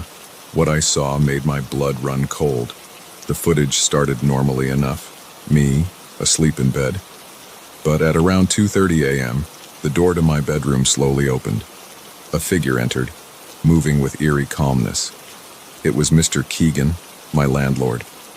He stood there for a moment, just watching me sleep. Then he started moving around the room, touching things. My hairbrush, the book on my nightstand. He opened my closet, ran his hands over my clothes. All the while, I slept on, oblivious. After about 10 minutes, he approached the bed. I watched in horror as he leaned over me, his face just inches from mine. He stayed like that for what felt like an eternity, just looking.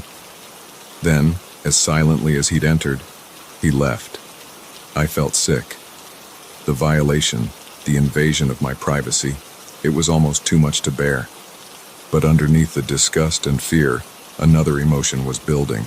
Anger. How dare he? How many times had he done this? How many other tenants had he terrorized? I knew I should call the police, but a part of me hesitated. What if they didn't believe me? What if Mr. Keegan found out and retaliated? No, I needed more evidence.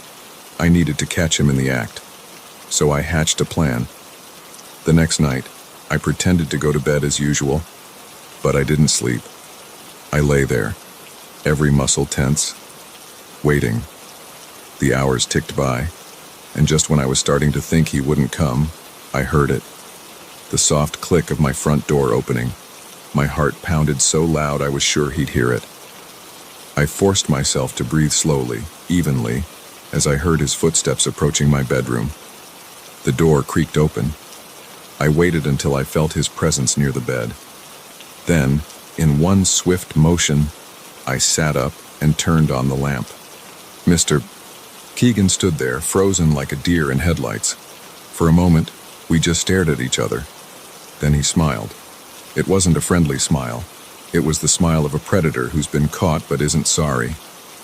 "You're awake," he said, his voice unnervingly calm. "Get out," I said, surprised at how steady my own voice sounded. "Get out now, or I'm calling the police."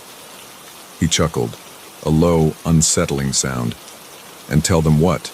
That your landlord used his key to check on his property. I'm allowed to do that, you know. It's in the lease." I reached for my phone, but he was faster. His hand clamped around my wrist, painfully tight. "I wouldn't do that if I were you," he said, his voice now a menacing growl. "You have no idea what I'm capable of." In that moment, I realized how truly dangerous this man was. This wasn't just about invading my privacy. He was unhinged, and I was trapped in a small apartment with him, but I wasn't going to be a victim. Not again. With my free hand, I grabbed the lamp and swung it as hard as I could. It connected with the side of his head with a sickening crack. He stumbled backward, releasing my wrist. I didn't hesitate. I ran. Out of the bedroom, through the living room, fumbling with the front door lock. I could hear him behind me, cursing, his footsteps unsteady but getting closer. Finally, the door opened, and I burst out into the hallway. I ran down the stairs, taking them two at a time, not daring to look back. I didn't stop running until I reached the police station 2 blocks away. Breathless and shaking, I told them everything. This time, they listened.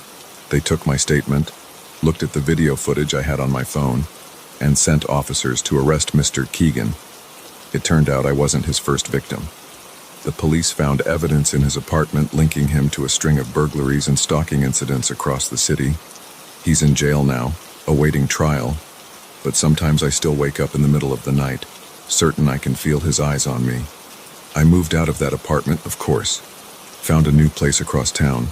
I'm more cautious now, more aware of my surroundings. I double-check my locks, keep my curtains drawn. Some might call it paranoia, but I call it survival. Because I learned something from this experience. The monsters we fear as children, the ones lurking in closets or under beds, they're not real.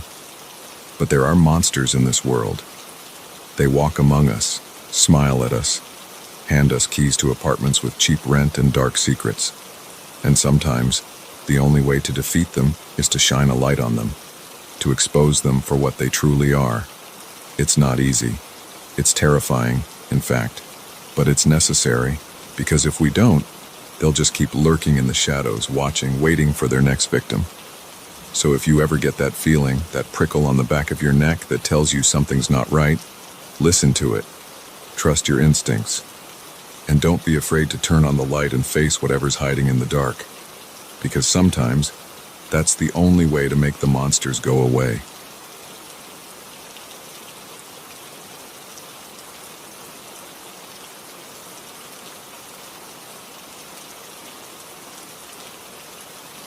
The moment I found the diary, I knew I should have left that godforsaken motel. But curiosity got the better of me, and by the time I realized the gravity of my mistake, it was already too late. It was supposed to be a quick overnight stay, just a pit stop on my cross-country drive to my new job in California. The Pinewood Motel wasn't much to look at, a rundown two-story building that had seen better days, probably sometime back in the 70s. But it was cheap, and I was tired. So I pulled into the nearly empty parking lot just as the sun was setting. The lobby smelled of stale cigarettes and cheap air freshener. The clerk, an older woman with faded tattoos and a permanent scowl, barely looked up from her magazine as she handed me the key to room 8. "Checkout's at 11, she mumbled, already dismissing me. I should have noticed the way her eyes flickered when she said the room number, the slight hesitation in her hand as she passed me the key. But I was exhausted from driving all day, my eyes gritty from staring at endless miles of highway. All I wanted was a shower and a bed.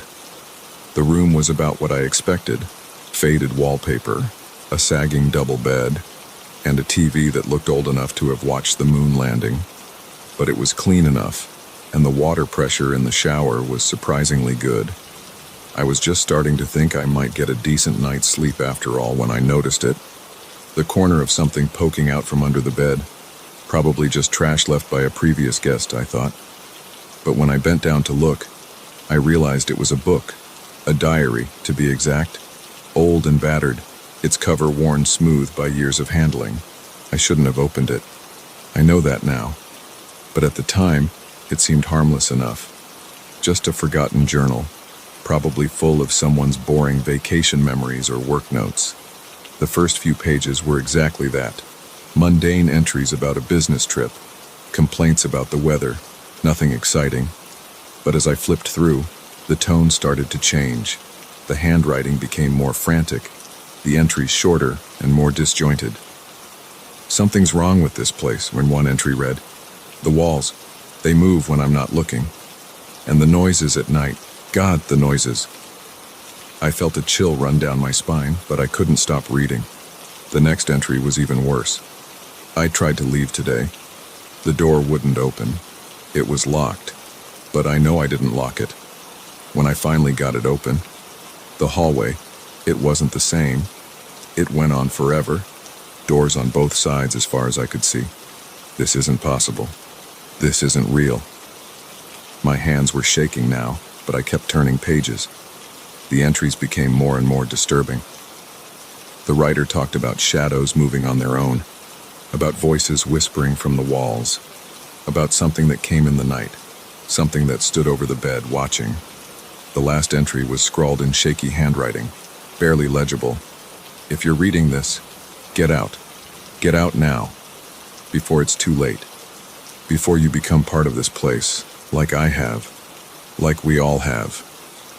I slammed the diary shut, my heart pounding. This had to be some kind of joke, right? A prank left by a previous guest to scare people.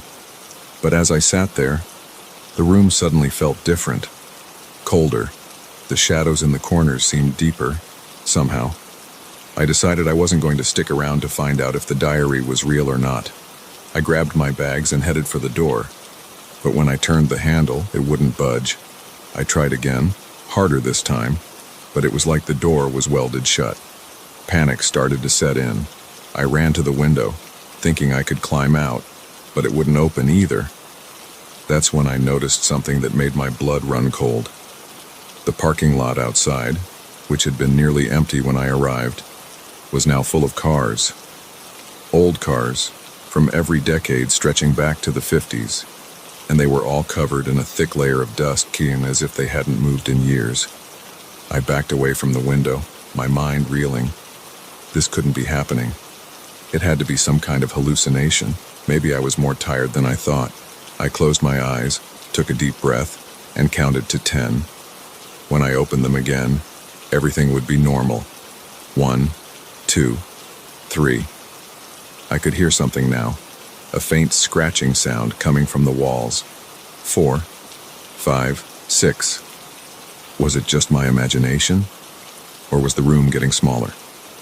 7, 8, 9. The scratching was louder now, accompanied by whispers too faint to make out. 10. I opened my eyes. The room looked the same, but something felt different. The air was heavier, charged with a strange energy that made the hair on my arms stand up. And the door was open now, revealing a hallway that seemed to stretch on into infinity. I knew I shouldn't go out there. Every instinct was screaming at me to stay put, to wait for morning when surely this would all turn out to be some vivid nightmare. But I couldn't stay in that room. Not with those whispers growing louder. Not with the shadows that seemed to be reaching for me. So I stepped out into the hallway. It was like entering another world. The cheap carpet and peeling wallpaper were gone, replaced by dark, polished wood and elegant wallpaper that seemed to shimmer in the dim light. Doors lined both sides of the hallway, stretching as far as I could see in both directions. I started walking, telling myself I just needed to find the stairs, to get to the lobby and out of this insane place. But no matter how far I went, there were no stairs, no elevator, no way down, just an endless procession of doors. I don't know how long I walked. It could have been minutes, or hours, or days. Time seemed to have no meaning here. Sometimes I thought I heard voices behind the doors, muffled conversations or muted sobs. Once, I swear I heard my own voice, laughing at some forgotten joke. Finally, exhausted and on the verge of a breakdown, I stopped in front of a door that looked just like all the others. I don't know why I chose this one. Maybe some part of me knew, even then. I turned the handle, and it opened easily. Inside was my room. Not the room I had checked into, but my childhood bedroom, exactly as it had been when I was 10 years old. My old toys were scattered on the floor, posters of long-forgotten bands on the walls. And there, sitting on the bed, was me. 10-year-old me, looking up with a smile that didn't quite reach her eyes. "You're finally here," she said, her voice echoing strangely. "We've been waiting for so long." I backed away, shaking my head. This wasn't real. It couldn't be real. I turned to run, but the hallway was gone. In its place was another room, this one from my college dorm, and another version of me, older now, sitting at the desk. "Don't you remember?" this one asked. "You checked in, just like we all did." I spun around, but every direction I turned, there was another room, another version of me. My first apartment, my old office, places I'd stayed on vacations or business trips, and in each one, another me, all watching with those same sad eyes. "You can't leave," they said in unison. "None of us can. This is where we belong now." I felt something inside me start to crack. Memories came flooding back, memories I didn't know I had, of checking into this motel not just once, but dozens, hundreds of times, of reading that diary, of trying to escape, of always ending up back here. I sank to my knees, the truth finally sinking in. I had never left.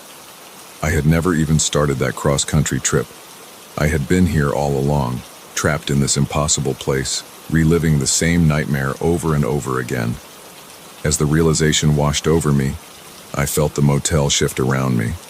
The rooms faded away, and I was back in room 8. It looked just as it had when I first checked in, right down to the diary peeking out from under the bed. I picked it up with trembling hands and opened it to the last page. There, in my own handwriting, was a new entry. If you're reading this, get out. Get out now, before it's too late, before you become part of this place, like I have, like we all have. I put the diary back where I found it and sat on the bed waiting. Soon, there would be a knock on the door, a new guest checking into room 8, and the cycle would begin again. Because that's the thing about the Pinewood Motel. You can check in anytime you like, but you can never leave.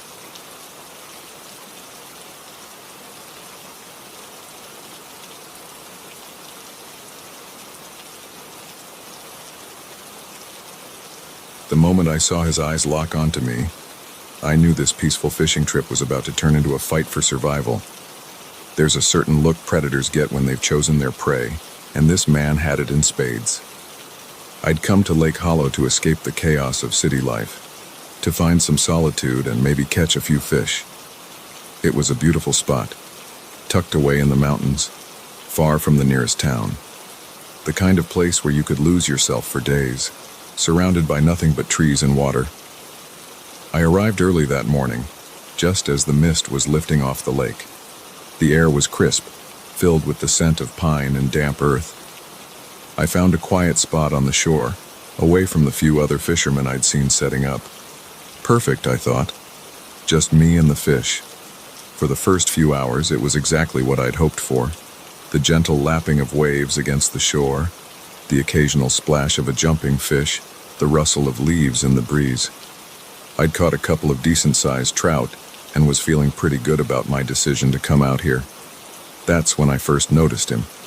He was standing about 50 yards down the shore, rod in hand, but he wasn't fishing. He was watching me.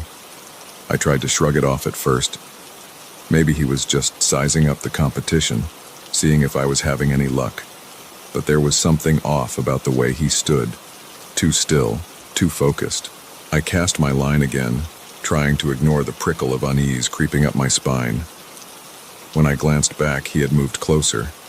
Not much, just a few yards, but enough that I could see his face more clearly now. He was older than me, maybe in his 50s, with a weathered face and a scraggly beard. But it was his eyes that caught my attention, cold, calculating, hungry. I reeled in my line, deciding it was time to move to a new spot. As I packed up my gear, I kept him in my peripheral vision. He mirrored my movements, gathering his own things. My heart rate picked up. This wasn't normal behavior, not by a long shot. I headed further down the shore, away from where I'd parked my car. In hindsight, that was my first mistake. But I thought if I could just put some distance between us, maybe he'd lose interest. I found another spot and set up again, my hands shaking slightly as I baited my hook. I tried to focus on the water, on the rhythm of casting and reeling, but I couldn't shake the feeling of being watched. Sure enough, when I turned to scan the shoreline, there he was, closer now, maybe 30 yards away. He wasn't even pretending to fish anymore, just standing there staring at me with those predator eyes. "Hey," I called out, trying to keep my voice steady. "You looking for a good spot? There's plenty of room down that way." He didn't respond, didn't even blink, just kept staring. That's when I knew I was in real trouble. I abandoned my gear and started walking quickly towards the trail that led back to the parking lot. I could hear him behind me, his footsteps crunching on the gravel shore. He wasn't trying to be quiet anymore. The trail was narrow, winding through dense forest. I picked up my pace, my breath coming in short gasps. The trees seemed to close in around me, branches reaching out like grasping fingers. I stumbled over a root, catching myself just before I fell. That's when I heard him speak for the first time. "No use running," he called, his voice rough and cold. "Ain't nowhere to go out here but the water or the woods. And trust me, you don't want either." I ran. I didn't care about the direction anymore. Didn't care about finding my way back to my car. All that mattered was putting distance between me and him. I crashed through the underbrush, branches whipping at my face, my lungs burning with each breath. I could hear him behind me, moving with the sure-footed confidence of someone who knew these woods well. He wasn't running, just maintaining a steady pace, like he knew he'd catch me eventually. I burst into a small clearing and paused for a moment, trying to get my bearings. That's when I saw it. An old, dilapidated cabin half hidden in the trees. Without thinking, I sprinted towards it. Maybe I could barricade myself inside, buy some time to think. The door was hanging off its hinges. I pushed inside, the musty smell of decay hitting me like a wall. The cabin was small, just one room with a few pieces of broken furniture scattered around. No windows, no back door. I'd trapped myself. I could hear him outside now, his footsteps slow and deliberate on the creaky porch. My eyes darted around the room, looking for anything I could use as a weapon. There was an old fireplace poker leaning against the wall. I grabbed it, the rusted metal rough against my palm. "Come on out," he called, his voice closer now. "Let's not make this any harder than it needs to be." I pressed myself against the wall next to the door, the poker raised and ready. My heart was pounding so hard I was sure he could hear it. The door creaked open slowly. I held my breath, waiting. He stepped inside, his eyes adjusting to the gloom. For a split second, he didn't see me. That was all the chance I needed. I swung the poker with all my strength, connecting with his shoulder. He let out a roar of pain and anger, stumbling backwards. I didn't wait to see if he'd fall. I ran, ducking under his grasping arms and out into the clearing. But he was faster than I expected. Before I could make it to the tree line, he tackled me from behind. We went down hard. The breath knocked out of me as I hit the ground. He flipped me over, his weight pinning me down. Up close, his eyes were even more terrifying. Pale blue, almost colorless, with a madness burning in their depths. "Thought you could get away, did you?" he snarled, his face inches from mine. "Nobody gets away out here. This is my lake, my woods, and you? You're just another fool who wandered into my hunting grounds." I struggled, trying to buck him off, but he was too strong.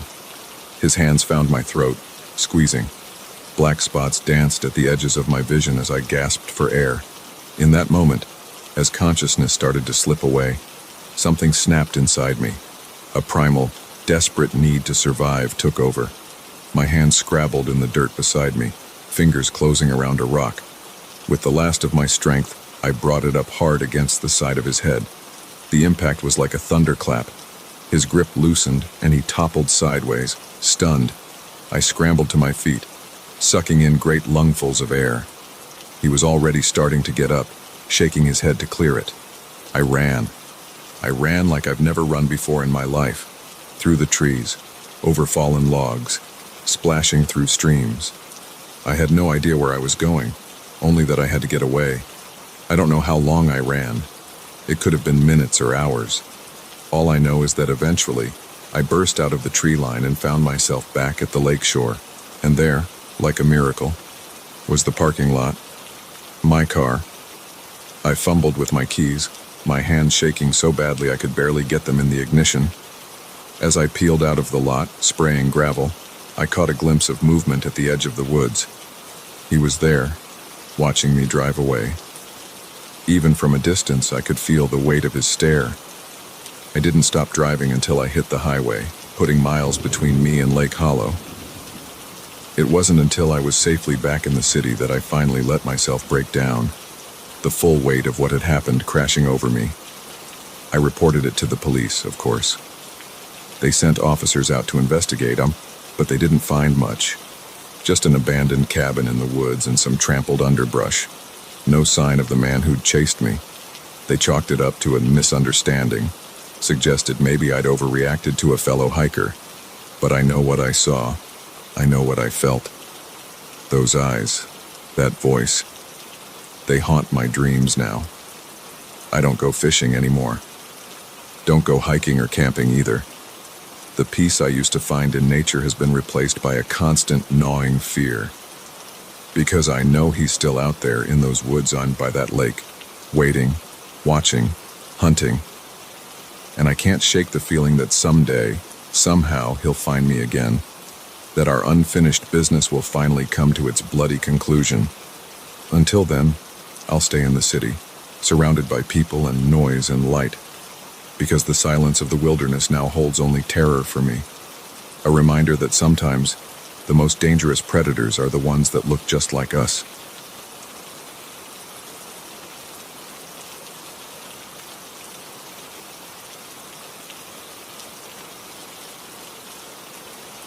The moment I opened that package, I knew I'd stumbled into something far bigger and more dangerous than I could have ever imagined. What I didn't know was that it would turn my quiet hotel stay into a nightmarish game of cat and mouse.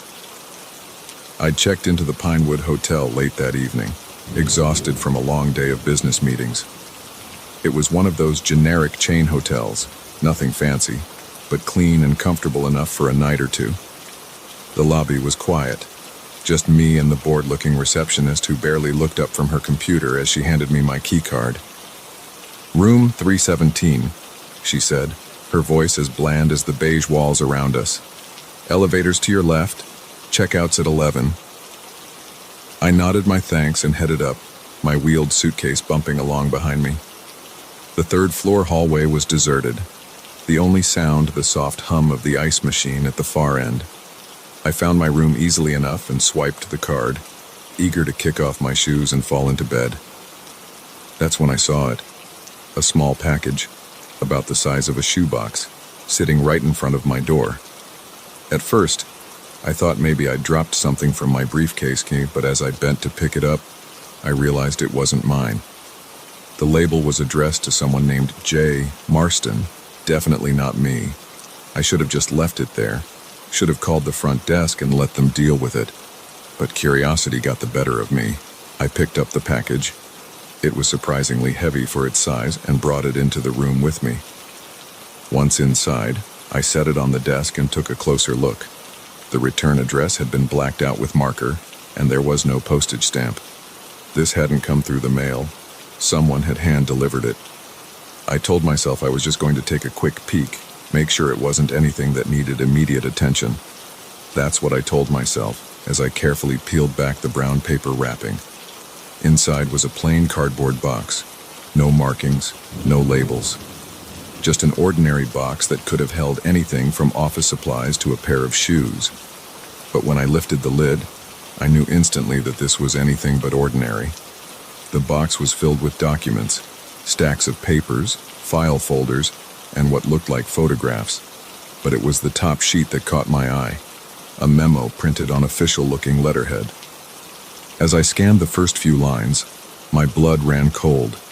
It was about a cover-up, a massive, corporate cover-up involving toxic waste dumping, falsified environmental reports, and what appeared to be several deaths that had been swept under the rug. Names were mentioned, big names, CEOs and politicians I recognized from the news. And at the bottom, a handwritten note. "Jay, this is everything. Be careful. They're watching." My hands were shaking as I set the paper down. This was big, bigger than big. This was the kind of information that could bring down companies, end careers, maybe even land people in prison. And somehow, it had ended up outside my hotel room door. I sat there for a moment, my mind racing. What should I do? Call the police, the media? But as I reached for my phone, a thought stopped me cold. Whoever had left this package thought they were delivering it to J. Marston, which meant they knew what room he was supposed to be in. Which meant I jumped up and double-checked the lock on my door, my heart pounding. Then I went to the window, carefully peeling back the curtain to peer out into the parking lot. At first, I didn't see anything unusual, just a few cars scattered under the yellow glow of the streetlights. But then I noticed it, a black sedan parked across the street, its engine running, and inside, I could just make out the silhouette of someone sitting in the driver's seat, watching the hotel. I let the curtain fall back into place, trying to calm my breathing. This was bad, really bad. I was in a room that wasn't supposed to be mine, with information I wasn't supposed to have. And there were people out there who clearly wanted that information back. I had to get out of there. But how? If they were watching the front of the hotel, they'd see me leave, and I couldn't very well walk out with a mysterious package under my arm. I looked at the box again, an idea forming. Quickly, I emptied my suitcase, shoving my clothes into the hotel room drawers. Then I carefully transferred the contents of the box into my suitcase, making sure everything was exactly as I'd found it. The empty box and wrapping paper I stuffed into the trash can, burying them under crumpled tissues and empty water bottles. Just as I zipped up the suitcase, there was a knock at the door. My heart leapt into my throat. "Housekeeping," a voice called. I froze. It was nearly midnight. Why would housekeeping be coming around now? "No, thank you," I called back, trying to keep my voice steady. "I'm about to go to sleep." There was a pause, then another knock, harder this time. "Sir, we need to change the sheets. Hotel policy." I didn't respond this time, my eyes darting around the room, looking for an escape route. The window? No, I was 3 stories up. The bathroom? A dead end. The knocking had turned to pounding now. "Open up, Mr. Marston. We know you're in there." In that moment, I made a decision. I grabbed my suitcase and ran for the door. I threw it open, catching the man on the other side off guard. He was big, dressed in a hotel uniform that didn't quite fit right, and he definitely wasn't housekeeping. I shoved past him, my shoulder connecting with his chest, and sprinted down the hallway. I could hear him shouting behind me, heavy footsteps giving chase. I hit the stairwell running, taking the steps 2 at a time, the suitcase bumping against my legs. I burst out into the lobby, startling the receptionist. "Call the police," I yelled as I ran past, but whether from shock or complicity, she just sat there, staring. Outside, the night air hit me like a slap to the face. I ran for my car, fumbling with the keys. As I threw the suitcase in the back seat, I saw the black sedan across the street roar to life, its headlights cutting through the darkness as it pulled out. I peeled out of the parking lot, tires squealing. In my rearview mirror, I could see the sedan following, gaining on me. I hit the highway doing 20 over the speed limit, my knuckles white on the steering wheel. For the next hour, it was like something out of a movie. Me, pushing my modest sedan to its limits, weaving through what little traffic there was. Them, always there in my rear view, never more than a few car lengths behind.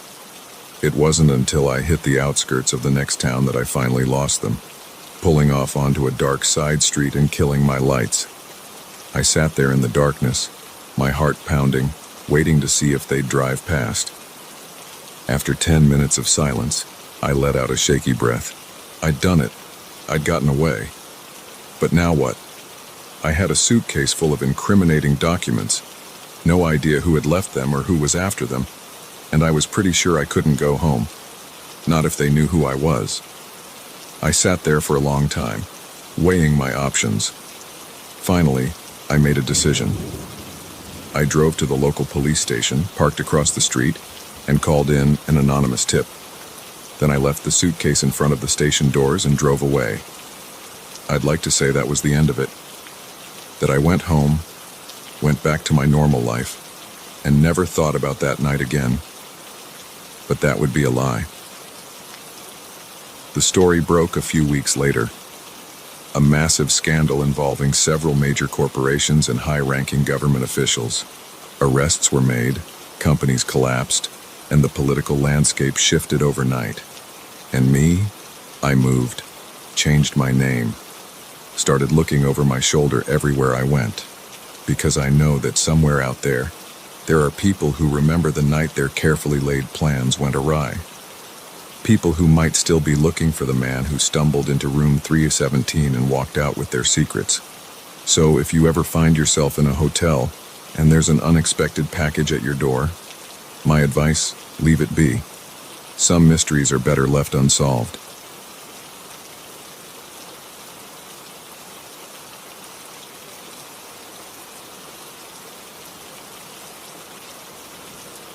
The moment I realized we were heading in the wrong direction, I knew I'd made a terrible mistake. But by then, it was already too late. The doors were locked. The man behind the wheel was no longer the helpful stranger he'd pretended to be, and the vast emptiness of the desert stretched out around us in every direction. It had started innocently enough. My old Chevy had finally given up the ghost, sputtering to a stop on a desolate stretch of highway somewhere in the middle of New Mexico. I'd been driving for hours, the monotonous landscape broken only by the occasional cactus or tumbleweed. The sun was setting, painting the sky in brilliant shades of orange and purple, but I couldn't appreciate the beauty. All I could think about was how screwed I was. I'd tried the engine a few times, but it just made a sad whining noise and refused to turn over. My cell phone, predictably, had no signal. I was stuck.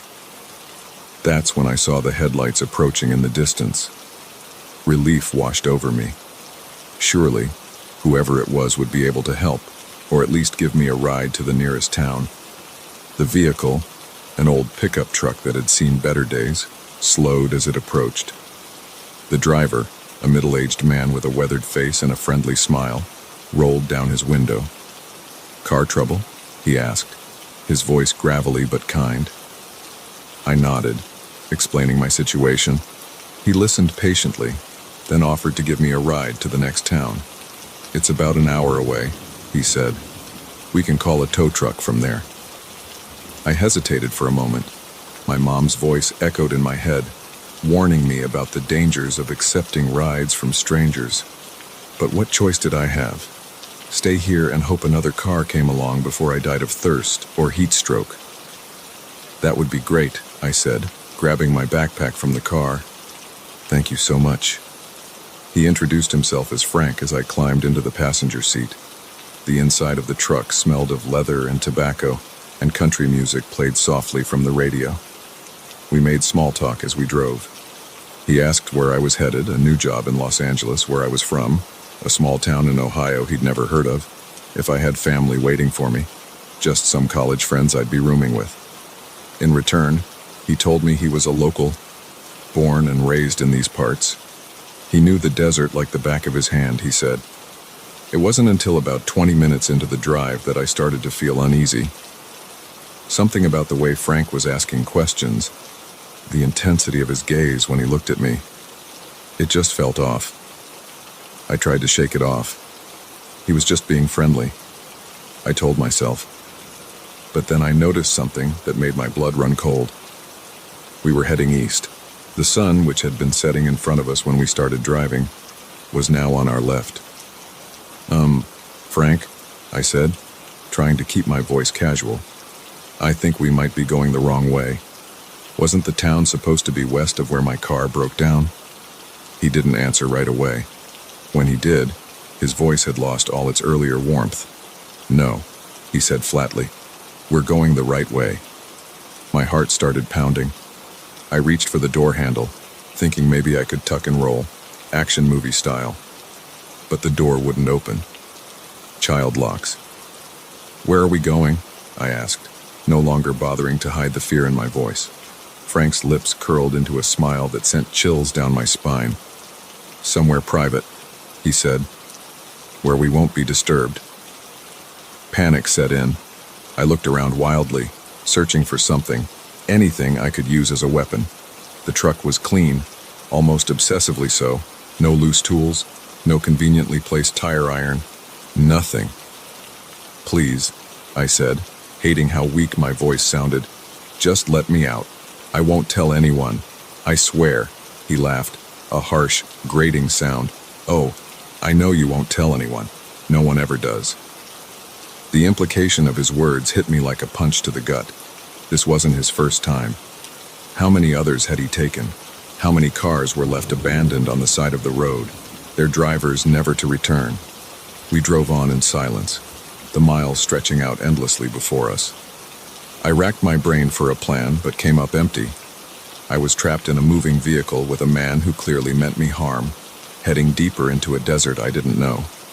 Just when I thought things couldn't get any worse, Frank turned off the main highway onto a dirt road. The truck bounced and rattled as we made our way into the wilderness, leaving behind any chance of another car passing by. After what felt like hours, but was probably only about 20 minutes, Frank stopped the truck. We were in a small clearing, surrounded by scrub brush and towering rock formations. In the moonlight, it looked almost beautiful, but I knew this place wasn't meant for admiring scenery. "Get out," Frank said, pulling a gun from under his seat. My legs felt like jelly as I climbed out of the truck. Frank followed, keeping the gun trained on me. "Start walking," he ordered, gesturing towards a narrow path leading between two large boulders. I considered making a run for it, but one look at the vast emptiness around us killed that idea. Even if I managed to outrun him, where would I go? I'd die of exposure long before I found help. So I walked, my mind racing, trying to figure out how to get out of this.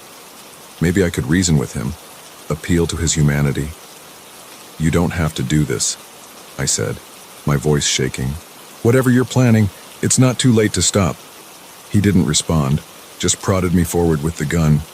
We walked for about 10 minutes before coming to a small cave entrance. My heart sank. This was it. This was where he was going to kill me. "Inside," he grunted. I hesitated, looking around desperately for some way out of this nightmare. That's when I saw it. A flash of metal in the moonlight, half buried in the sand. A piece of rebar, probably left over from some long-abandoned construction project. In that moment, survival instinct took over. I dove for the rebar, my fingers closing around the rusty metal just as Frank realized what I was doing. He lunged for me, but I was quicker. I swung the rebar with all my strength, connecting with his outstretched arm. He howled in pain, the gun flying from his grasp. I didn't wait to see where it landed. I ran like I'd never run before in my life. Over rocks, through bushes that tore at my clothes and skin. I could hear him behind me, cursing and crashing through the underbrush. I had no idea where I was going, but I knew I couldn't stop. My lungs burned, my legs ached, but fear kept me moving. I scrambled up a steep incline, loose rocks skittering under my feet. When I reached the top, I saw lights in the distance. A town, or maybe a highway. It didn't matter. It was civilization, and it meant safety. I started down the other side of the hill, but my foot caught on a root and I tumbled, rolling head over heels down the slope. I came to a stop at the bottom, dazed and battered, but still alive. For a moment, I just lay there, sucking in great gulps of air. Then I heard it. Footsteps, coming down the hill. I forced myself to my feet, ignoring the pain that shot through my ankle. I couldn't let him catch me. Not now. Not when I was so close to escape. I limped forward as fast as I could, the lights growing larger with each step. Behind me, I could hear Frank's labored breathing. He was getting closer. Just when I thought I couldn't go any further, I burst out onto a road, a real, paved road. And there, like a miracle, was a car approaching. I waved my arms frantically, stumbling into the middle of the road. The car screeched to a halt, narrowly avoiding hitting me. An older couple peered out at me, their faces a mix of concern and fear. "Please," I gasped. "Help me. He's trying to kill me." They hesitated for only a second before the woman opened the back door.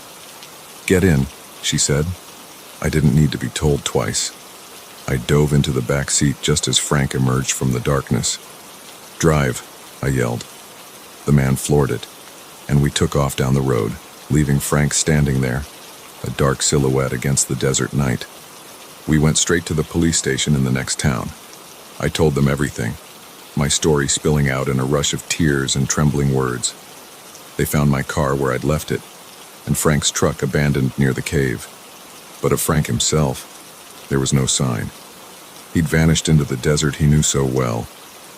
Sometimes I still have nightmares about that night, about what might have happened if I hadn't found that piece of rebar, if that couple hadn't come along when they did.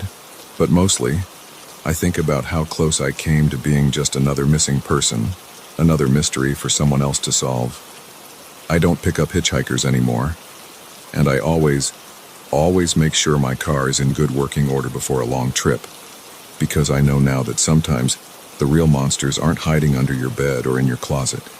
Sometimes they're waiting on the side of the road, ready to offer you a ride.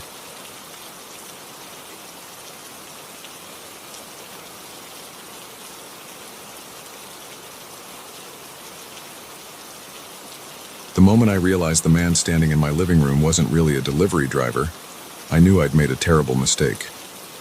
But by then, it was too late. The storm raged outside, the power was out, and I was trapped in my own home with a stranger who had anything but package delivery on his mind.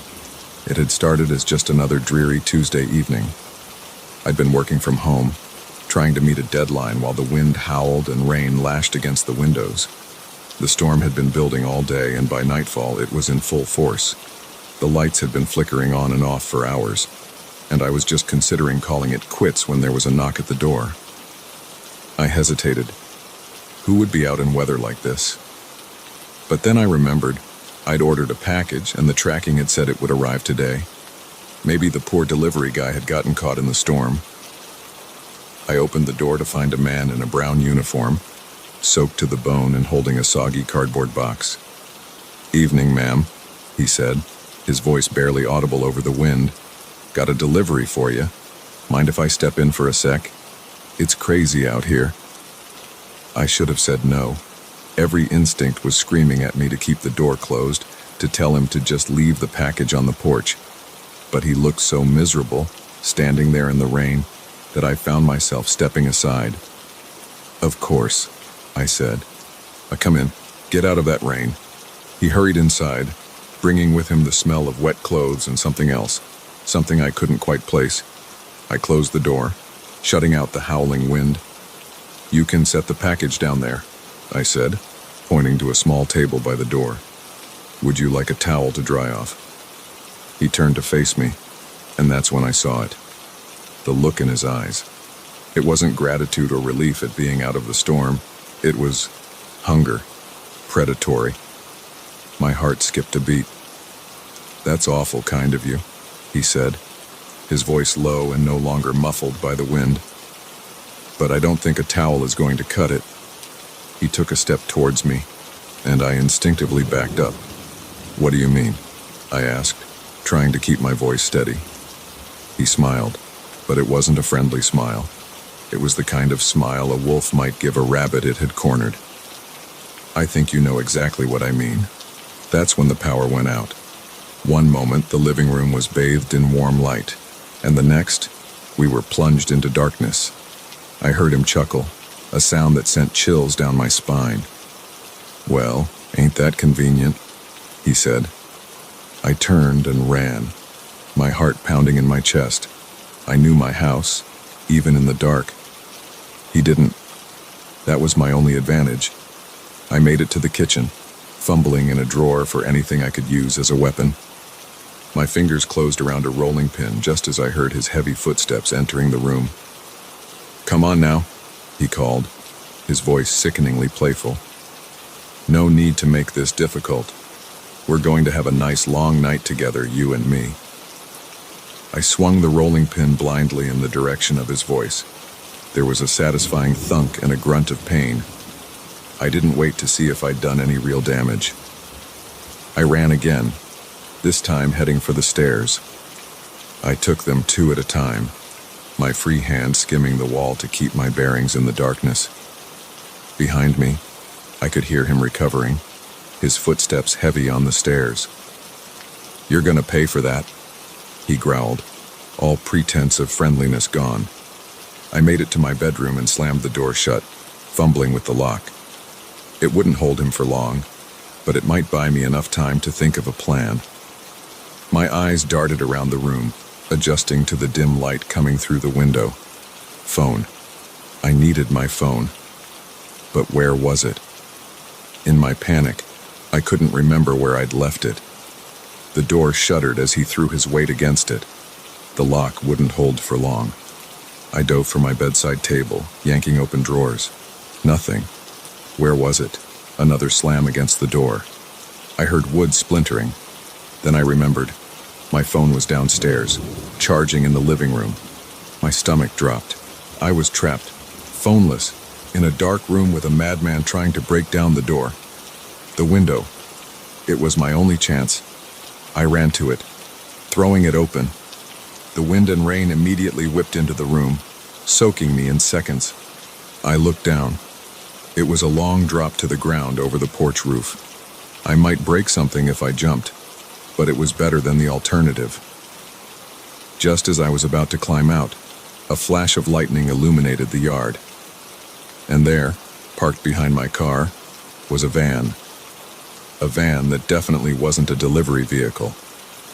How long had he been watching me, waiting for his chance? The bedroom door exploded inward with a crash that made me jump.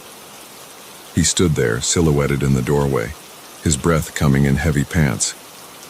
"Nowhere left to run," he said, taking a step into the room. I gripped the rolling pin tighter, backing up until I felt the windowsill press against my back. "Stay back," I warned, trying to sound braver than I felt.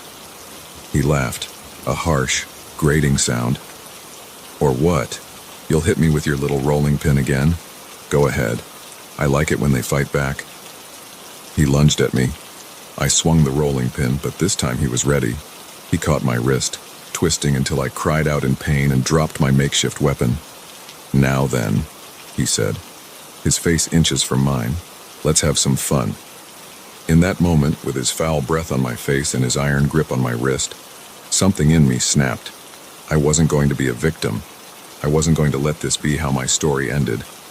I brought my knee up hard, connecting solidly with his groin. He let out a howl of pain, doubling over. I shoved him with all my might, sending him stumbling backwards. Without pausing to think, I climbed out onto the porch roof. The shingles were slick with rain, and I nearly lost my footing. Behind me, I could hear him recovering, cursing as he made his way to the window.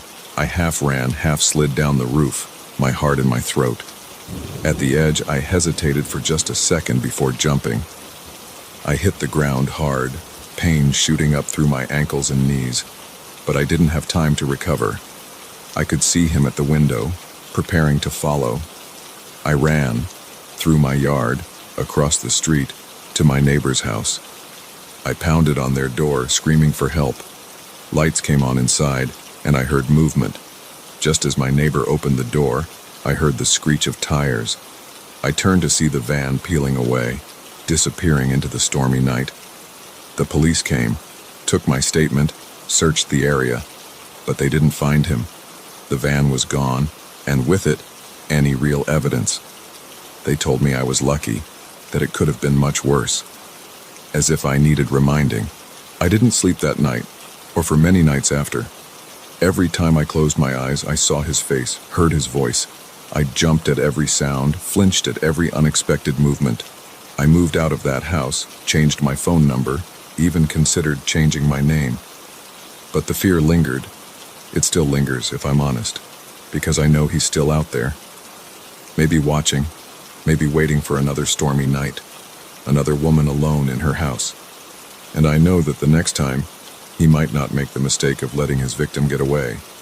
So I'm telling my story, not just as a warning to be careful who you let into your home, but as a reminder that we're stronger than we think, that even in our darkest moments, when all hope seems lost, we can find the courage to fight back. And to him, if he's out there reading this, I'm not afraid anymore. I'm ready. And next time, it won't be me who ends up running into the night.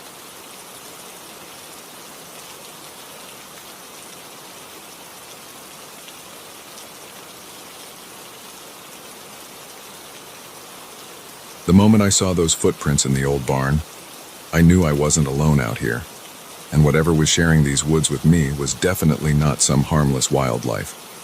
I'd come out to Blackwater Forest for a weekend of solitude and reflection.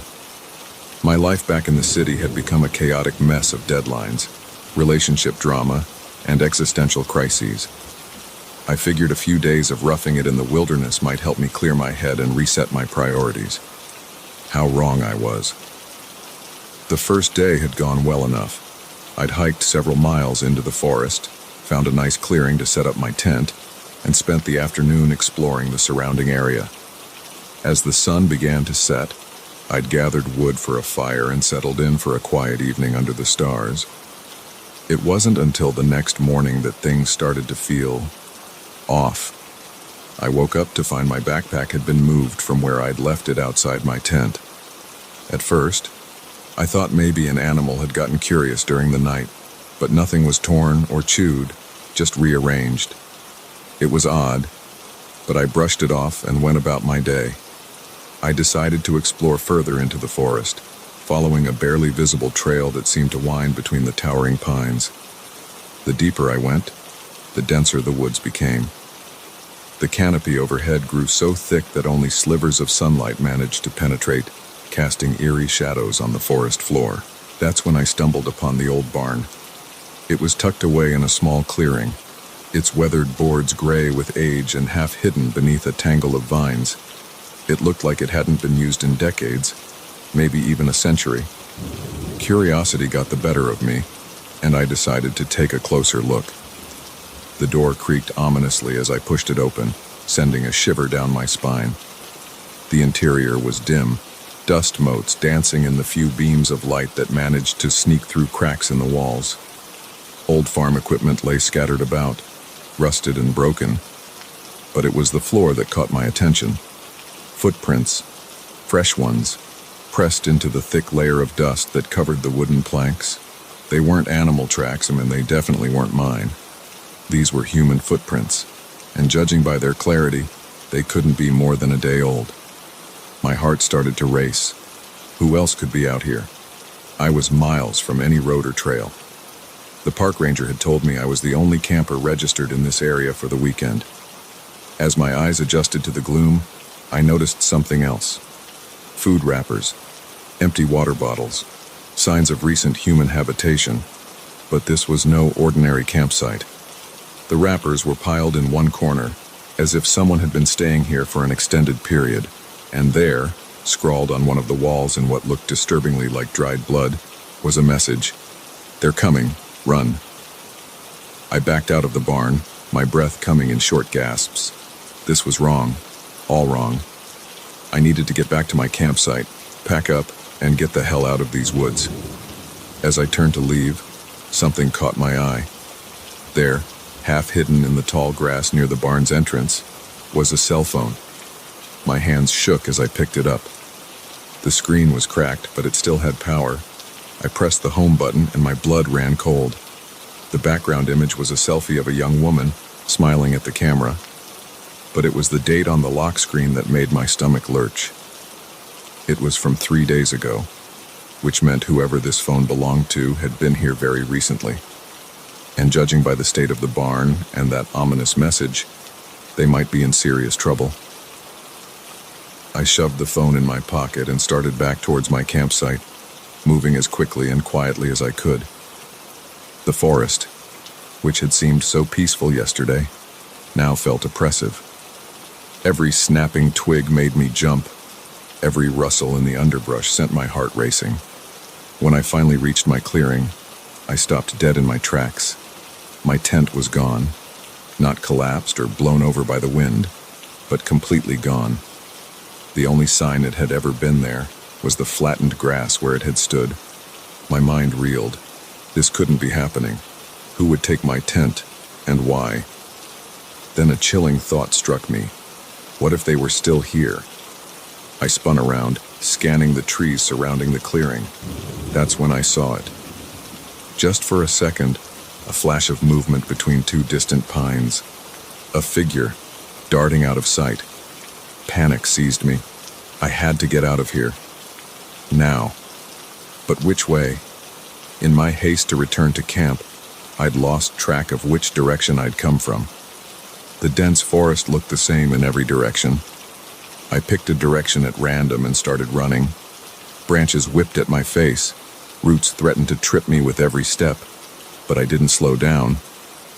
I could hear something crashing through the underbrush behind me, gaining ground. I ran until my lungs burned and my legs felt like lead. When I couldn't run anymore, I ducked behind a large fallen tree, trying to muffle my gasping breaths. I strained my ears, listening for any sign of pursuit. For a long moment, there was nothing but the usual forest sounds, wind in the leaves, birds calling to each other. Then I heard it, a twig snapping nearby. Then another, slow, deliberate footsteps, coming closer. I held my breath, pressing myself against the rough bark of the fallen tree. The footsteps stopped, so close I could have reached out and touched whoever it was. I could hear breathing, heavy and ragged. "I know you're there," a voice said, low and gravelly. "No use hiding. We've been watching you since you entered our forest." Our forest? Who was this person? And who were we? "Come out now," the voice continued, "and maybe we'll let you leave in one piece." My mind raced. I could make a run for it, but I had no idea which direction would lead me out of the forest. And whoever this was, they clearly knew these woods better than I did. Fighting was out of the question. I had no weapons, and judging by the footsteps, this person was bigger than me. With no other options, I slowly stood up, raising my hands to show I was unarmed. "I'm coming out," I said, my voice shaking. "Please, I don't want any trouble. I'm just a hiker who got lost." I stepped out from behind the tree and found myself face to face with a man who looked like he'd been living in the wilderness for years. His clothes were tattered and stained, his beard wild and unkempt. But it was his eyes that truly terrified me. They were wide and feverish, filled with a manic intensity. "Lost?" he sneered. "No one gets lost out here. You're one of them, aren't you? Sent to find us, to drag us back." "I don't know what you're talking about," I said, trying to keep my voice calm. "I'm just a camper. I found a phone back at the barn, and..." His eyes widened at the mention of the phone. "You found it? Where is it? Give it to me." He lunged forward, grabbing at my pockets. I stumbled backward, tripping over a root and falling hard. The phone clattered to the ground between us. The man snatched it up, cradling it like it was precious. "She said they'd come for us," he muttered, more to himself than to me. "Said we couldn't hide forever. But we showed her, didn't we?" "Yes, we did." A chill ran down my spine as the implications of his words sank in. The woman in the phone's background image. What had they done to her? "Listen," I said, slowly getting to my feet. "I don't know what's going on here, but I just want to leave. Can you point me towards the nearest road? I'll go, and I won't tell anyone about you or this place." He looked at me, his wild eyes narrowing. For a moment, I thought he might attack. Then, to my surprise, he laughed. It was a harsh, humorless sound that echoed through the trees. "Leave?" he said. "Oh, you're not going anywhere. You've seen too much. No, you'll be staying with us. We always need more for the family." Before I could react, something heavy struck me from behind. As I fell, my vision blurring, I saw more figures emerging from the trees. Then everything went black. I don't know how long I was unconscious. When I came to, I was in a dark, damp space that smelled of earth and decay. My hands were bound behind my back, and a gag was tied tightly around my mouth. As my eyes adjusted to the gloom, I realized I wasn't alone. There were others here, similarly bound. Some were awake, their eyes wide with fear. Others lay motionless, and I prayed they were just unconscious. I heard movement above, and a sliver of light appeared as a trapdoor opened. The wild-eyed man peered down at us, that manic grin still on his face. "Welcome to the family," he said. "Don't worry, you'll learn to love it here, just like all the others." As the trapdoor slammed shut, plunging us back into darkness, I realized the terrible truth. My weekend of solitude had turned into a nightmare, and these woods held secrets far darker than I could have ever imagined. And the worst part, no one knew I was here. No one would come looking for me. In trying to escape the chaos of my old life, I'd stumbled into a horror beyond imagination. As I lay there in the dark, listening to the muffled sobs of my fellow captives, I made a silent vow. Somehow, some way, I would find a way out of this. And when I did, I would make sure these monsters faced justice for what they'd done. But for now, all I could do was wait and hope that an opportunity for escape would present itself. Because in these dark woods, hope was all I had left.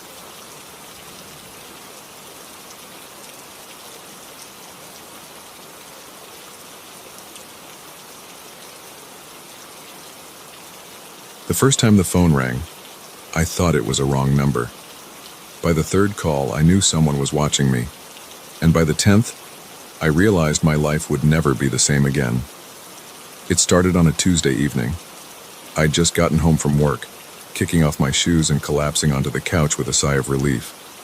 The day had been long, filled with meetings and deadlines, and all I wanted was to order some takeout and binge watch my favorite show. That's when my phone rang. Unknown number. I usually don't answer calls from numbers I don't recognize, but something made me pick up this time. "Hello," I said, expecting a telemarketer or maybe a wrong number. There was silence on the other end. Then, just as I was about to hang up, a voice spoke. It was distorted, like someone was using a voice changer. "Hello, Sarah," the voice said. "Red looks good on you today." I froze. I was wearing a red blouse. How did they know that? "Who is this?" I demanded, my heart starting to race. The line went dead. I sat there for a moment, staring at my phone. It had to be a coincidence, right? Maybe someone from work playing a prank. But deep down, I knew that wasn't the case. I got up and went to the window, peering out at the street below. Everything looked normal.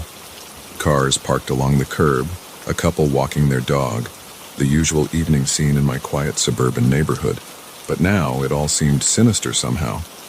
I drew the curtains and double-checked the locks on my doors and windows. Then I called my best friend, Lisa. "Hey, did you or anyone from the office try to prank call me just now?" I asked when she picked up. "What? No, why would we do that?" Lisa sounded confused. I explained what had happened.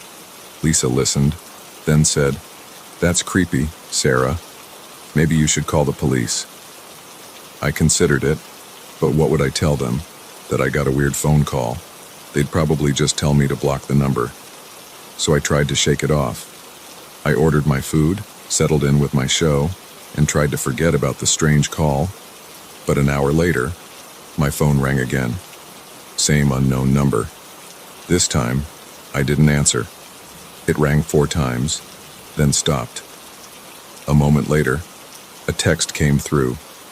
"Why didn't you answer, Sarah? Don't you want to talk to me?" My hand shook as I dropped the phone onto the couch. This wasn't happening. This couldn't be happening. I picked up the phone again and blocked the number.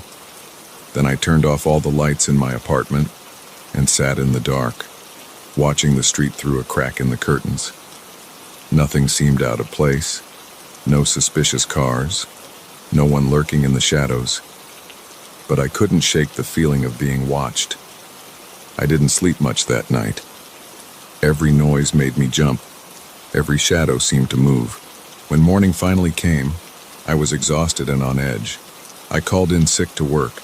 I couldn't face going outside, couldn't bear the thought of being in public where anyone could be watching me. Around noon, my phone rang again. Different unknown number. I let it go to voicemail. A minute later, I got a text. "Staying home today, Sarah. Smart girl, but you can't hide forever." I threw the phone across the room, watching it bounce off the wall and clatter to the floor. This was insane. How did they know I was home? Were there cameras in my apartment? Was someone watching from outside? I spent the next hour searching every inch of my place, looking for hidden cameras or microphones. I found nothing, but that didn't make me feel any better. The calls and texts continued throughout the day, each one more personal, more threatening than the last. That pizza you ordered last night looked good. Maybe we should share one sometime. Your mother would be so disappointed if she knew what you did last summer. I wonder if your boss knows about those files you accessed after hours. How did they know these things? The pizza I could understand if someone was watching my building, but the thing about my mother, the files at work, this was information no stranger should have. By evening, I was a wreck. I hadn't eaten, hadn't showered, hadn't done anything but pace my apartment and jump at every sound. That's when the final call came. This time, when I answered, the voice wasn't distorted. "Hello, Sarah," said a man's voice, smooth and cultured. "I think it's time we met in person, don't you?" "Who are you?" I whispered, my voice shaking. "What do you want from me?" He chuckled, a sound that sent chills down my spine. "Oh, Sarah, it's not about what I want from you. It's about what you're going to do for me." "I'm calling the police," I said, trying to sound braver than I felt. "No, you're not," he replied calmly. "Because if you do, I'll have to share some very interesting information with some very interested parties. Information about what really happened to your father's company, about where that money really went." My blood ran cold. How could he possibly know about that? I'd been so careful, covered my tracks so well. "What do you want?" I asked, defeated. "Meet me at the corner of 5th and Main in 1 hour," he said. "Come alone, or things will get very unpleasant for you and your loved ones." The line went dead. I stood there, my mind racing. I could run, but where would I go? He seemed to know everything about me. I could call the police, but what if he made good on his threat? In the end, I did the only thing I could think of. I wrote down everything that had happened, sealed it in an envelope addressed to Lisa, and left it on my kitchen table. Then I grabbed my keys and headed out. The streets were quiet as I drove to the meeting point. It was late, and a light rain had started to fall, giving everything a ghostly, surreal quality. I parked a block away and walked the rest of the distance, my heart pounding so hard I thought it might burst out of my chest. As I approached the corner, I saw a man standing under a streetlight. He was tall, well-dressed, with salt and pepper hair and a neatly trimmed beard. He looked like he could be someone's kindly uncle or a successful businessman. Not at all what I had imagined. He smiled as I approached, but it didn't reach his eyes. Those were cold, calculating. "Sarah," he said, extending his hand. "So good to finally meet you in person." I didn't take his hand. "What do you want from me?" I asked, my voice barely above a whisper. He chuckled again, that same chilling sound I'd heard on the phone. Straight to business. I like that. "Well, Sarah, what I want is simple. I want you to use your unique skills to help me with a little project." "What kind of project?" He pulled out a USB drive and held it up. "On this drive is a list of names and account numbers. I need you to do what you do best. Move the money, hide the trail, just like you did for your father." I felt sick. He wanted me to launder money for him, to use the same skills that had gotten me into this mess in the first place. "And if I refuse?" I asked, already knowing the answer. His smile turned predatory. "Then I start making phone calls, to the police, to your company, to your mother. How do you think she'd react to learning what her daughter really is?" I closed my eyes, feeling trapped. This was it. This was the moment my past had finally caught up with me. "Okay," I said, opening my eyes and meeting his gaze. "I'll do it. But after this, you leave me alone. No more calls, no more threats. We're done." He nodded, handing me the USB drive. "Of course. You do this job well, and you'll never hear from me again." As I took the drive, A thought occurred to me, a dangerous, desperate thought. "How do I know you won't just keep blackmailing me?" I asked. He raised an eyebrow. "You don't. But what choice do you have?" I nodded, as if accepting this. Then, in one swift motion, I grabbed his wrist and twisted, using a self-defense move Lisa had taught me years ago.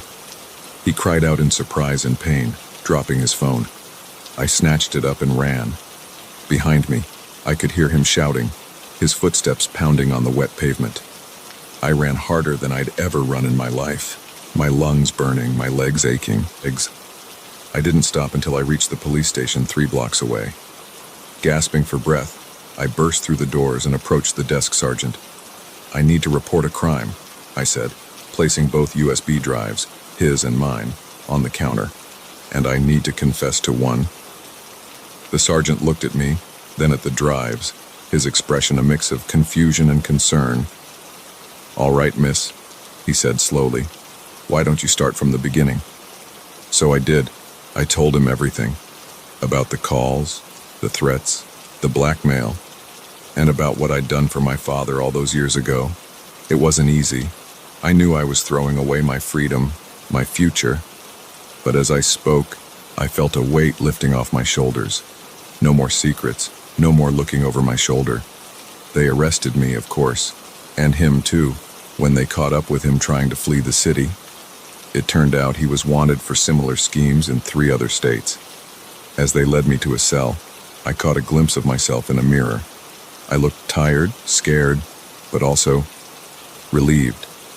The nightmare of the past few days, of the past few years, really, was over.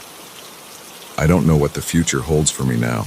There will be trials, probably prison time, but for the first time in a long time, I feel like I can breathe. The phone won't ring anymore with threats and demands. The shadows won't hold hidden watchers. I'm not free, but in a strange way, I've never felt more liberated. Because now, finally, the only voice I have to answer to is my own.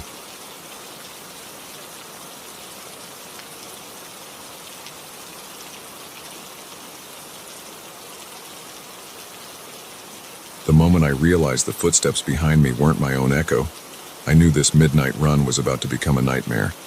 But by then, it was too late to turn back. I've always been a night owl, preferring the quiet solitude of the city after dark. That's why I started jogging at night.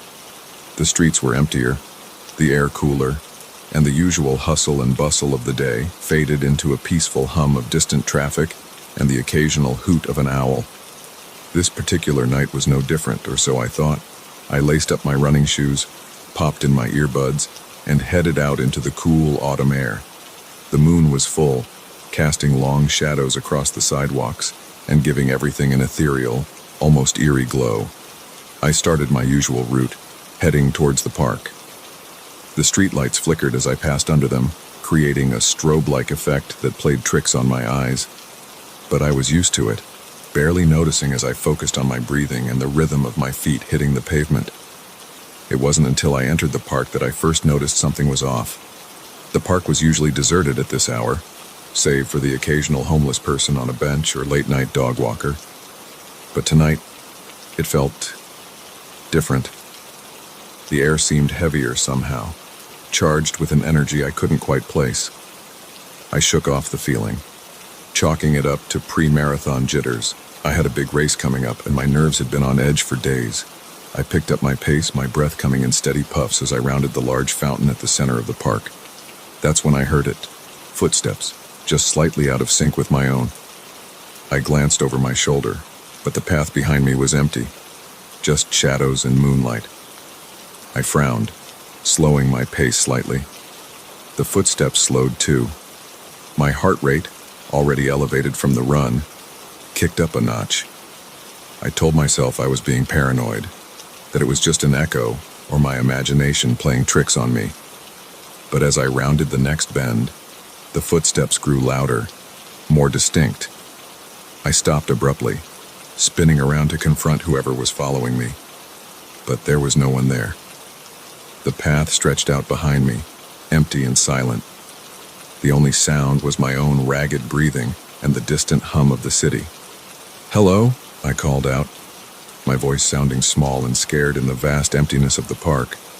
No response. I stood there for a moment, straining my ears for any sign of movement. Nothing, just the rustle of leaves in the gentle breeze and the far-off bark of a dog. Shaking my head, I turned to continue my run. But as soon as I started moving, the footsteps returned. This time, they were faster, more urgent, as if whoever, or whatever, was making them was trying to catch up. Panic seized me. I broke into a sprint, my feet pounding the pavement as I raced towards the park exit. The footsteps behind me quickened to match my pace, growing louder with each passing second. I risked another glance over my shoulder, and my blood ran cold. There, just at the edge of my vision, I caught a glimpse of a dark figure. It was too far away to make out any details, but I could see it was keeping pace with me effortlessly. I ran harder, my lungs burning, my legs aching. I had to get out of the park, back to the relative safety of the well-lit streets. But no matter how fast I ran, the footsteps stayed right behind me, never falling behind, never quite catching up.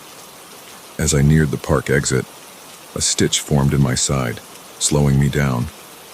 The footsteps grew closer. I could hear heavy breathing now, not my own, coming from just behind me. I burst out of the park gates onto the sidewalk, nearly colliding with a startled couple walking their dog. I mumbled a breathless apology as I sprinted past them, not daring to slow down or look back. "Hey, are you okay?" the man called after me, but I was already halfway down the block. I ran without direction, taking random turns, trying to lose my pursuer in the maze of city streets. But no matter where I went, those footsteps followed. Sometimes they'd fade slightly, as if falling behind, only to suddenly sound right at my heels again. My mind raced as fast as my feet. Who was following me? What did they want? I hadn't seen anyone suspicious when I left my apartment. Had they been waiting for me in the park? The thought sent a fresh wave of terror through me. I turned down a narrow alley, hoping to cut through to the next street over. It was a mistake. The alley was darker than I'd realized, the tall buildings on either side blocking out what little moonlight there was. Halfway through, I tripped over something, a discarded box or a piece of trash, I couldn't tell, and went sprawling. I hit the ground hard, the rough asphalt scraping my palms and knees. For a moment, I lay there, stunned and winded. Then I heard it. The footsteps, slow and deliberate now, entering the alley. I scrambled to my feet, ignoring the pain in my hands and knees. But as I turned to run, I realized with horror that I was facing a dead end. The alley was blocked by a high chain-link fence. The footsteps drew closer. I spun around, pressing my back against the fence. "Who's there?" I shouted, trying to sound braver than I felt. "I'm warning you. I've called the police." No response. Just those steady footsteps, growing louder, closer. I looked around frantically for anything I could use as a weapon. My eyes fell on a broken piece of pipe lying among some trash. I snatched it up, holding it out in front of me like a sword. "Stay back," I yelled. "I'm armed." The footsteps stopped. For a long moment, there was nothing but silence. Then, slowly, a figure emerged from the shadows at the mouth of the alley. My grip on the pipe tightened as the figure drew closer. In the dim light, I couldn't make out any features. It was just a silhouette, tall and menacing. It stopped a few feet away from me, close enough that I could hear its breathing, slow and even, as if it hadn't been chasing me at all. "What do you want?" I asked, my voice shaking despite my best efforts to sound tough. The figure tilted its head, almost curiously. Then, to my shock, it spoke. "I want you to wake up, Sarah." I blinked, confused. "What?" "Wake up," it repeated, its voice oddly familiar now. "You're having a nightmare." Suddenly, the alley around me began to blur and fade. The figure in front of me shifted, becoming smaller, less threatening. I felt a hand on my shoulder, shaking me gently. "Sarah, Honey, wake up. You're having a bad dream. I opened my eyes with a gasp, sitting bolt upright in bed. My husband, Mark, was sitting beside me, his face creased with concern. "Are you okay?" he asked, rubbing my back soothingly. "You were thrashing around and mumbling in your sleep." I looked around, disoriented. I was in our bedroom, early morning light filtering through the curtains. No dark alleys, no mysterious pursuers, just the familiar comfort of home. I had a nightmare," I said, my voice hoarse. I was running, and something was chasing me. Mark pulled me into a hug. "It's okay," he murmured. "You're safe now. It was just a dream." As my racing heart began to slow, I nodded, letting out a shaky breath. "Yeah, just a dream." But as Mark got up to make us some coffee, I couldn't shake the lingering feeling of unease. The dream had felt so real, so vivid. I could still hear those footsteps echoing in my mind. I got out of bed and went to the window, pushing aside the curtain to look out at the quiet street below. Everything was normal. People walking their dogs, a few early morning joggers, a delivery truck making its rounds. Then, just for a second, I thought I saw something. A figure, standing perfectly still on the sidewalk across the street, looking up at my window. But when I blinked, it was gone. Just my imagination, I told myself, letting the curtain fall back into place. Just leftover nerves from the nightmare. But as I turned away from the window, I couldn't quite convince myself that was true. Because for that brief moment, the figure had looked familiar. It had looked like the silhouette from my dream. I shook my head, trying to clear away the last cobwebs of sleep and fear. It was just a dream, I repeated to myself. Just a dream. But deep down, a small part of me wondered. And as I made my way to the kitchen to join Mark for coffee, I found myself listening for footsteps that weren't my own.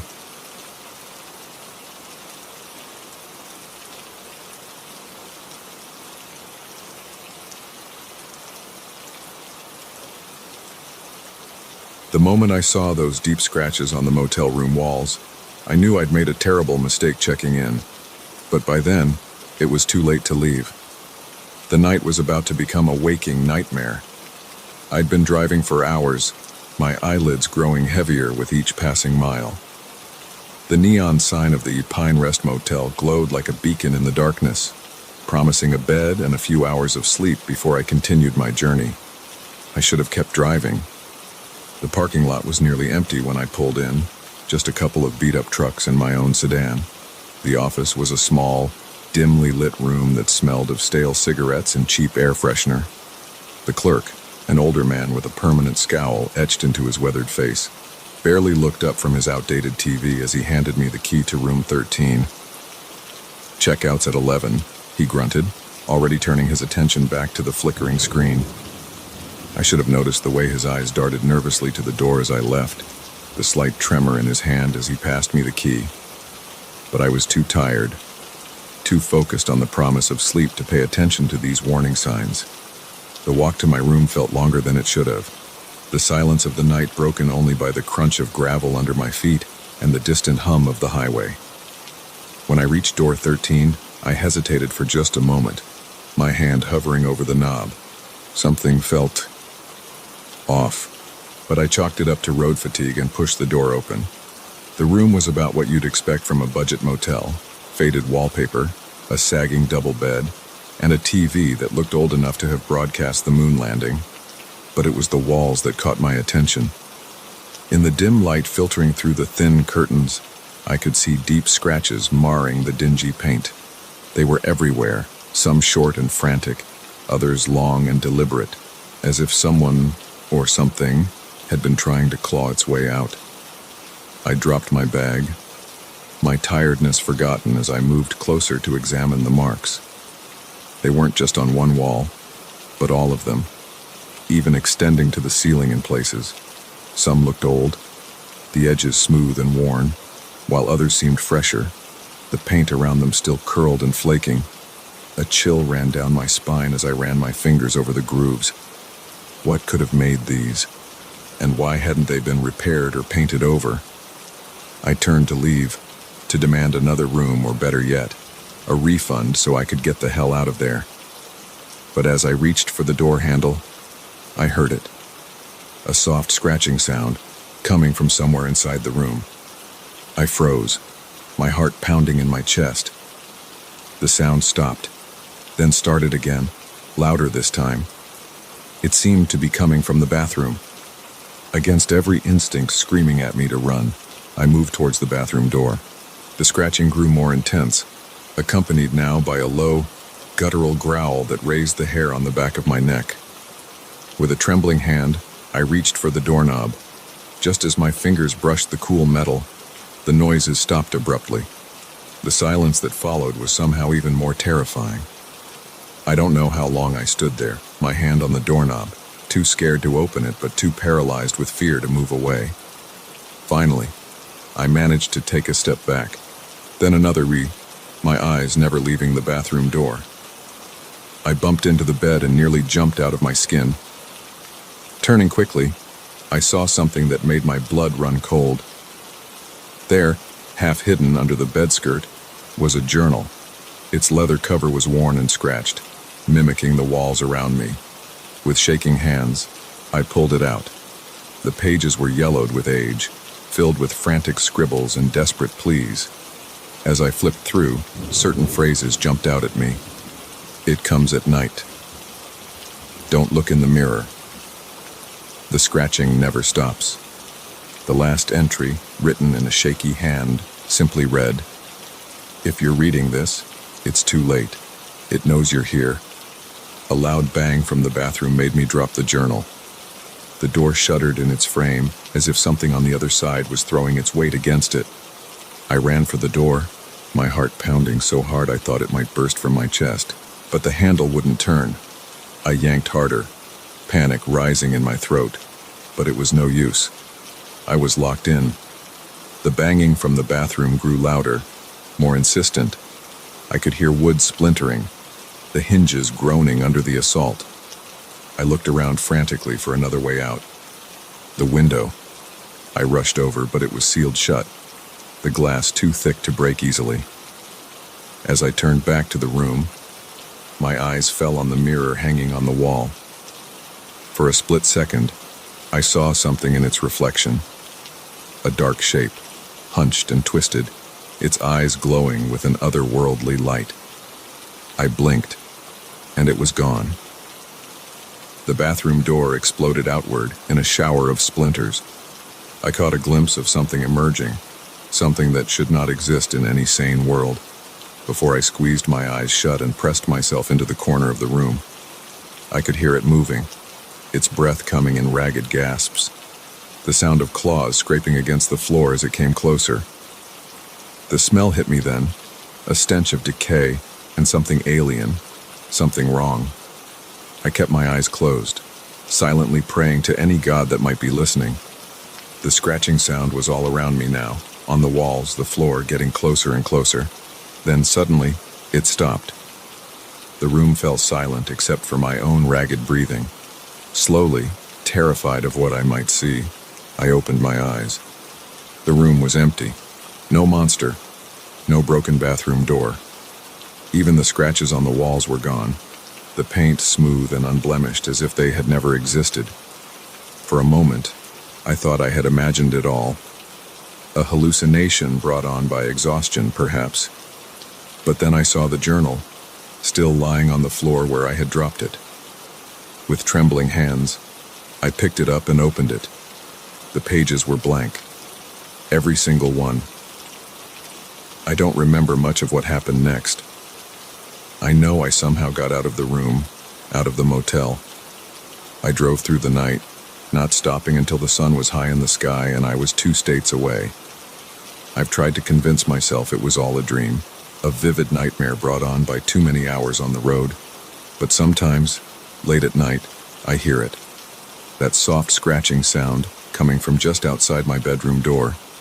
And I know, deep in my bones, that whatever was in that motel room is still out there, waiting, watching, and sometimes When I catch a glimpse of myself in the mirror, I see something else looking back. Something with eyes that glow in the darkness. Something that smiles with too many teeth. I don't stay in motels anymore. I don't sleep much at all, to be honest.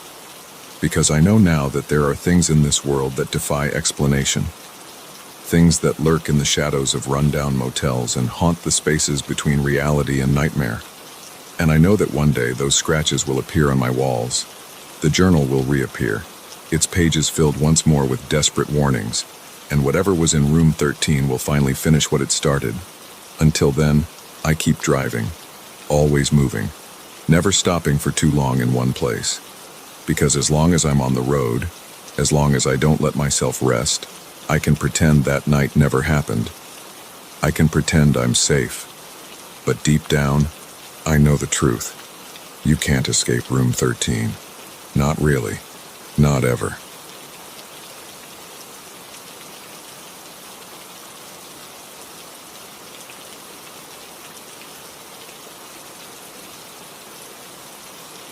The moment I heard the footsteps in the attic, I knew this house-sitting gig was going to be anything but ordinary. My parents had always kept that door locked, but now, in the dead of night, something was moving up there. And I was about to discover why some doors are better left unopened. It was supposed to be a quiet week. My parents had finally taken that European vacation they'd been planning for years, and they'd asked me to keep an eye on the house. At 25, I was well past the age of throwing wild parties when the folks were away, so they trusted me implicitly. Plus, I figured it would be a nice break from my cramped apartment in the city. The first couple of days were uneventful. I worked remotely from Dad's study, enjoyed Mom's well-stocked kitchen, and relished the peace and quiet of suburban life. But on the third night, everything changed. I was up late, binging a new series on Netflix, when I heard it.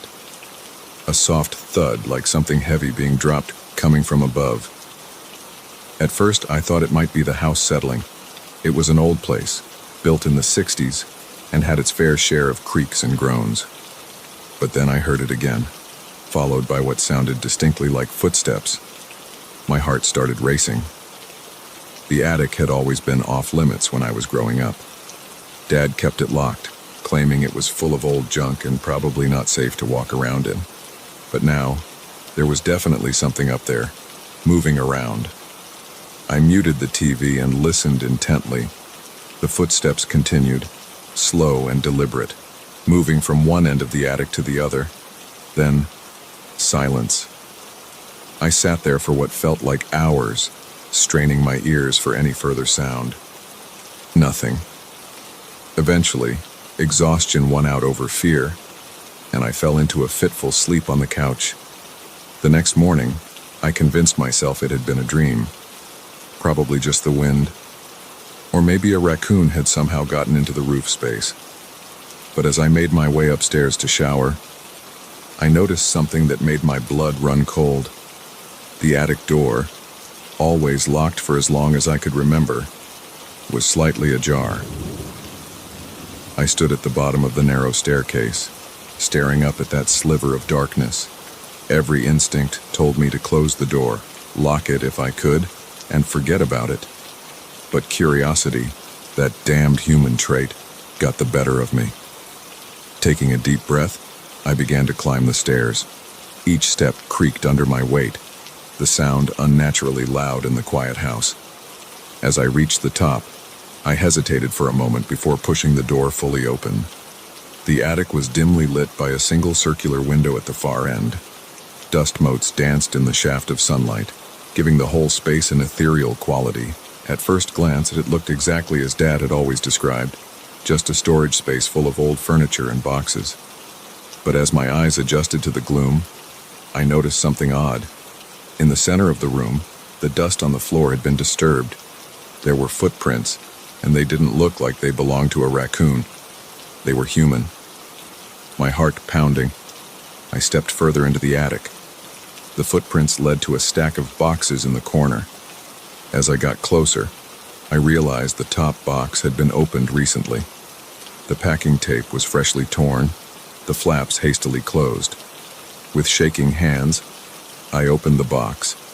Inside were photo albums, dozens of them. But these weren't the familiar family photos I'd grown up with. These were older, many in black and white, showing people I didn't recognize. I pulled out one of the albums and opened it. The first photo made me gasp. It showed a young woman, probably in her early 20s, standing in front of this very house. She looked eerily similar to me. Same dark hair, same eyes. But the clothes and the car in the background placed the photo sometime in the 1950s. I flipped through more pages, more photos of this woman and a man I assumed was her husband. They looked happy, smiling at the camera, embracing each other. But as I got further into the album, the photos changed. The woman's smile became forced, her eyes haunted. In the last few photos, she looked terrified, her gaze always darting to something just out of frame. The final photo in the album chilled me to the bone. It showed the woman standing in this very attic, her face a mask of fear, reaching towards the camera as if pleading for help. I dropped the album, my hands shaking. What was I looking at? Who was this woman, and why did she look so much like me? As if in answer to my unspoken questions, I heard a creak behind me. I spun around, my heart in my throat. There, emerging from behind a stack of old furniture, was a figure. It was hazy at first, like heat shimmer on a hot day, but as I watched in horror, it solidified into the form of a man. He was tall, dressed in clothes from another era, and he was smiling. But it wasn't a friendly smile. It was predatory, triumphant. I scrambled backward, knocking over boxes in my haste to get away. The figure advanced, its movements jerky and unnatural. As it got closer, I could see right through it to the wall behind. A ghost. I was looking at a ghost. I turned and ran, practically falling down the attic stairs in my desperation to escape. I slammed the door behind me, not stopping until I was out of the house and in my car. I drove aimlessly for hours, trying to make sense of what I'd seen. When I finally calmed down enough to think rationally, I called my parents. It took some convincing, but I finally got them to tell me the truth. The woman in the photos was my grandmother, my real grandmother. The woman I'd grown up calling Gran was actually my step-grandmother. My real grandmother had disappeared in 1956, shortly after my father was born. The police investigation turned up nothing, and eventually, she was declared dead. My grandfather had remarried a few years later, and they had agreed never to tell my father the truth.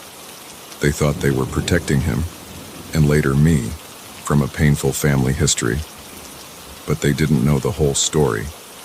They couldn't have known about the ghost in the attic, the malevolent spirit that had terrorized my grandmother and now seemed fixated on me.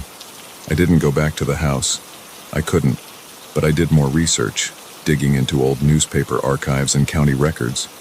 I discovered that before my grandparents bought it, the house had belonged to a man named Joseph Crane. He had died there in 1945, in circumstances that were never fully explained. The pieces started to fall into place. Joseph Crane, for whatever reason, had never left that house. His spirit had remained, growing more powerful and malevolent over time. He had tormented my grandmother, perhaps driven her to run away, or worse. And now, decades later, he had sensed my presence. Another woman of the family line back in his domain. I don't know what to do with this knowledge. I can't tell my parents the whole truth. They'd never believe me. But I know I can never set foot in that house again. And I worry constantly about what might happen when they return from their vacation. Sometimes, late at night, I think I hear footsteps in my apartment. Soft, deliberate steps that don't belong to any of my neighbors. And sometimes, out of the corner of my eye, I catch a glimpse of a figure. A tall man in old-fashioned clothes, smiling that terrible smile.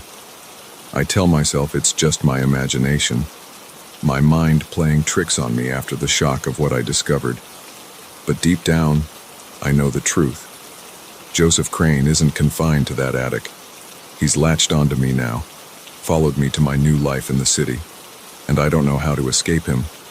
So I leave the lights on at night.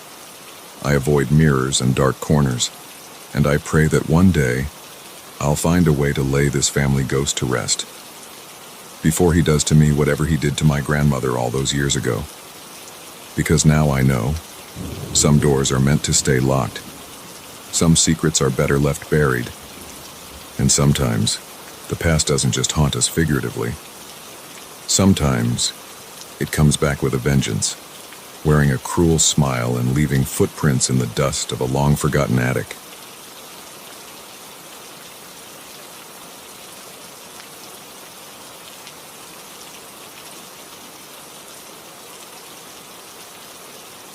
The moment I realized the car behind me had no headlights, I knew this wasn't going to be an ordinary drive home. But by then, it was too late. The game of cat and mouse had already begun, and I was the mouse. It was a Friday night, and I was driving back from a late meeting in the city. The rain had started about an hour into my journey, a light drizzle at first that quickly became a torrential downpour. The highway stretched out before me, a ribbon of wet asphalt disappearing into the darkness. I'd always enjoyed night driving. There was something peaceful about it. The world shrunk down to just me, my car, and the road ahead. But tonight, that peace was shattered by an uneasy feeling in the pit of my stomach. I first noticed the car about 20 minutes into my drive. It was a dark sedan, maybe black or dark blue. It was hard to tell in the rain. What caught my attention was that it had no headlights on. In this weather, that seemed not just dangerous, but impossible. How could they see where they were going? At first, I didn't think much of it. Maybe they'd forgotten to turn them on, or perhaps there was an electrical problem. I expected them to realize their mistake and either turn on their lights or pull over, but they didn't. The car kept pace with me, always staying a few car lengths behind, close enough that I could make out its shape in my rear-view mirror, but far enough that I couldn't see the driver. I increased my speed a little, hoping they'd fall behind. They matched me, perfectly maintaining the distance between us. I slowed down, and they slowed too. That's when the uneasiness turned to fear. This wasn't normal behavior. No one drives like this, especially not in a rainstorm at night. I tried to rationalize it. Maybe they were just using me as a guide, following my taillights since their headlights were out. But if that was the case, why not get closer? Why maintain this eerily precise distance? I fumbled for my phone, thinking I should call someone. But who? The police. What would I tell them? That I was being followed by a car with no headlights. It sounded ridiculous even in my own head. As I debated what to do, I approached a fork in the highway.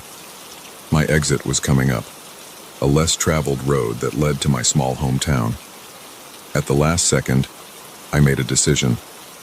Instead of taking my usual exit, I stayed on the main highway. The car behind me smoothly followed my change of direction. My heart started racing. This wasn't a coincidence. They were definitely following me. I pressed down on the accelerator, pushing my speed well above the limit. The car behind me kept pace effortlessly. No matter how fast I went, they maintained that same precise distance. Rain lashed against my windshield, the wipers struggling to keep up. The lines on the road blurred, making it hard to see where I was going. But I didn't dare slow down. I passed a few other cars, their headlights momentarily illuminating my rearview mirror. Each time, I hoped to see the mysterious car behind me, to confirm that I wasn't going crazy. But in the bright glare, all I could see was darkness where the car should be. As soon as the other cars passed, though, there it was again, still maintaining its distance, still with no headlights. I was nearing another exit when a crazy idea struck me. I waited until the last possible second, then swerved across 2 lanes of traffic and took the exit ramp. My tires screeched in protest, and for a heart-stopping moment, I thought I might lose control, but I made it. As I flew down the exit ramp, I glanced in my mirror, certain that I'd finally lost them. My blood ran cold. The car was still there. How was this possible? There's no way they could have anticipated my move and reacted in time, unless unless they knew what I was going to do before I did it. The exit led to a winding country road. In daylight, it would have been scenic. At night, in this storm, it was a nightmare. Tall trees loomed on either side, their branches reaching out like gnarled fingers. The road twisted and turned, each bend hiding what lay ahead. I drove as fast as I dared, taking the curves at speeds that sent my heart into my throat. But no matter how fast I went, no matter how recklessly I took the turns, the car behind me kept up. My fuel gauge caught my eye, the needle hovering just above empty. In my panic, I'd forgotten about gas. I had maybe 20 miles left, 30 if I was lucky, and I had no idea where the nearest gas station was. As if sensing my predicament, the car behind me suddenly sped up. For the first time, it was closing the distance between us. I pushed my car harder, knowing I was running on fumes.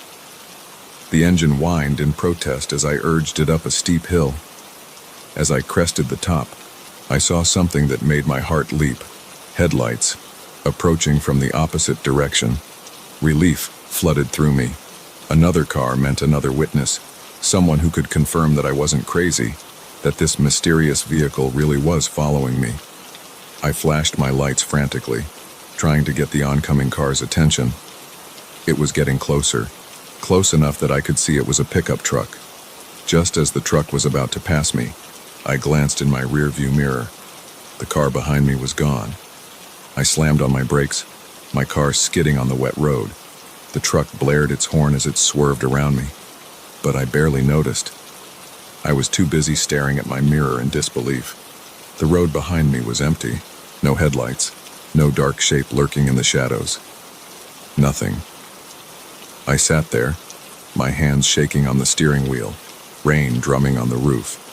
Had I imagined it all? Was it possible that the stress and the late hour had caused me to hallucinate?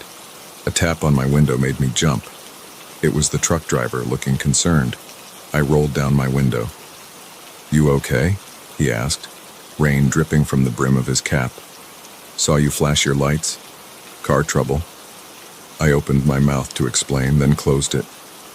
How could I possibly describe what had just happened?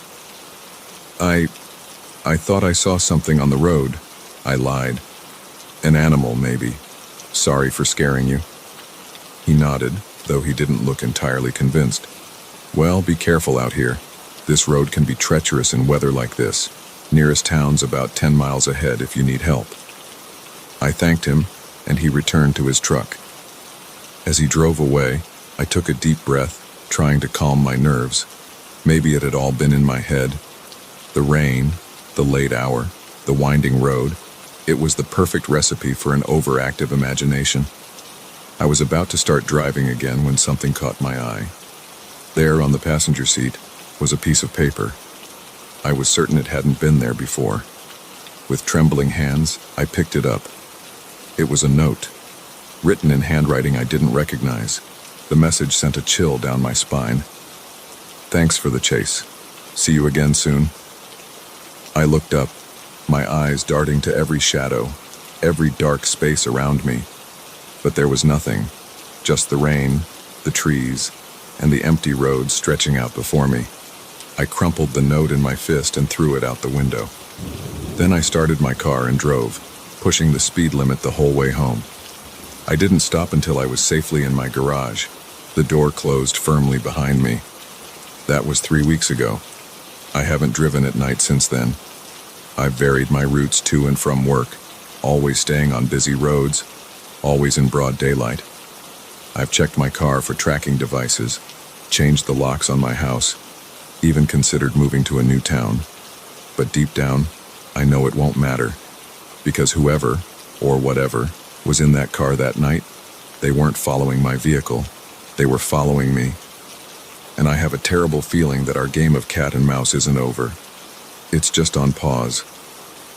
So now, every night, I sit by my window, watching the street outside, and I wait. I wait for the moment when a dark car with no headlights will turn onto my street, because I know it's coming. It's only a matter of time, and when it does, I'll be ready, because this time, I won't be the mouse. This time, I'll be the cat.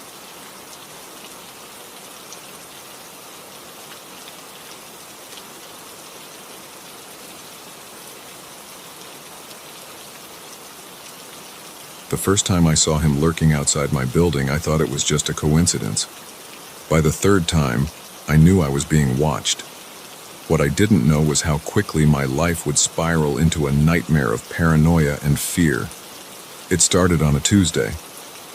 I remember because I had just finished a grueling shift at the hospital where I work as a nurse. All I wanted was to get home, kick off my shoes, and lose myself in a mindless reality show. As I approached my apartment building, I noticed a man standing across the street. He was average height, wearing a dark jacket and a baseball cap pulled low over his eyes. Something about the way he stood, perfectly still, his gaze fixed on my building, made the hair on the back of my neck stand up. I quickened my pace, fumbling with my keys as I reached the entrance. As I glanced back, the man was gone. I brushed it off as paranoia brought on by exhaustion and too many true crime podcasts. The next day, I saw him again. Same spot, same stance, same unsettling stillness. This time, as I hurried inside, I could feel his eyes on me, burning into my back. I nearly dropped my keys twice before managing to get the door open. By Friday, I was a nervous wreck. He was there every day, always in the same spot, always watching. I had started varying my routes home, even leaving work at different times, but it didn't matter. He was always there, waiting. I considered calling the police, but what would I tell them? That a man was standing on a public street? That I had a feeling he was watching me? I had no proof, no evidence of any actual crime. Just a gnawing fear that grew stronger with each passing day. On Saturday, things escalated. I had spent the day holed up in my apartment, too afraid to go out. As evening fell, I peered out my window, half expecting to see him in his usual spot. The street was empty, and I felt a wave of relief wash over me. Maybe it was over. Maybe he had moved on. That's when I heard it. A soft knock at my door. My heart leaped into my throat. I lived alone, and I wasn't expecting anyone. I crept to the door, my bare feet silent on the hardwood floor. The peephole showed an empty hallway. I waited, barely breathing, straining my ears for any sound.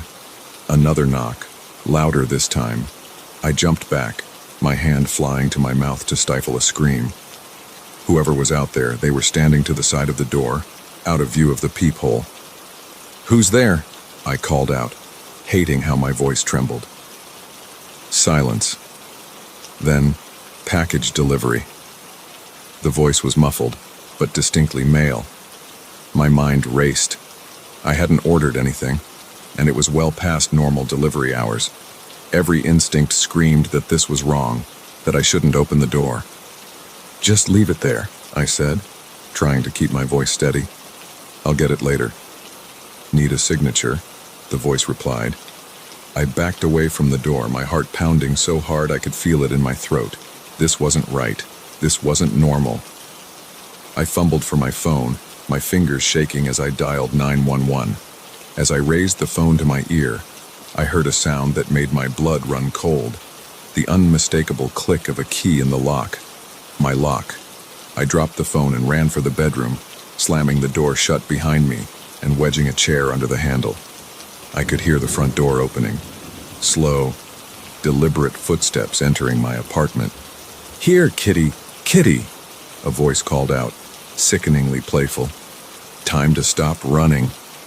I looked around frantically for a weapon, anything I could use to defend myself.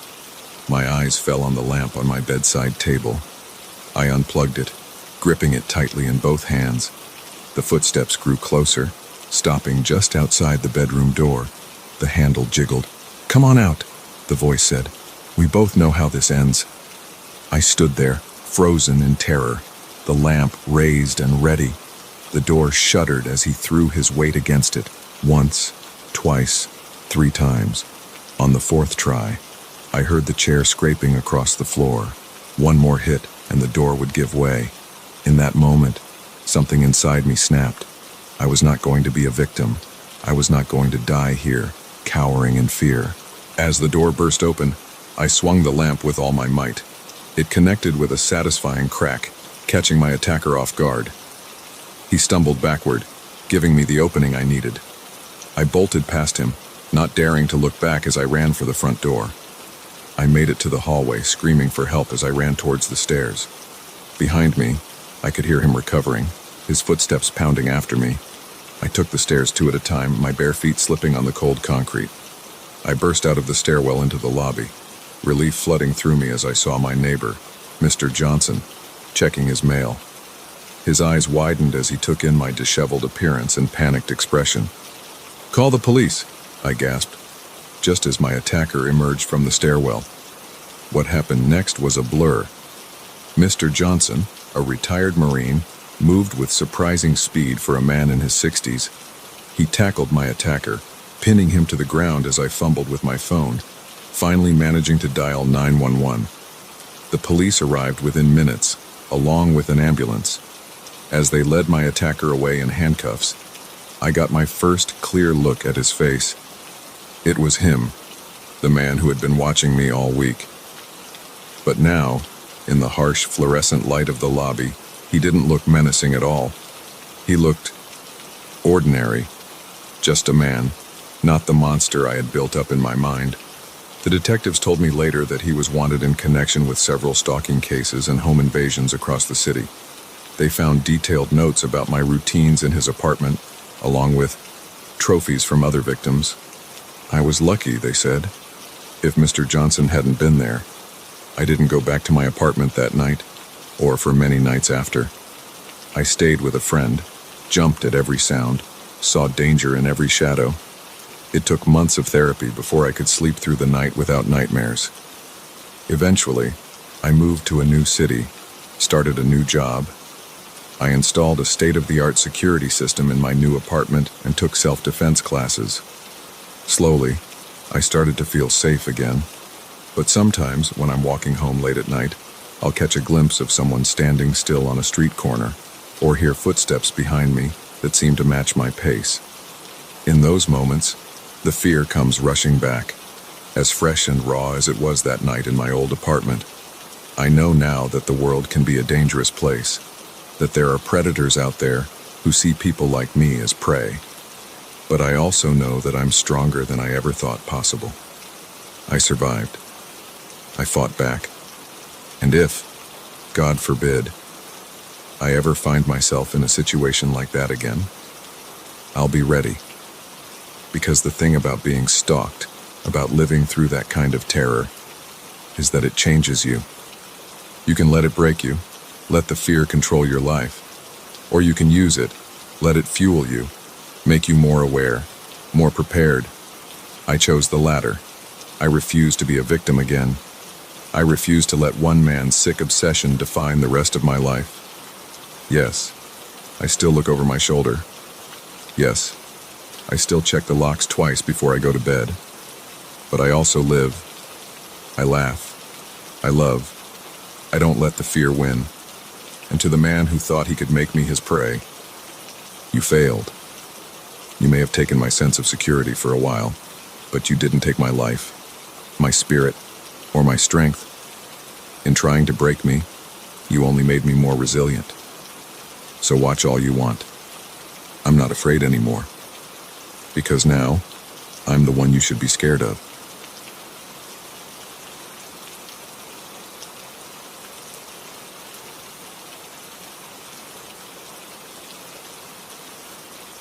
The moment I saw his hand reach into his jacket, I knew this late-night bus ride was about to turn into a fight for survival. But what I didn't realize was that the real danger wasn't just the man with the knife. It was the darkness lurking inside me. I'd boarded the Greyhound in Chicago, bound for a small town in Indiana where my grandmother lived. It was a last-minute decision, prompted by a late-night call from the nursing home. "She's asking for you," they'd said. "You might want to come soon." I knew what that meant. So I'd thrown some clothes in a bag, bought a ticket, and found myself on the 11 p.m. bus. surrounded by a motley crew of night travelers. The bus was about half full when we left the station. A mix of people you'd expect to see on a late-night route. A few college kids with headphones on, probably heading home for the weekend. A couple of worn-looking women I pegged as nurses or waitresses finishing late shifts. And scattered through the back, a handful of rough-looking men who kept to themselves. I settled into a seat near the middle, my backpack tucked safely under my feet. As we pulled out of the station, I leaned my head against the window, watching the city lights blur into streaks of neon. The gentle rumble of the engine and the swaying of the bus soon lulled me into a light doze. I'm not sure how long I'd been asleep when I felt it, that prickle on the back of your neck when you know you're being watched. I opened my eyes slowly, trying not to make it obvious I was awake. Through the reflection in the window, I could see a man had moved to the seat directly behind me. He was leaning forward, his eyes fixed on the back of my head.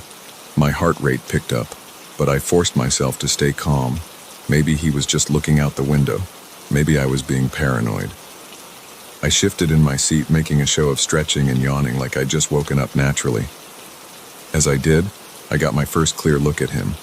He was older, maybe in his 50s, with a scruffy beard and eyes that seemed to gleam with an unsettling intensity in the dim bus lighting. When our eyes met, he didn't look away. Instead, his mouth curved into a smile that sent a chill down my spine. "Finally awake, sleeping beauty," he said, his voice low and rough. I mumbled something non-committal and turned back around, my mind racing. The bus was quieter now, most of the other passengers asleep or engrossed in their phones. We were on a stretch of dark highway, nothing but fields and forests on either side. I felt him lean closer, his breath hot on my ear. "You got any cash on you, sweetheart? Or maybe a nice phone I could borrow?" My blood ran cold. This was really happening. I was about to be robbed on a Greyhound bus in the middle of nowhere. I don't have much," I stammered, my voice barely above a whisper. "Just a few dollars for food?" He chuckled, a sound devoid of any real humor. Now, don't lie to me. I've been watching you. Nice bag, nice clothes. I bet you've got all sorts of goodies in there." I turned to face him, hoping to reason with him, to appeal to whatever humanity he might have left. That's when I saw his hand disappear into his jacket. Time seemed to slow down. I saw the gleam of metal as he pulled out a knife, small but wickedly sharp. I saw the way his eyes darted around the bus, checking if anyone was watching. And I saw the moment he decided he was going to use that knife, whether I cooperated or not. In that instant, something inside me shifted. The fear didn't disappear, but it was joined by something else. A cold, clear determination. A voice in my head that said, "Not today, not me." As his hand came up with the knife, I moved. All those self-defense classes my mom had insisted I take suddenly kicked in. I grabbed his wrist with both hands, twisting it hard while driving my elbow back into his face. I felt something crunch, his nose, probably, and he let out a muffled yell of pain and surprise. The knife clattered to the floor as I launched myself over the seat, landing on top of him. We grappled in the narrow space, his size and strength against my desperation and adrenaline. I could hear shouts from the other passengers now, people waking up to the commotion. He managed to get a hand around my throat, squeezing hard. Black spots danced at the edges of my vision as I gasped for air. With my free hand, I scrabbled on the floor, searching for the knife. My fingers closed around the handle just as I felt consciousness starting to slip away. I didn't think. I just acted. The knife went in just below his ribs, sliding in with a sickening ease. His eyes widened in shock, his grip on my throat loosening. I pushed him off me, scrambling back into the aisle. The bus erupted into chaos. People were screaming. The driver was yelling something about pulling over. But all I could focus on was the man slumped in the seat, blood seeping through his shirt where the knife still protruded. I stood there shaking as the bus ground to a halt on the shoulder of the highway. The driver was on his radio, calling for police and an ambulance. A woman who said she was a nurse pushed past me, kneeling beside my attacker to check his pulse. "He's alive," she announced, and I felt a wave of relief wash over me. I hadn't killed him. I wasn't a murderer. The next few hours passed in a blur. Police cars and an ambulance arrived, their lights painting the inside of the bus in alternating red and blue. I gave my statement over and over, my voice sounding strange and distant to my own ears. They took the knife as evidence, photographed the bruises forming on my neck, asked me 100 questions about what had happened. By the time they were done, the sky was starting to lighten with the first hints of dawn. An officer told me I was free to go, that it was a clear case of self-defense. They offered to call someone for me, but I shook my head. I just wanted to get to my grandmother. As I waited for another bus to come pick up the stranded passengers, I found myself thinking about the man. Not the one who had attacked me, but the one I had become in those few terrifying moments. The one who had been capable of driving a knife into another human being without hesitation. I'd always thought of myself as gentle, non-violent, but now I knew the truth. Given the right circumstances, pushed far enough, I was capable of anything. It was a chilling realization, but also, in a strange way, empowering.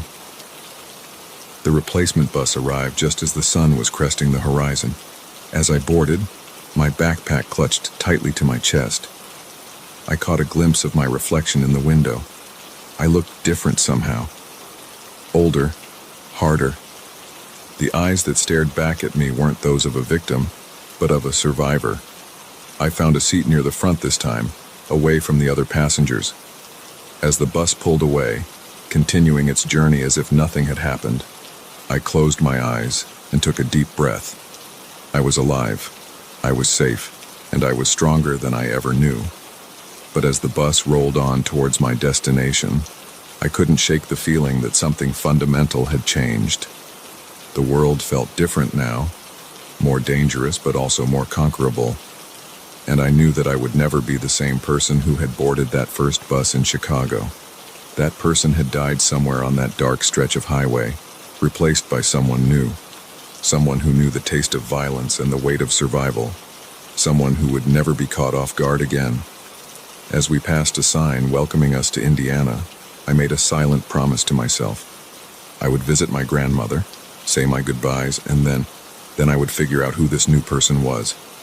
This person who could stare death in the face and come out the other side. Because one thing was certain, I couldn't go back to my old life. Not now. Not ever. The road ahead was uncertain, but for the first time in my life, I felt ready to face whatever it might bring. After all, I had faced the worst the night could offer, and I had won. Whatever came next, I would be ready. Be ready.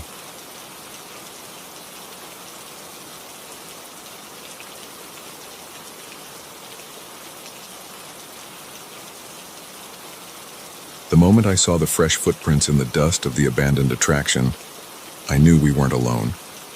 What had started as a thrilling urban exploration was about to become a nightmare none of us would ever forget. It was Sarah's idea to check out the old Paradise Park. She'd always been the adventurous one in our group, always pushing us to try new things, to step out of our comfort zones. When she showed us the pictures of the decaying amusement park just outside of town, overgrown and forgotten, how could we resist? There were 4 of us. Sarah, the daredevil, Mike, her boyfriend, always eager to impress her, Jess, my best friend since kindergarten, and me, Alex, the cautious one who somehow always got roped into these escapades. We arrived at Paradise Park just as the sun was setting, casting long shadows across the rusted gates and faded signs. The place had been closed for over a decade, left to rot after a series of accidents and financial troubles. Now it stood as a ghostly reminder of happier times, its once cheerful attractions turned eerie in the fading light. "This is awesome," Sarah whispered as we slipped through a gap in the fence. Her eyes were shining with excitement, and I couldn't help but feel a thrill of anticipation myself. We made our way down what used to be the main thoroughfare, our flashlights illuminating peeling paint and broken windows. The silence was oppressive, broken only by the crunch of gravel under our feet and the occasional creak of metal in the wind. "Let's check out the funhouse," Mike suggested, pointing to a dilapidated building with a faded clown face painted on the front. The clown's smile seemed more like a grimace now, its eyes dark and hollow. As we approached, I noticed something odd. The door, which should have been locked or at least difficult to open after years of disuse, swung open easily at Sarah's touch. Inside, our flashlights revealed a maze of mirrors, some cracked, others surprisingly intact. "Look at this," Jess called out, her voice echoing strangely in the enclosed space. She was pointing at the floor, where a clear set of footprints led through the dust. "Probably just some other explorers," Mike said, but he didn't sound convinced. We followed the footprints deeper into the funhouse, past warped mirrors that made our reflections stretch and contort in unsettling ways. The further we went, the more uneasy I felt. The footprints were fresh, the dust still unsettled around them. Suddenly, Sarah gasped. In one of the mirrors, just for a second, I saw a figure that wasn't one of us. It was tall, unnaturally so, with long, spindly limbs and a face hidden in shadow. By the time I turned around, it was gone. "Did you see that?" Sarah's voice was barely above a whisper. Before anyone could answer, we heard it. A laugh, high-pitched and unnatural, echoing through the funhouse. It didn't sound human. Panic set in. We turned to run, but in the maze of mirrors, it was hard to tell which way led out. Every turn seemed to bring us to another dead end, our own terrified reflections staring back at us. The laughter got closer, interspersed now with the sound of footsteps. Not the shuffle of someone walking, but the quick, erratic patter of something scurrying on too many legs. "There!" Mike shouted, pointing to a sliver of moonlight. We'd found the exit. We burst out of the funhouse, gasping for air, but our relief was short-lived. As our eyes adjusted to the darkness, we realized the entire park had changed. The rides, which had been still and lifeless when we entered, were now moving. The rusty Ferris wheel creaked as it turned, empty seats swinging in the breeze. The merry-go-round spun, its painted horses frozen in an eternal gallop. And there were sounds, calliope music, tinny and off-key, and the distant shouts and laughter of a crowd that wasn't there. "We need to get out of here," Jess said, her voice shaking. None of us argued. We ran towards the entrance, but it seemed to get no closer. The paths twisted and turned in ways they hadn't before, leading us deeper into the park instead of out. As we passed the carousel, I saw something that made my blood run cold. The horses weren't empty. Shadowy figures sat astride them, their features indistinct, but their eyes glowing with an otherworldly light. One of them turned to look at me, its mouth opening in a silent scream. I ran faster. We found ourselves in front of the old roller coaster, its wooden structure looming above us like the skeleton of some great beast. The cars were moving along the track, the clack, clack, clack of their ascent echoing in the night. "In here," Sarah said, pointing to a maintenance door at the base of the coaster. It was our only option. Behind us, we could hear the scurrying footsteps getting closer. The door opened into a dark tunnel that seemed to lead under the coaster. We plunged in, our flashlights barely penetrating the gloom. The air was thick with dust and the smell of decay. We hadn't gone far when we heard the door slam shut behind us. The sound of a lock clicking into place echoed in the confined space. "No, no, no," Mike muttered, running back to the door, but it wouldn't budge. That's when we heard the voice. It came from everywhere and nowhere at once, a sound that seemed to bypass our ears and speak directly into our minds.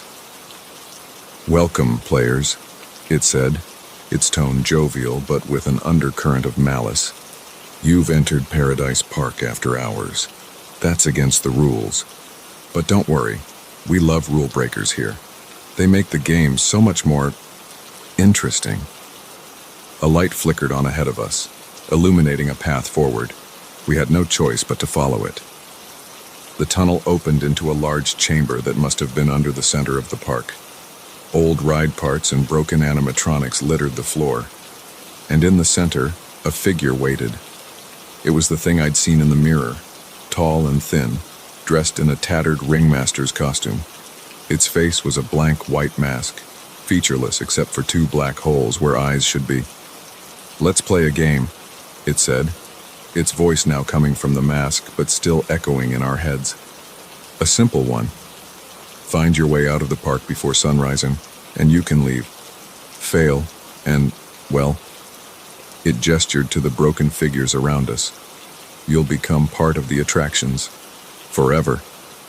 With a laugh that sent chills down my spine, the figure vanished, leaving us alone in the cavernous space. We spent what felt like hours searching for a way out, navigating through dark tunnels and emerging into different parts of the park.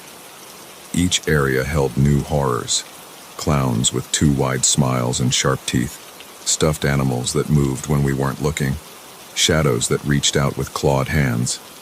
We lost Mike in the Hall of Mirrors. His screams suddenly cut short as he rounded a corner.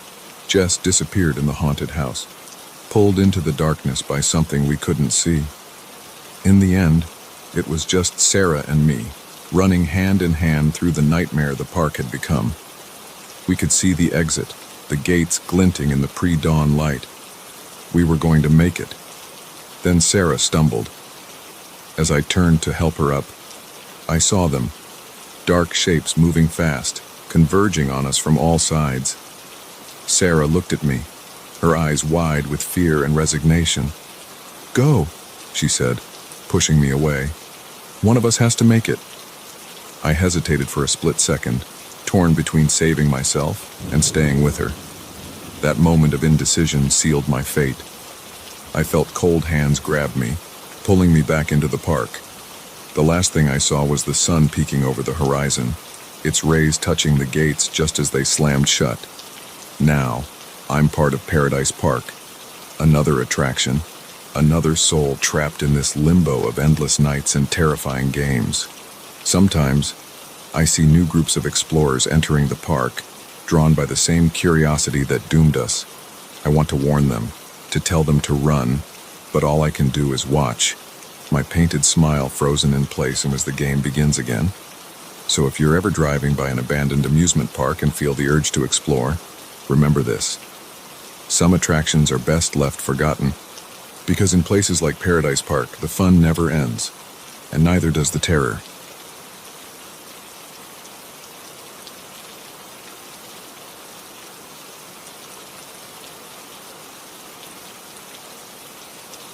The moment I overheard them talking about and covering up the mess, I knew this wasn't going to be an ordinary night shift at the diner, but I had no idea just how deep into danger I was about to fall.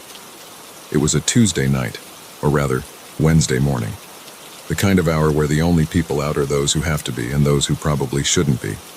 I'd been working the graveyard shift at Mel's 24-hour diner for about 6 months, and I thought I'd seen it all. Drunks stumbling in for greasy food to soak up the alcohol, truckers stopping for coffee strong enough to strip paint, the occasional group of teenagers, high on freedom and lack of sleep. But the two men who walked in at 2:37 a.m. were different. I noticed it right away. They were too alert, too focused for that time of night. One was tall and lean, with close-cropped hair and eyes that never stopped moving. The other was shorter, stockier, with hands that looked like they could bend steel. They sat in a booth near the back, as far from the windows as possible. I grabbed my notepad and approached their table. "Welcome to Mel's. What can I get for you, gentlemen?" The tall one smiled, but it didn't reach his eyes. "Just coffee for now, sweetheart. Black." I nodded and turned to get their order, trying to ignore the way the stocky one was staring at me. Something about them set my teeth on edge. As I poured their coffee, I could hear them talking in low, urgent tones. I couldn't make out most of it, but a few phrases jumped out at me. "Need to get rid of it tonight. Boss won't be happy if we screw this up. Dump it in the river, no one will find." I nearly dropped the coffee pot. Were they talking about what I thought they were talking about? I took a deep breath, steadied my hands, and brought their coffee over. As I set the mugs down, the tall one stopped mid-sentence. They both looked up at me, and I felt a chill run down my spine. Did they know I'd overheard them? "Anything else I can get you?" I asked, proud of how steady my voice sounded. The stocky one grunted and shook his head. The tall one kept staring at me for a moment longer before saying, "We're good for now." I nodded and walked back to the counter, my heart pounding. What should I do? Call the police. But what would I tell them? That I overheard a suspicious conversation? They'd laugh me off the phone. I busied myself with wiping down the already clean counter, trying to look like I wasn't paying attention to them. But every nerve in my body was on high alert. They stayed for almost an hour, talking in those same low tones.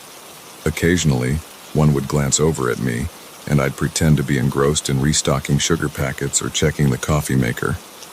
Finally, they stood to leave. The tall one tossed some bills on the table and they headed for the door. As they passed the counter, he paused and turned to me. "You have a good night now," he said, his voice friendly, but his eyes cold.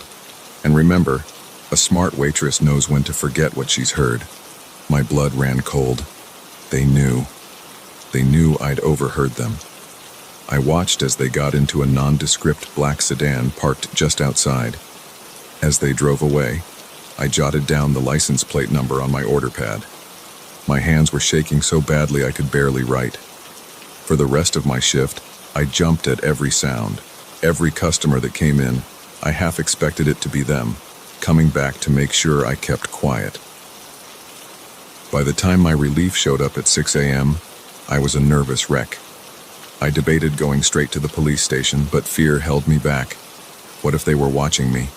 What if they had connections in the police department? In a small town like ours, it wasn't unheard of. Instead, I went home and tried to sleep.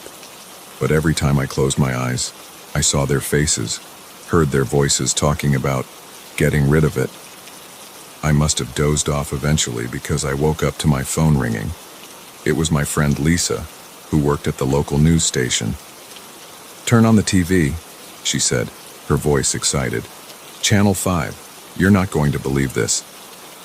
I fumbled for the remote and flipped to the news. The headline made my heart stop. "Local business mogul found dead in river." The newscaster was talking about how Gerald Hawkins, owner of half the businesses in town, had been found floating in the river early that morning. The police were treating it as a suspicious death. As they showed a picture of Hawkins, I recognized him immediately. He was the boss the men at the diner had mentioned. My mind was racing. I had overheard a murder being planned and covered up, and the killers knew that I knew. I called in sick to work and spent the day pacing my small apartment, jumping at every sound. Should I go to the police? But what proof did I have? Just my word against theirs. And for all I knew, they could have the cops in their pocket. As night fell, I made a decision. I couldn't just sit here and do nothing. I had to find out more. I drove to the diner, parking a block away and walking the rest of the distance. The place was busier than usual, people gathering to gossip about the big news. I slipped in through the back, nodding to the cook as if I was there for my shift. I made my way to the office, my heart pounding. If there was any evidence of what had happened, it would be in Mel's safe. He kept recordings from the security cameras in there. The office was empty, thankfully. I knew the combination to the safe. Mel wasn't exactly security conscious. Inside, I found stacks of cash, some paperwork, and a box of USB drives labeled with dates. I grabbed the one from last night and was about to leave when I heard voices approaching. Panicking, I ducked into the supply closet, pulling the door shut just as someone entered the office. Through the slats in the door, I could see Mel and the tall man from last night. My blood ran cold. "I appreciate your cooperation, Mel," the tall man was saying. "It's always good to have friends in low places." Mel chuckled nervously. "Happy to help. But, about that waitress. Don't worry about her," the tall man said, his voice chilling. "We'll take care of it." They left the office, and I waited a few more minutes before slipping out. My mind was reeling. Mel was involved somehow, and they were coming for me. I ran to my car, the USB drive clutched tightly in my hand. As I drove home, I kept checking my rearview mirror, convinced I was being followed. Back in my apartment, I plugged the drive into my laptop. The video quality wasn't great, but it was clear enough. I watched as the two men entered the diner, sat down, had their conversation, and then I saw something that made my blood run cold. After they left, Mel came out of the back office. He walked to their table, picked up something they had left behind, a small, bloody knife, and took it back to the office. Mel was involved. He was helping them cover up a murder. I sat there, staring at the screen, my mind racing. What should I do now? I had evidence, but going to the police still felt risky. And now I knew that Mel, someone I had trusted, was involved. A knock at my door made me jump. "Sarah? It's Mel. Can we talk?" My heart was pounding so hard I thought it might burst out of my chest. How had he found me? What did he want? I looked around frantically for a way out, but there was only the door and the window, and I was 3 stories up. "Sarah, I know you were at the diner tonight. We need to talk about what you saw." His voice was friendly, but I could hear an edge to it. He knew I knew. I grabbed my phone and the USB drive, looking around for anything I could use as a weapon. The knocking became more insistent. "Sarah, open the door. We can work this out." I made a split-second decision. I couldn't stay here. I opened the window as quietly as I could and looked down. There was a dumpster below, filled with trash bags. It was risky, but it was my only option. Just as I heard the sound of a key in the lock. Mel must have a master key for all his employees' departments. I took a deep breath and jumped. I landed hard, the trash bags cushioning my fall, but not enough to prevent a jolt of pain shooting up my leg. I scrambled out of the dumpster just as I heard Mel's voice from above. "She's running. Get her." I ran like I'd never run before, ignoring the pain in my leg, clutching the USB drive like it was a lifeline. Because in a way, it was. It was the only proof I had of what I'd seen and heard. As I ran through the dark streets, my mind was racing. Where could I go? Who could I trust? One thing was clear. My life as I knew it was over. I was in deep, deeper than I'd ever imagined possible. And all because I'd picked up an extra shift at a 24-hour diner.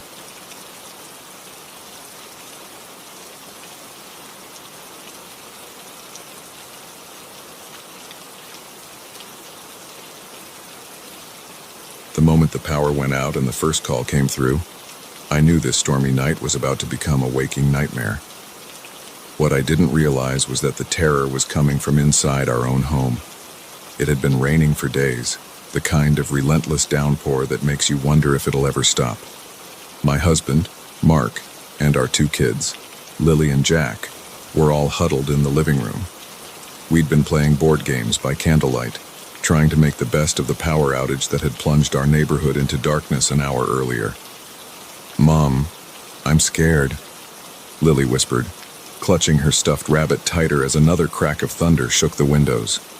I pulled her close, running my fingers through her hair. "It's okay, sweetie.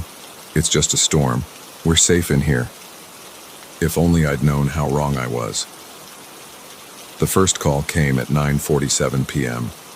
Our landline rarely rang these days, but we kept it for emergencies. When it trilled in the darkness, we all jumped. Mark answered, his face illuminated by the flickering candlelight. "Hello?" I watched as his expression changed from confusion to concern. "There's no one here by that name," he said, then paused, listening. "No, I think you have the wrong number." He hung up, shaking his head. Weird. Some guy asking for someone named Sarah. Sounded pretty upset. I shrugged it off. Wrong numbers happen, especially during storms when cell service gets spotty. We went back to our game, but the comfortable atmosphere had shifted. The darkness outside our windows seemed deeper, more menacing. 10 minutes later, the phone rang again. This time I answered. "Hello?" Heavy breathing on the other end. Then a man's voice, low and urgent. "I can see you." A chill ran down my spine. "Excuse me?" In the living room, blue sweater. You should really close your curtains. I whirled around, staring at the windows. Our curtains were open, the glass black mirrors reflecting our candle-lit faces back at us. For a second, I thought I saw movement outside, but it was gone so fast I couldn't be sure. "Who is this?" I demanded, my voice shaking. "Stop calling here or I'm calling the police." A chuckle, then the line went dead. Mark was on his feet now, moving to close the curtains. "What was that about?" I told him, watching as his face paled. He checked all the doors and windows while I held the kids close, trying to calm my racing heart. "It's just some sick prank," Mark said, but I could hear the doubt in his voice. "Let's try to get some sleep. I'm sure the power will be back on by morning." We settled the kids in their room, leaving a candle burning in the hallway.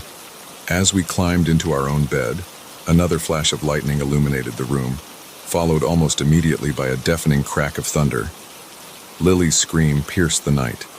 I rushed to her room, finding her sitting up in bed, tears streaming down her face. "There's someone at the window," she sobbed.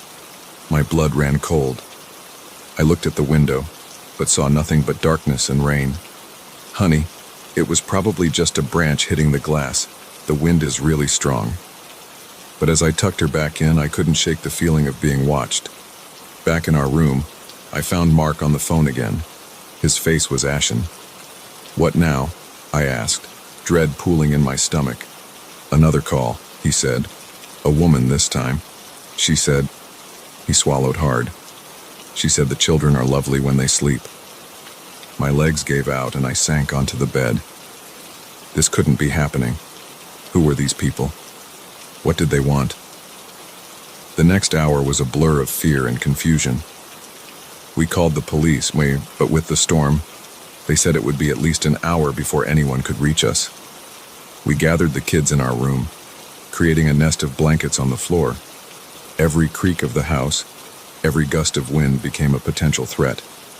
The phone kept ringing. Sometimes it was heavy breathing, sometimes whispered threats. Each call revealed something about our movements, proving that whoever it was could see us. The boys' Pokemon pajamas are cute. Your husband looks worried. He should be. That candle won't keep the darkness away for long. We unplugged the landline, but then the calls started coming to our cell phones. Numbers we didn't recognize, some local, some from far away. At 11:23 p.m., a text came through on my phone, a picture of our house, taken from the street. It was dark, grainy, but unmistakably our home. The message below it turned my blood to ice. "We're coming in now, try to make it fun for us." Mark grabbed the kids and we huddled in the back of our closet. I could hear Lily whimpering, Jack's ragged breathing. Mark had found an old baseball bat, and he gripped it tightly, his knuckles white. Minutes ticked by, each one an eternity. We strained our ears for any sound of intrusion, but there was nothing but the storm. Then, a creak. Footsteps, slow and deliberate, moving through the house. I clamped my hand over Lily's mouth to stifle her sob. Mark tensed, raising the bat. The footsteps grew closer. They were in our bedroom now. I could see a sliver of light under the closet door, moving, shifting. The doorknob turned slowly. I closed my eyes, pulling the kids closer. The door flew open. Surprise! Light flooded the closet. I opened my eyes, blinking in confusion. There, standing in the doorway, was my sister Rachel, holding a cake. Behind her, a crowd of familiar faces. Friends, family, all wearing party hats and holding balloons. "Happy birthday, sis," Rachel grinned. "Got you good, didn't we?" I stared, uncomprehending. Birthday. It wasn't my... And then it hit me. It was after midnight. It was my birthday. As understanding dawned, emotions warred within me. Relief that we weren't in danger. Anger at the cruel prank. Confusion about how they had pulled it off. Mark lowered the bat, looking as shell-shocked as I felt. The kids, realizing there was no danger, began to giggle nervously. Rachel's smile faltered as she took in our terrified expressions. "Hey, are you okay? It was just a joke." We didn't mean to scare you that bad. I stood up on shaky legs. A joke? Do you have any idea what you put us through? We thought we were going to die. The partygoers in the bedroom shifted uncomfortably. Someone coughed. Rachel set down the cake, her face etched with concern. Whoa, calm down. It was Mark's idea. He said you'd always wanted a surprise party, but you were too smart to fall for the usual tricks. He came up with the whole thing. I turned to Mark, who had the decency to look ashamed. You planned this. He nodded slowly. I'm so sorry, honey. I never meant for it to go this far. It was just supposed to be a little scary, and then funny. But when I saw how frightened you were, I didn't know how to stop it. The adrenaline that had been coursing through my veins for hours suddenly drained away, leaving me feeling hollow and exhausted. I sank onto the bed, my mind reeling. As the full story came out, I learned that Mark had enlisted our friends and family to help with the elaborate ruse. The power outage was faked, limited to just our house. The phone calls were all from people we knew, reading from scripts Mark had prepared. Even the photo of our house had been taken days ago and saved for the prank. They had all thought it was a harmless joke, a way to create an unforgettable surprise. None of them had realized just how terrified we'd become. In the aftermath, as our guests awkwardly ate cake and made stilted conversation, I found myself in a daze. The fear had been real, even if the threat wasn't. Those hours of terror had changed something in me, opened my eyes to how vulnerable we really were. As the last guest left, promising to call tomorrow, Mark approached me cautiously. Can you ever forgive me? He asked, his voice small and uncertain. I looked at him, this man I thought I knew so well, and felt a flicker of something I'd never felt before, distrust. I don't know, I answered honestly. I really don't know. That night, as I lay awake in bed, listening to the real storm that had continued to rage outside, I couldn't shake the feeling that something fundamental had shifted. The safety and security I'd always felt in my home, in my relationships, had been shattered. And as I drifted into an uneasy sleep, one thought kept circling in my mind. If the people closest to me could convince me I was in mortal danger, what else might they be capable of? The surprise party was over, but I had a feeling the real surprises were just beginning.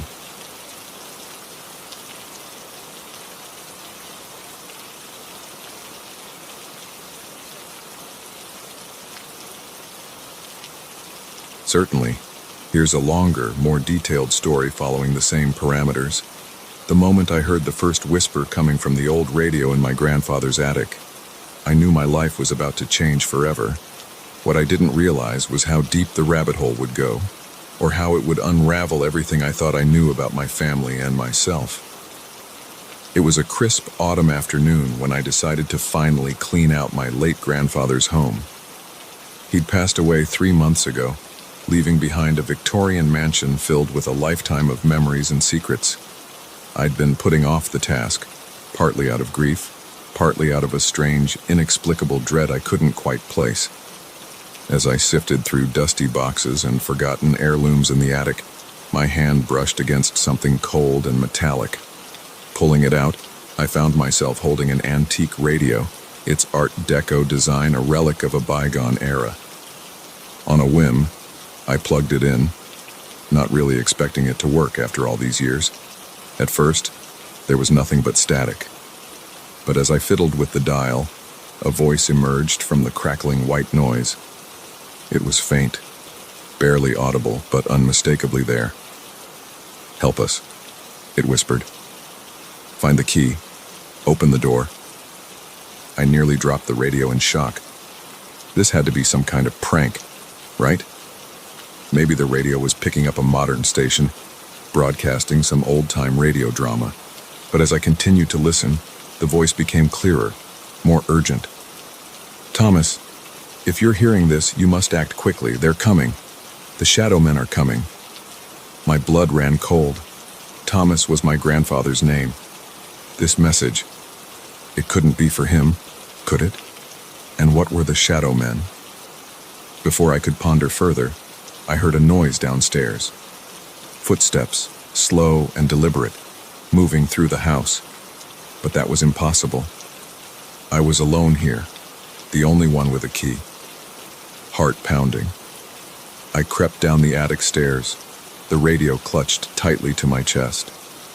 The house was eerily quiet now, the footsteps gone.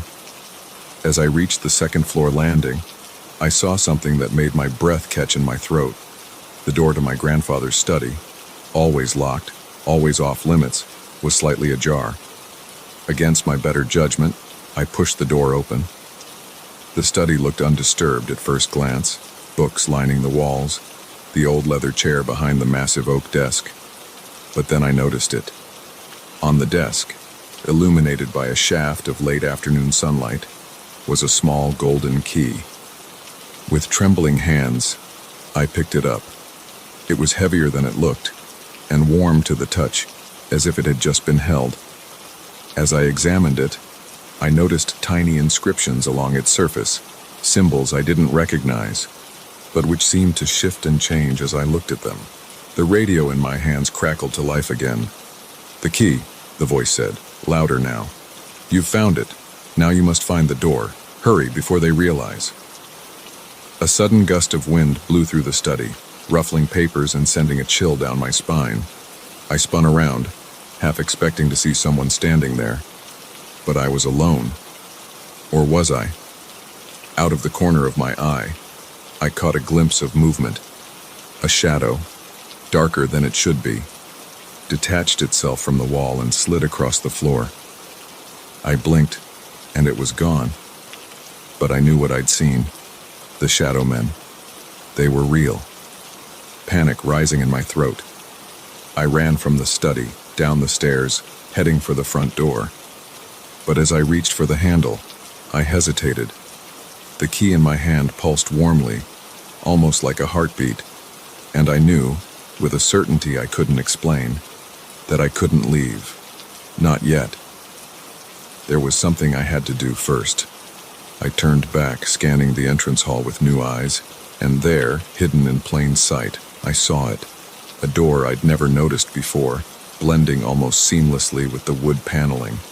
At its center was a small, ornate keyhole. With shaking hands, I inserted the golden key. It fit perfectly. As I turned it, I heard a series of clicks, like tumblers falling into place. The door swung open silently, revealing a set of stairs leading down into darkness. The radio whispered once more. "Quickly now.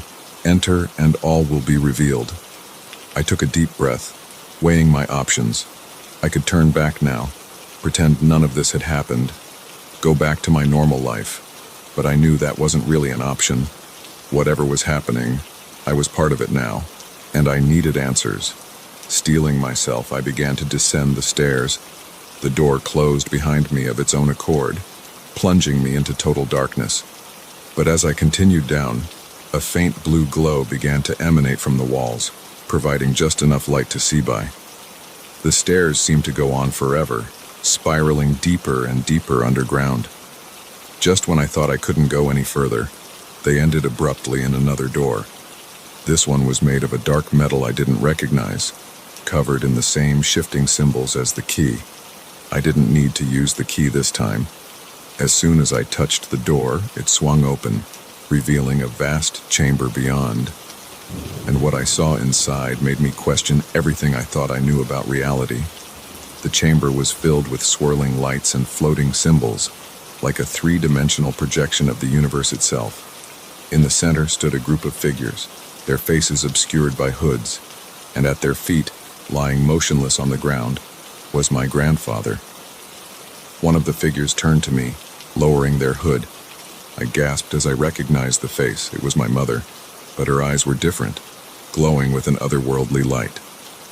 "Welcome, child," she said, her voice echoing with power. "We've been expecting you."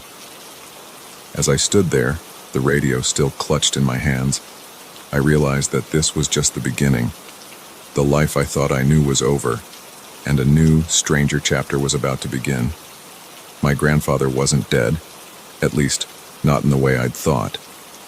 My mother wasn't who I'd always believed her to be. And I was part of something much bigger than I could have ever imagined. The figure that looked like my mother extended her hand. "It's time for you to learn the truth about your heritage, about the war we've been fighting in the shadows for centuries." I hesitated for a moment, my mind reeling from everything I'd seen and heard. But then I thought of the Shadowmen, of the urgency in the radio's whispers. Whatever was happening, whatever secrets my family had been keeping, I needed to know. I took her hand, and as I did, the chamber around us began to shift and change.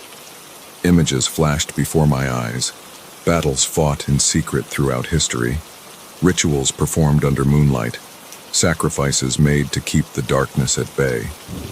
I saw my ancestors, generation after generation, playing their part in this hidden war, and I saw my own face, reflected in a shimmering pool of light. But it wasn't quite me. This version was older, scarred, with eyes that had seen too much. A possible future, I realized, a future I could choose to embrace or reject. As the visions faded, I found myself back in the chamber, surrounded by the hooded figures. My mother, or the being that looked like her, smiled. "Now you know," she said. "The choice is yours. Will you take up the mantle, continue the fight, or will you turn away, try to forget what you've seen?" I looked around the chamber, at the swirling lights and ancient symbols. I thought of the Shadowmen, of the whispers from the radio, of the life I'd lived in ignorance for so long, and I knew there was only one choice I could make. "I'm in," I said, my voice stronger than I felt. "Tell me what I need to do." As the words left my mouth, I felt a shift in the air. The hooded figures bowed their heads, and my grandfather stirred, opening his eyes for the first time. "And so it begins," he said, his voice weak but filled with pride. "The next chapter in our family's legacy." I took a deep breath, squaring my shoulders. Whatever came next, whatever battles lay ahead, I was ready.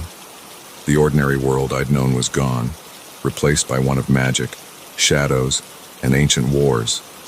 But I wasn't afraid, not anymore, because now, finally, I knew who I was meant to be.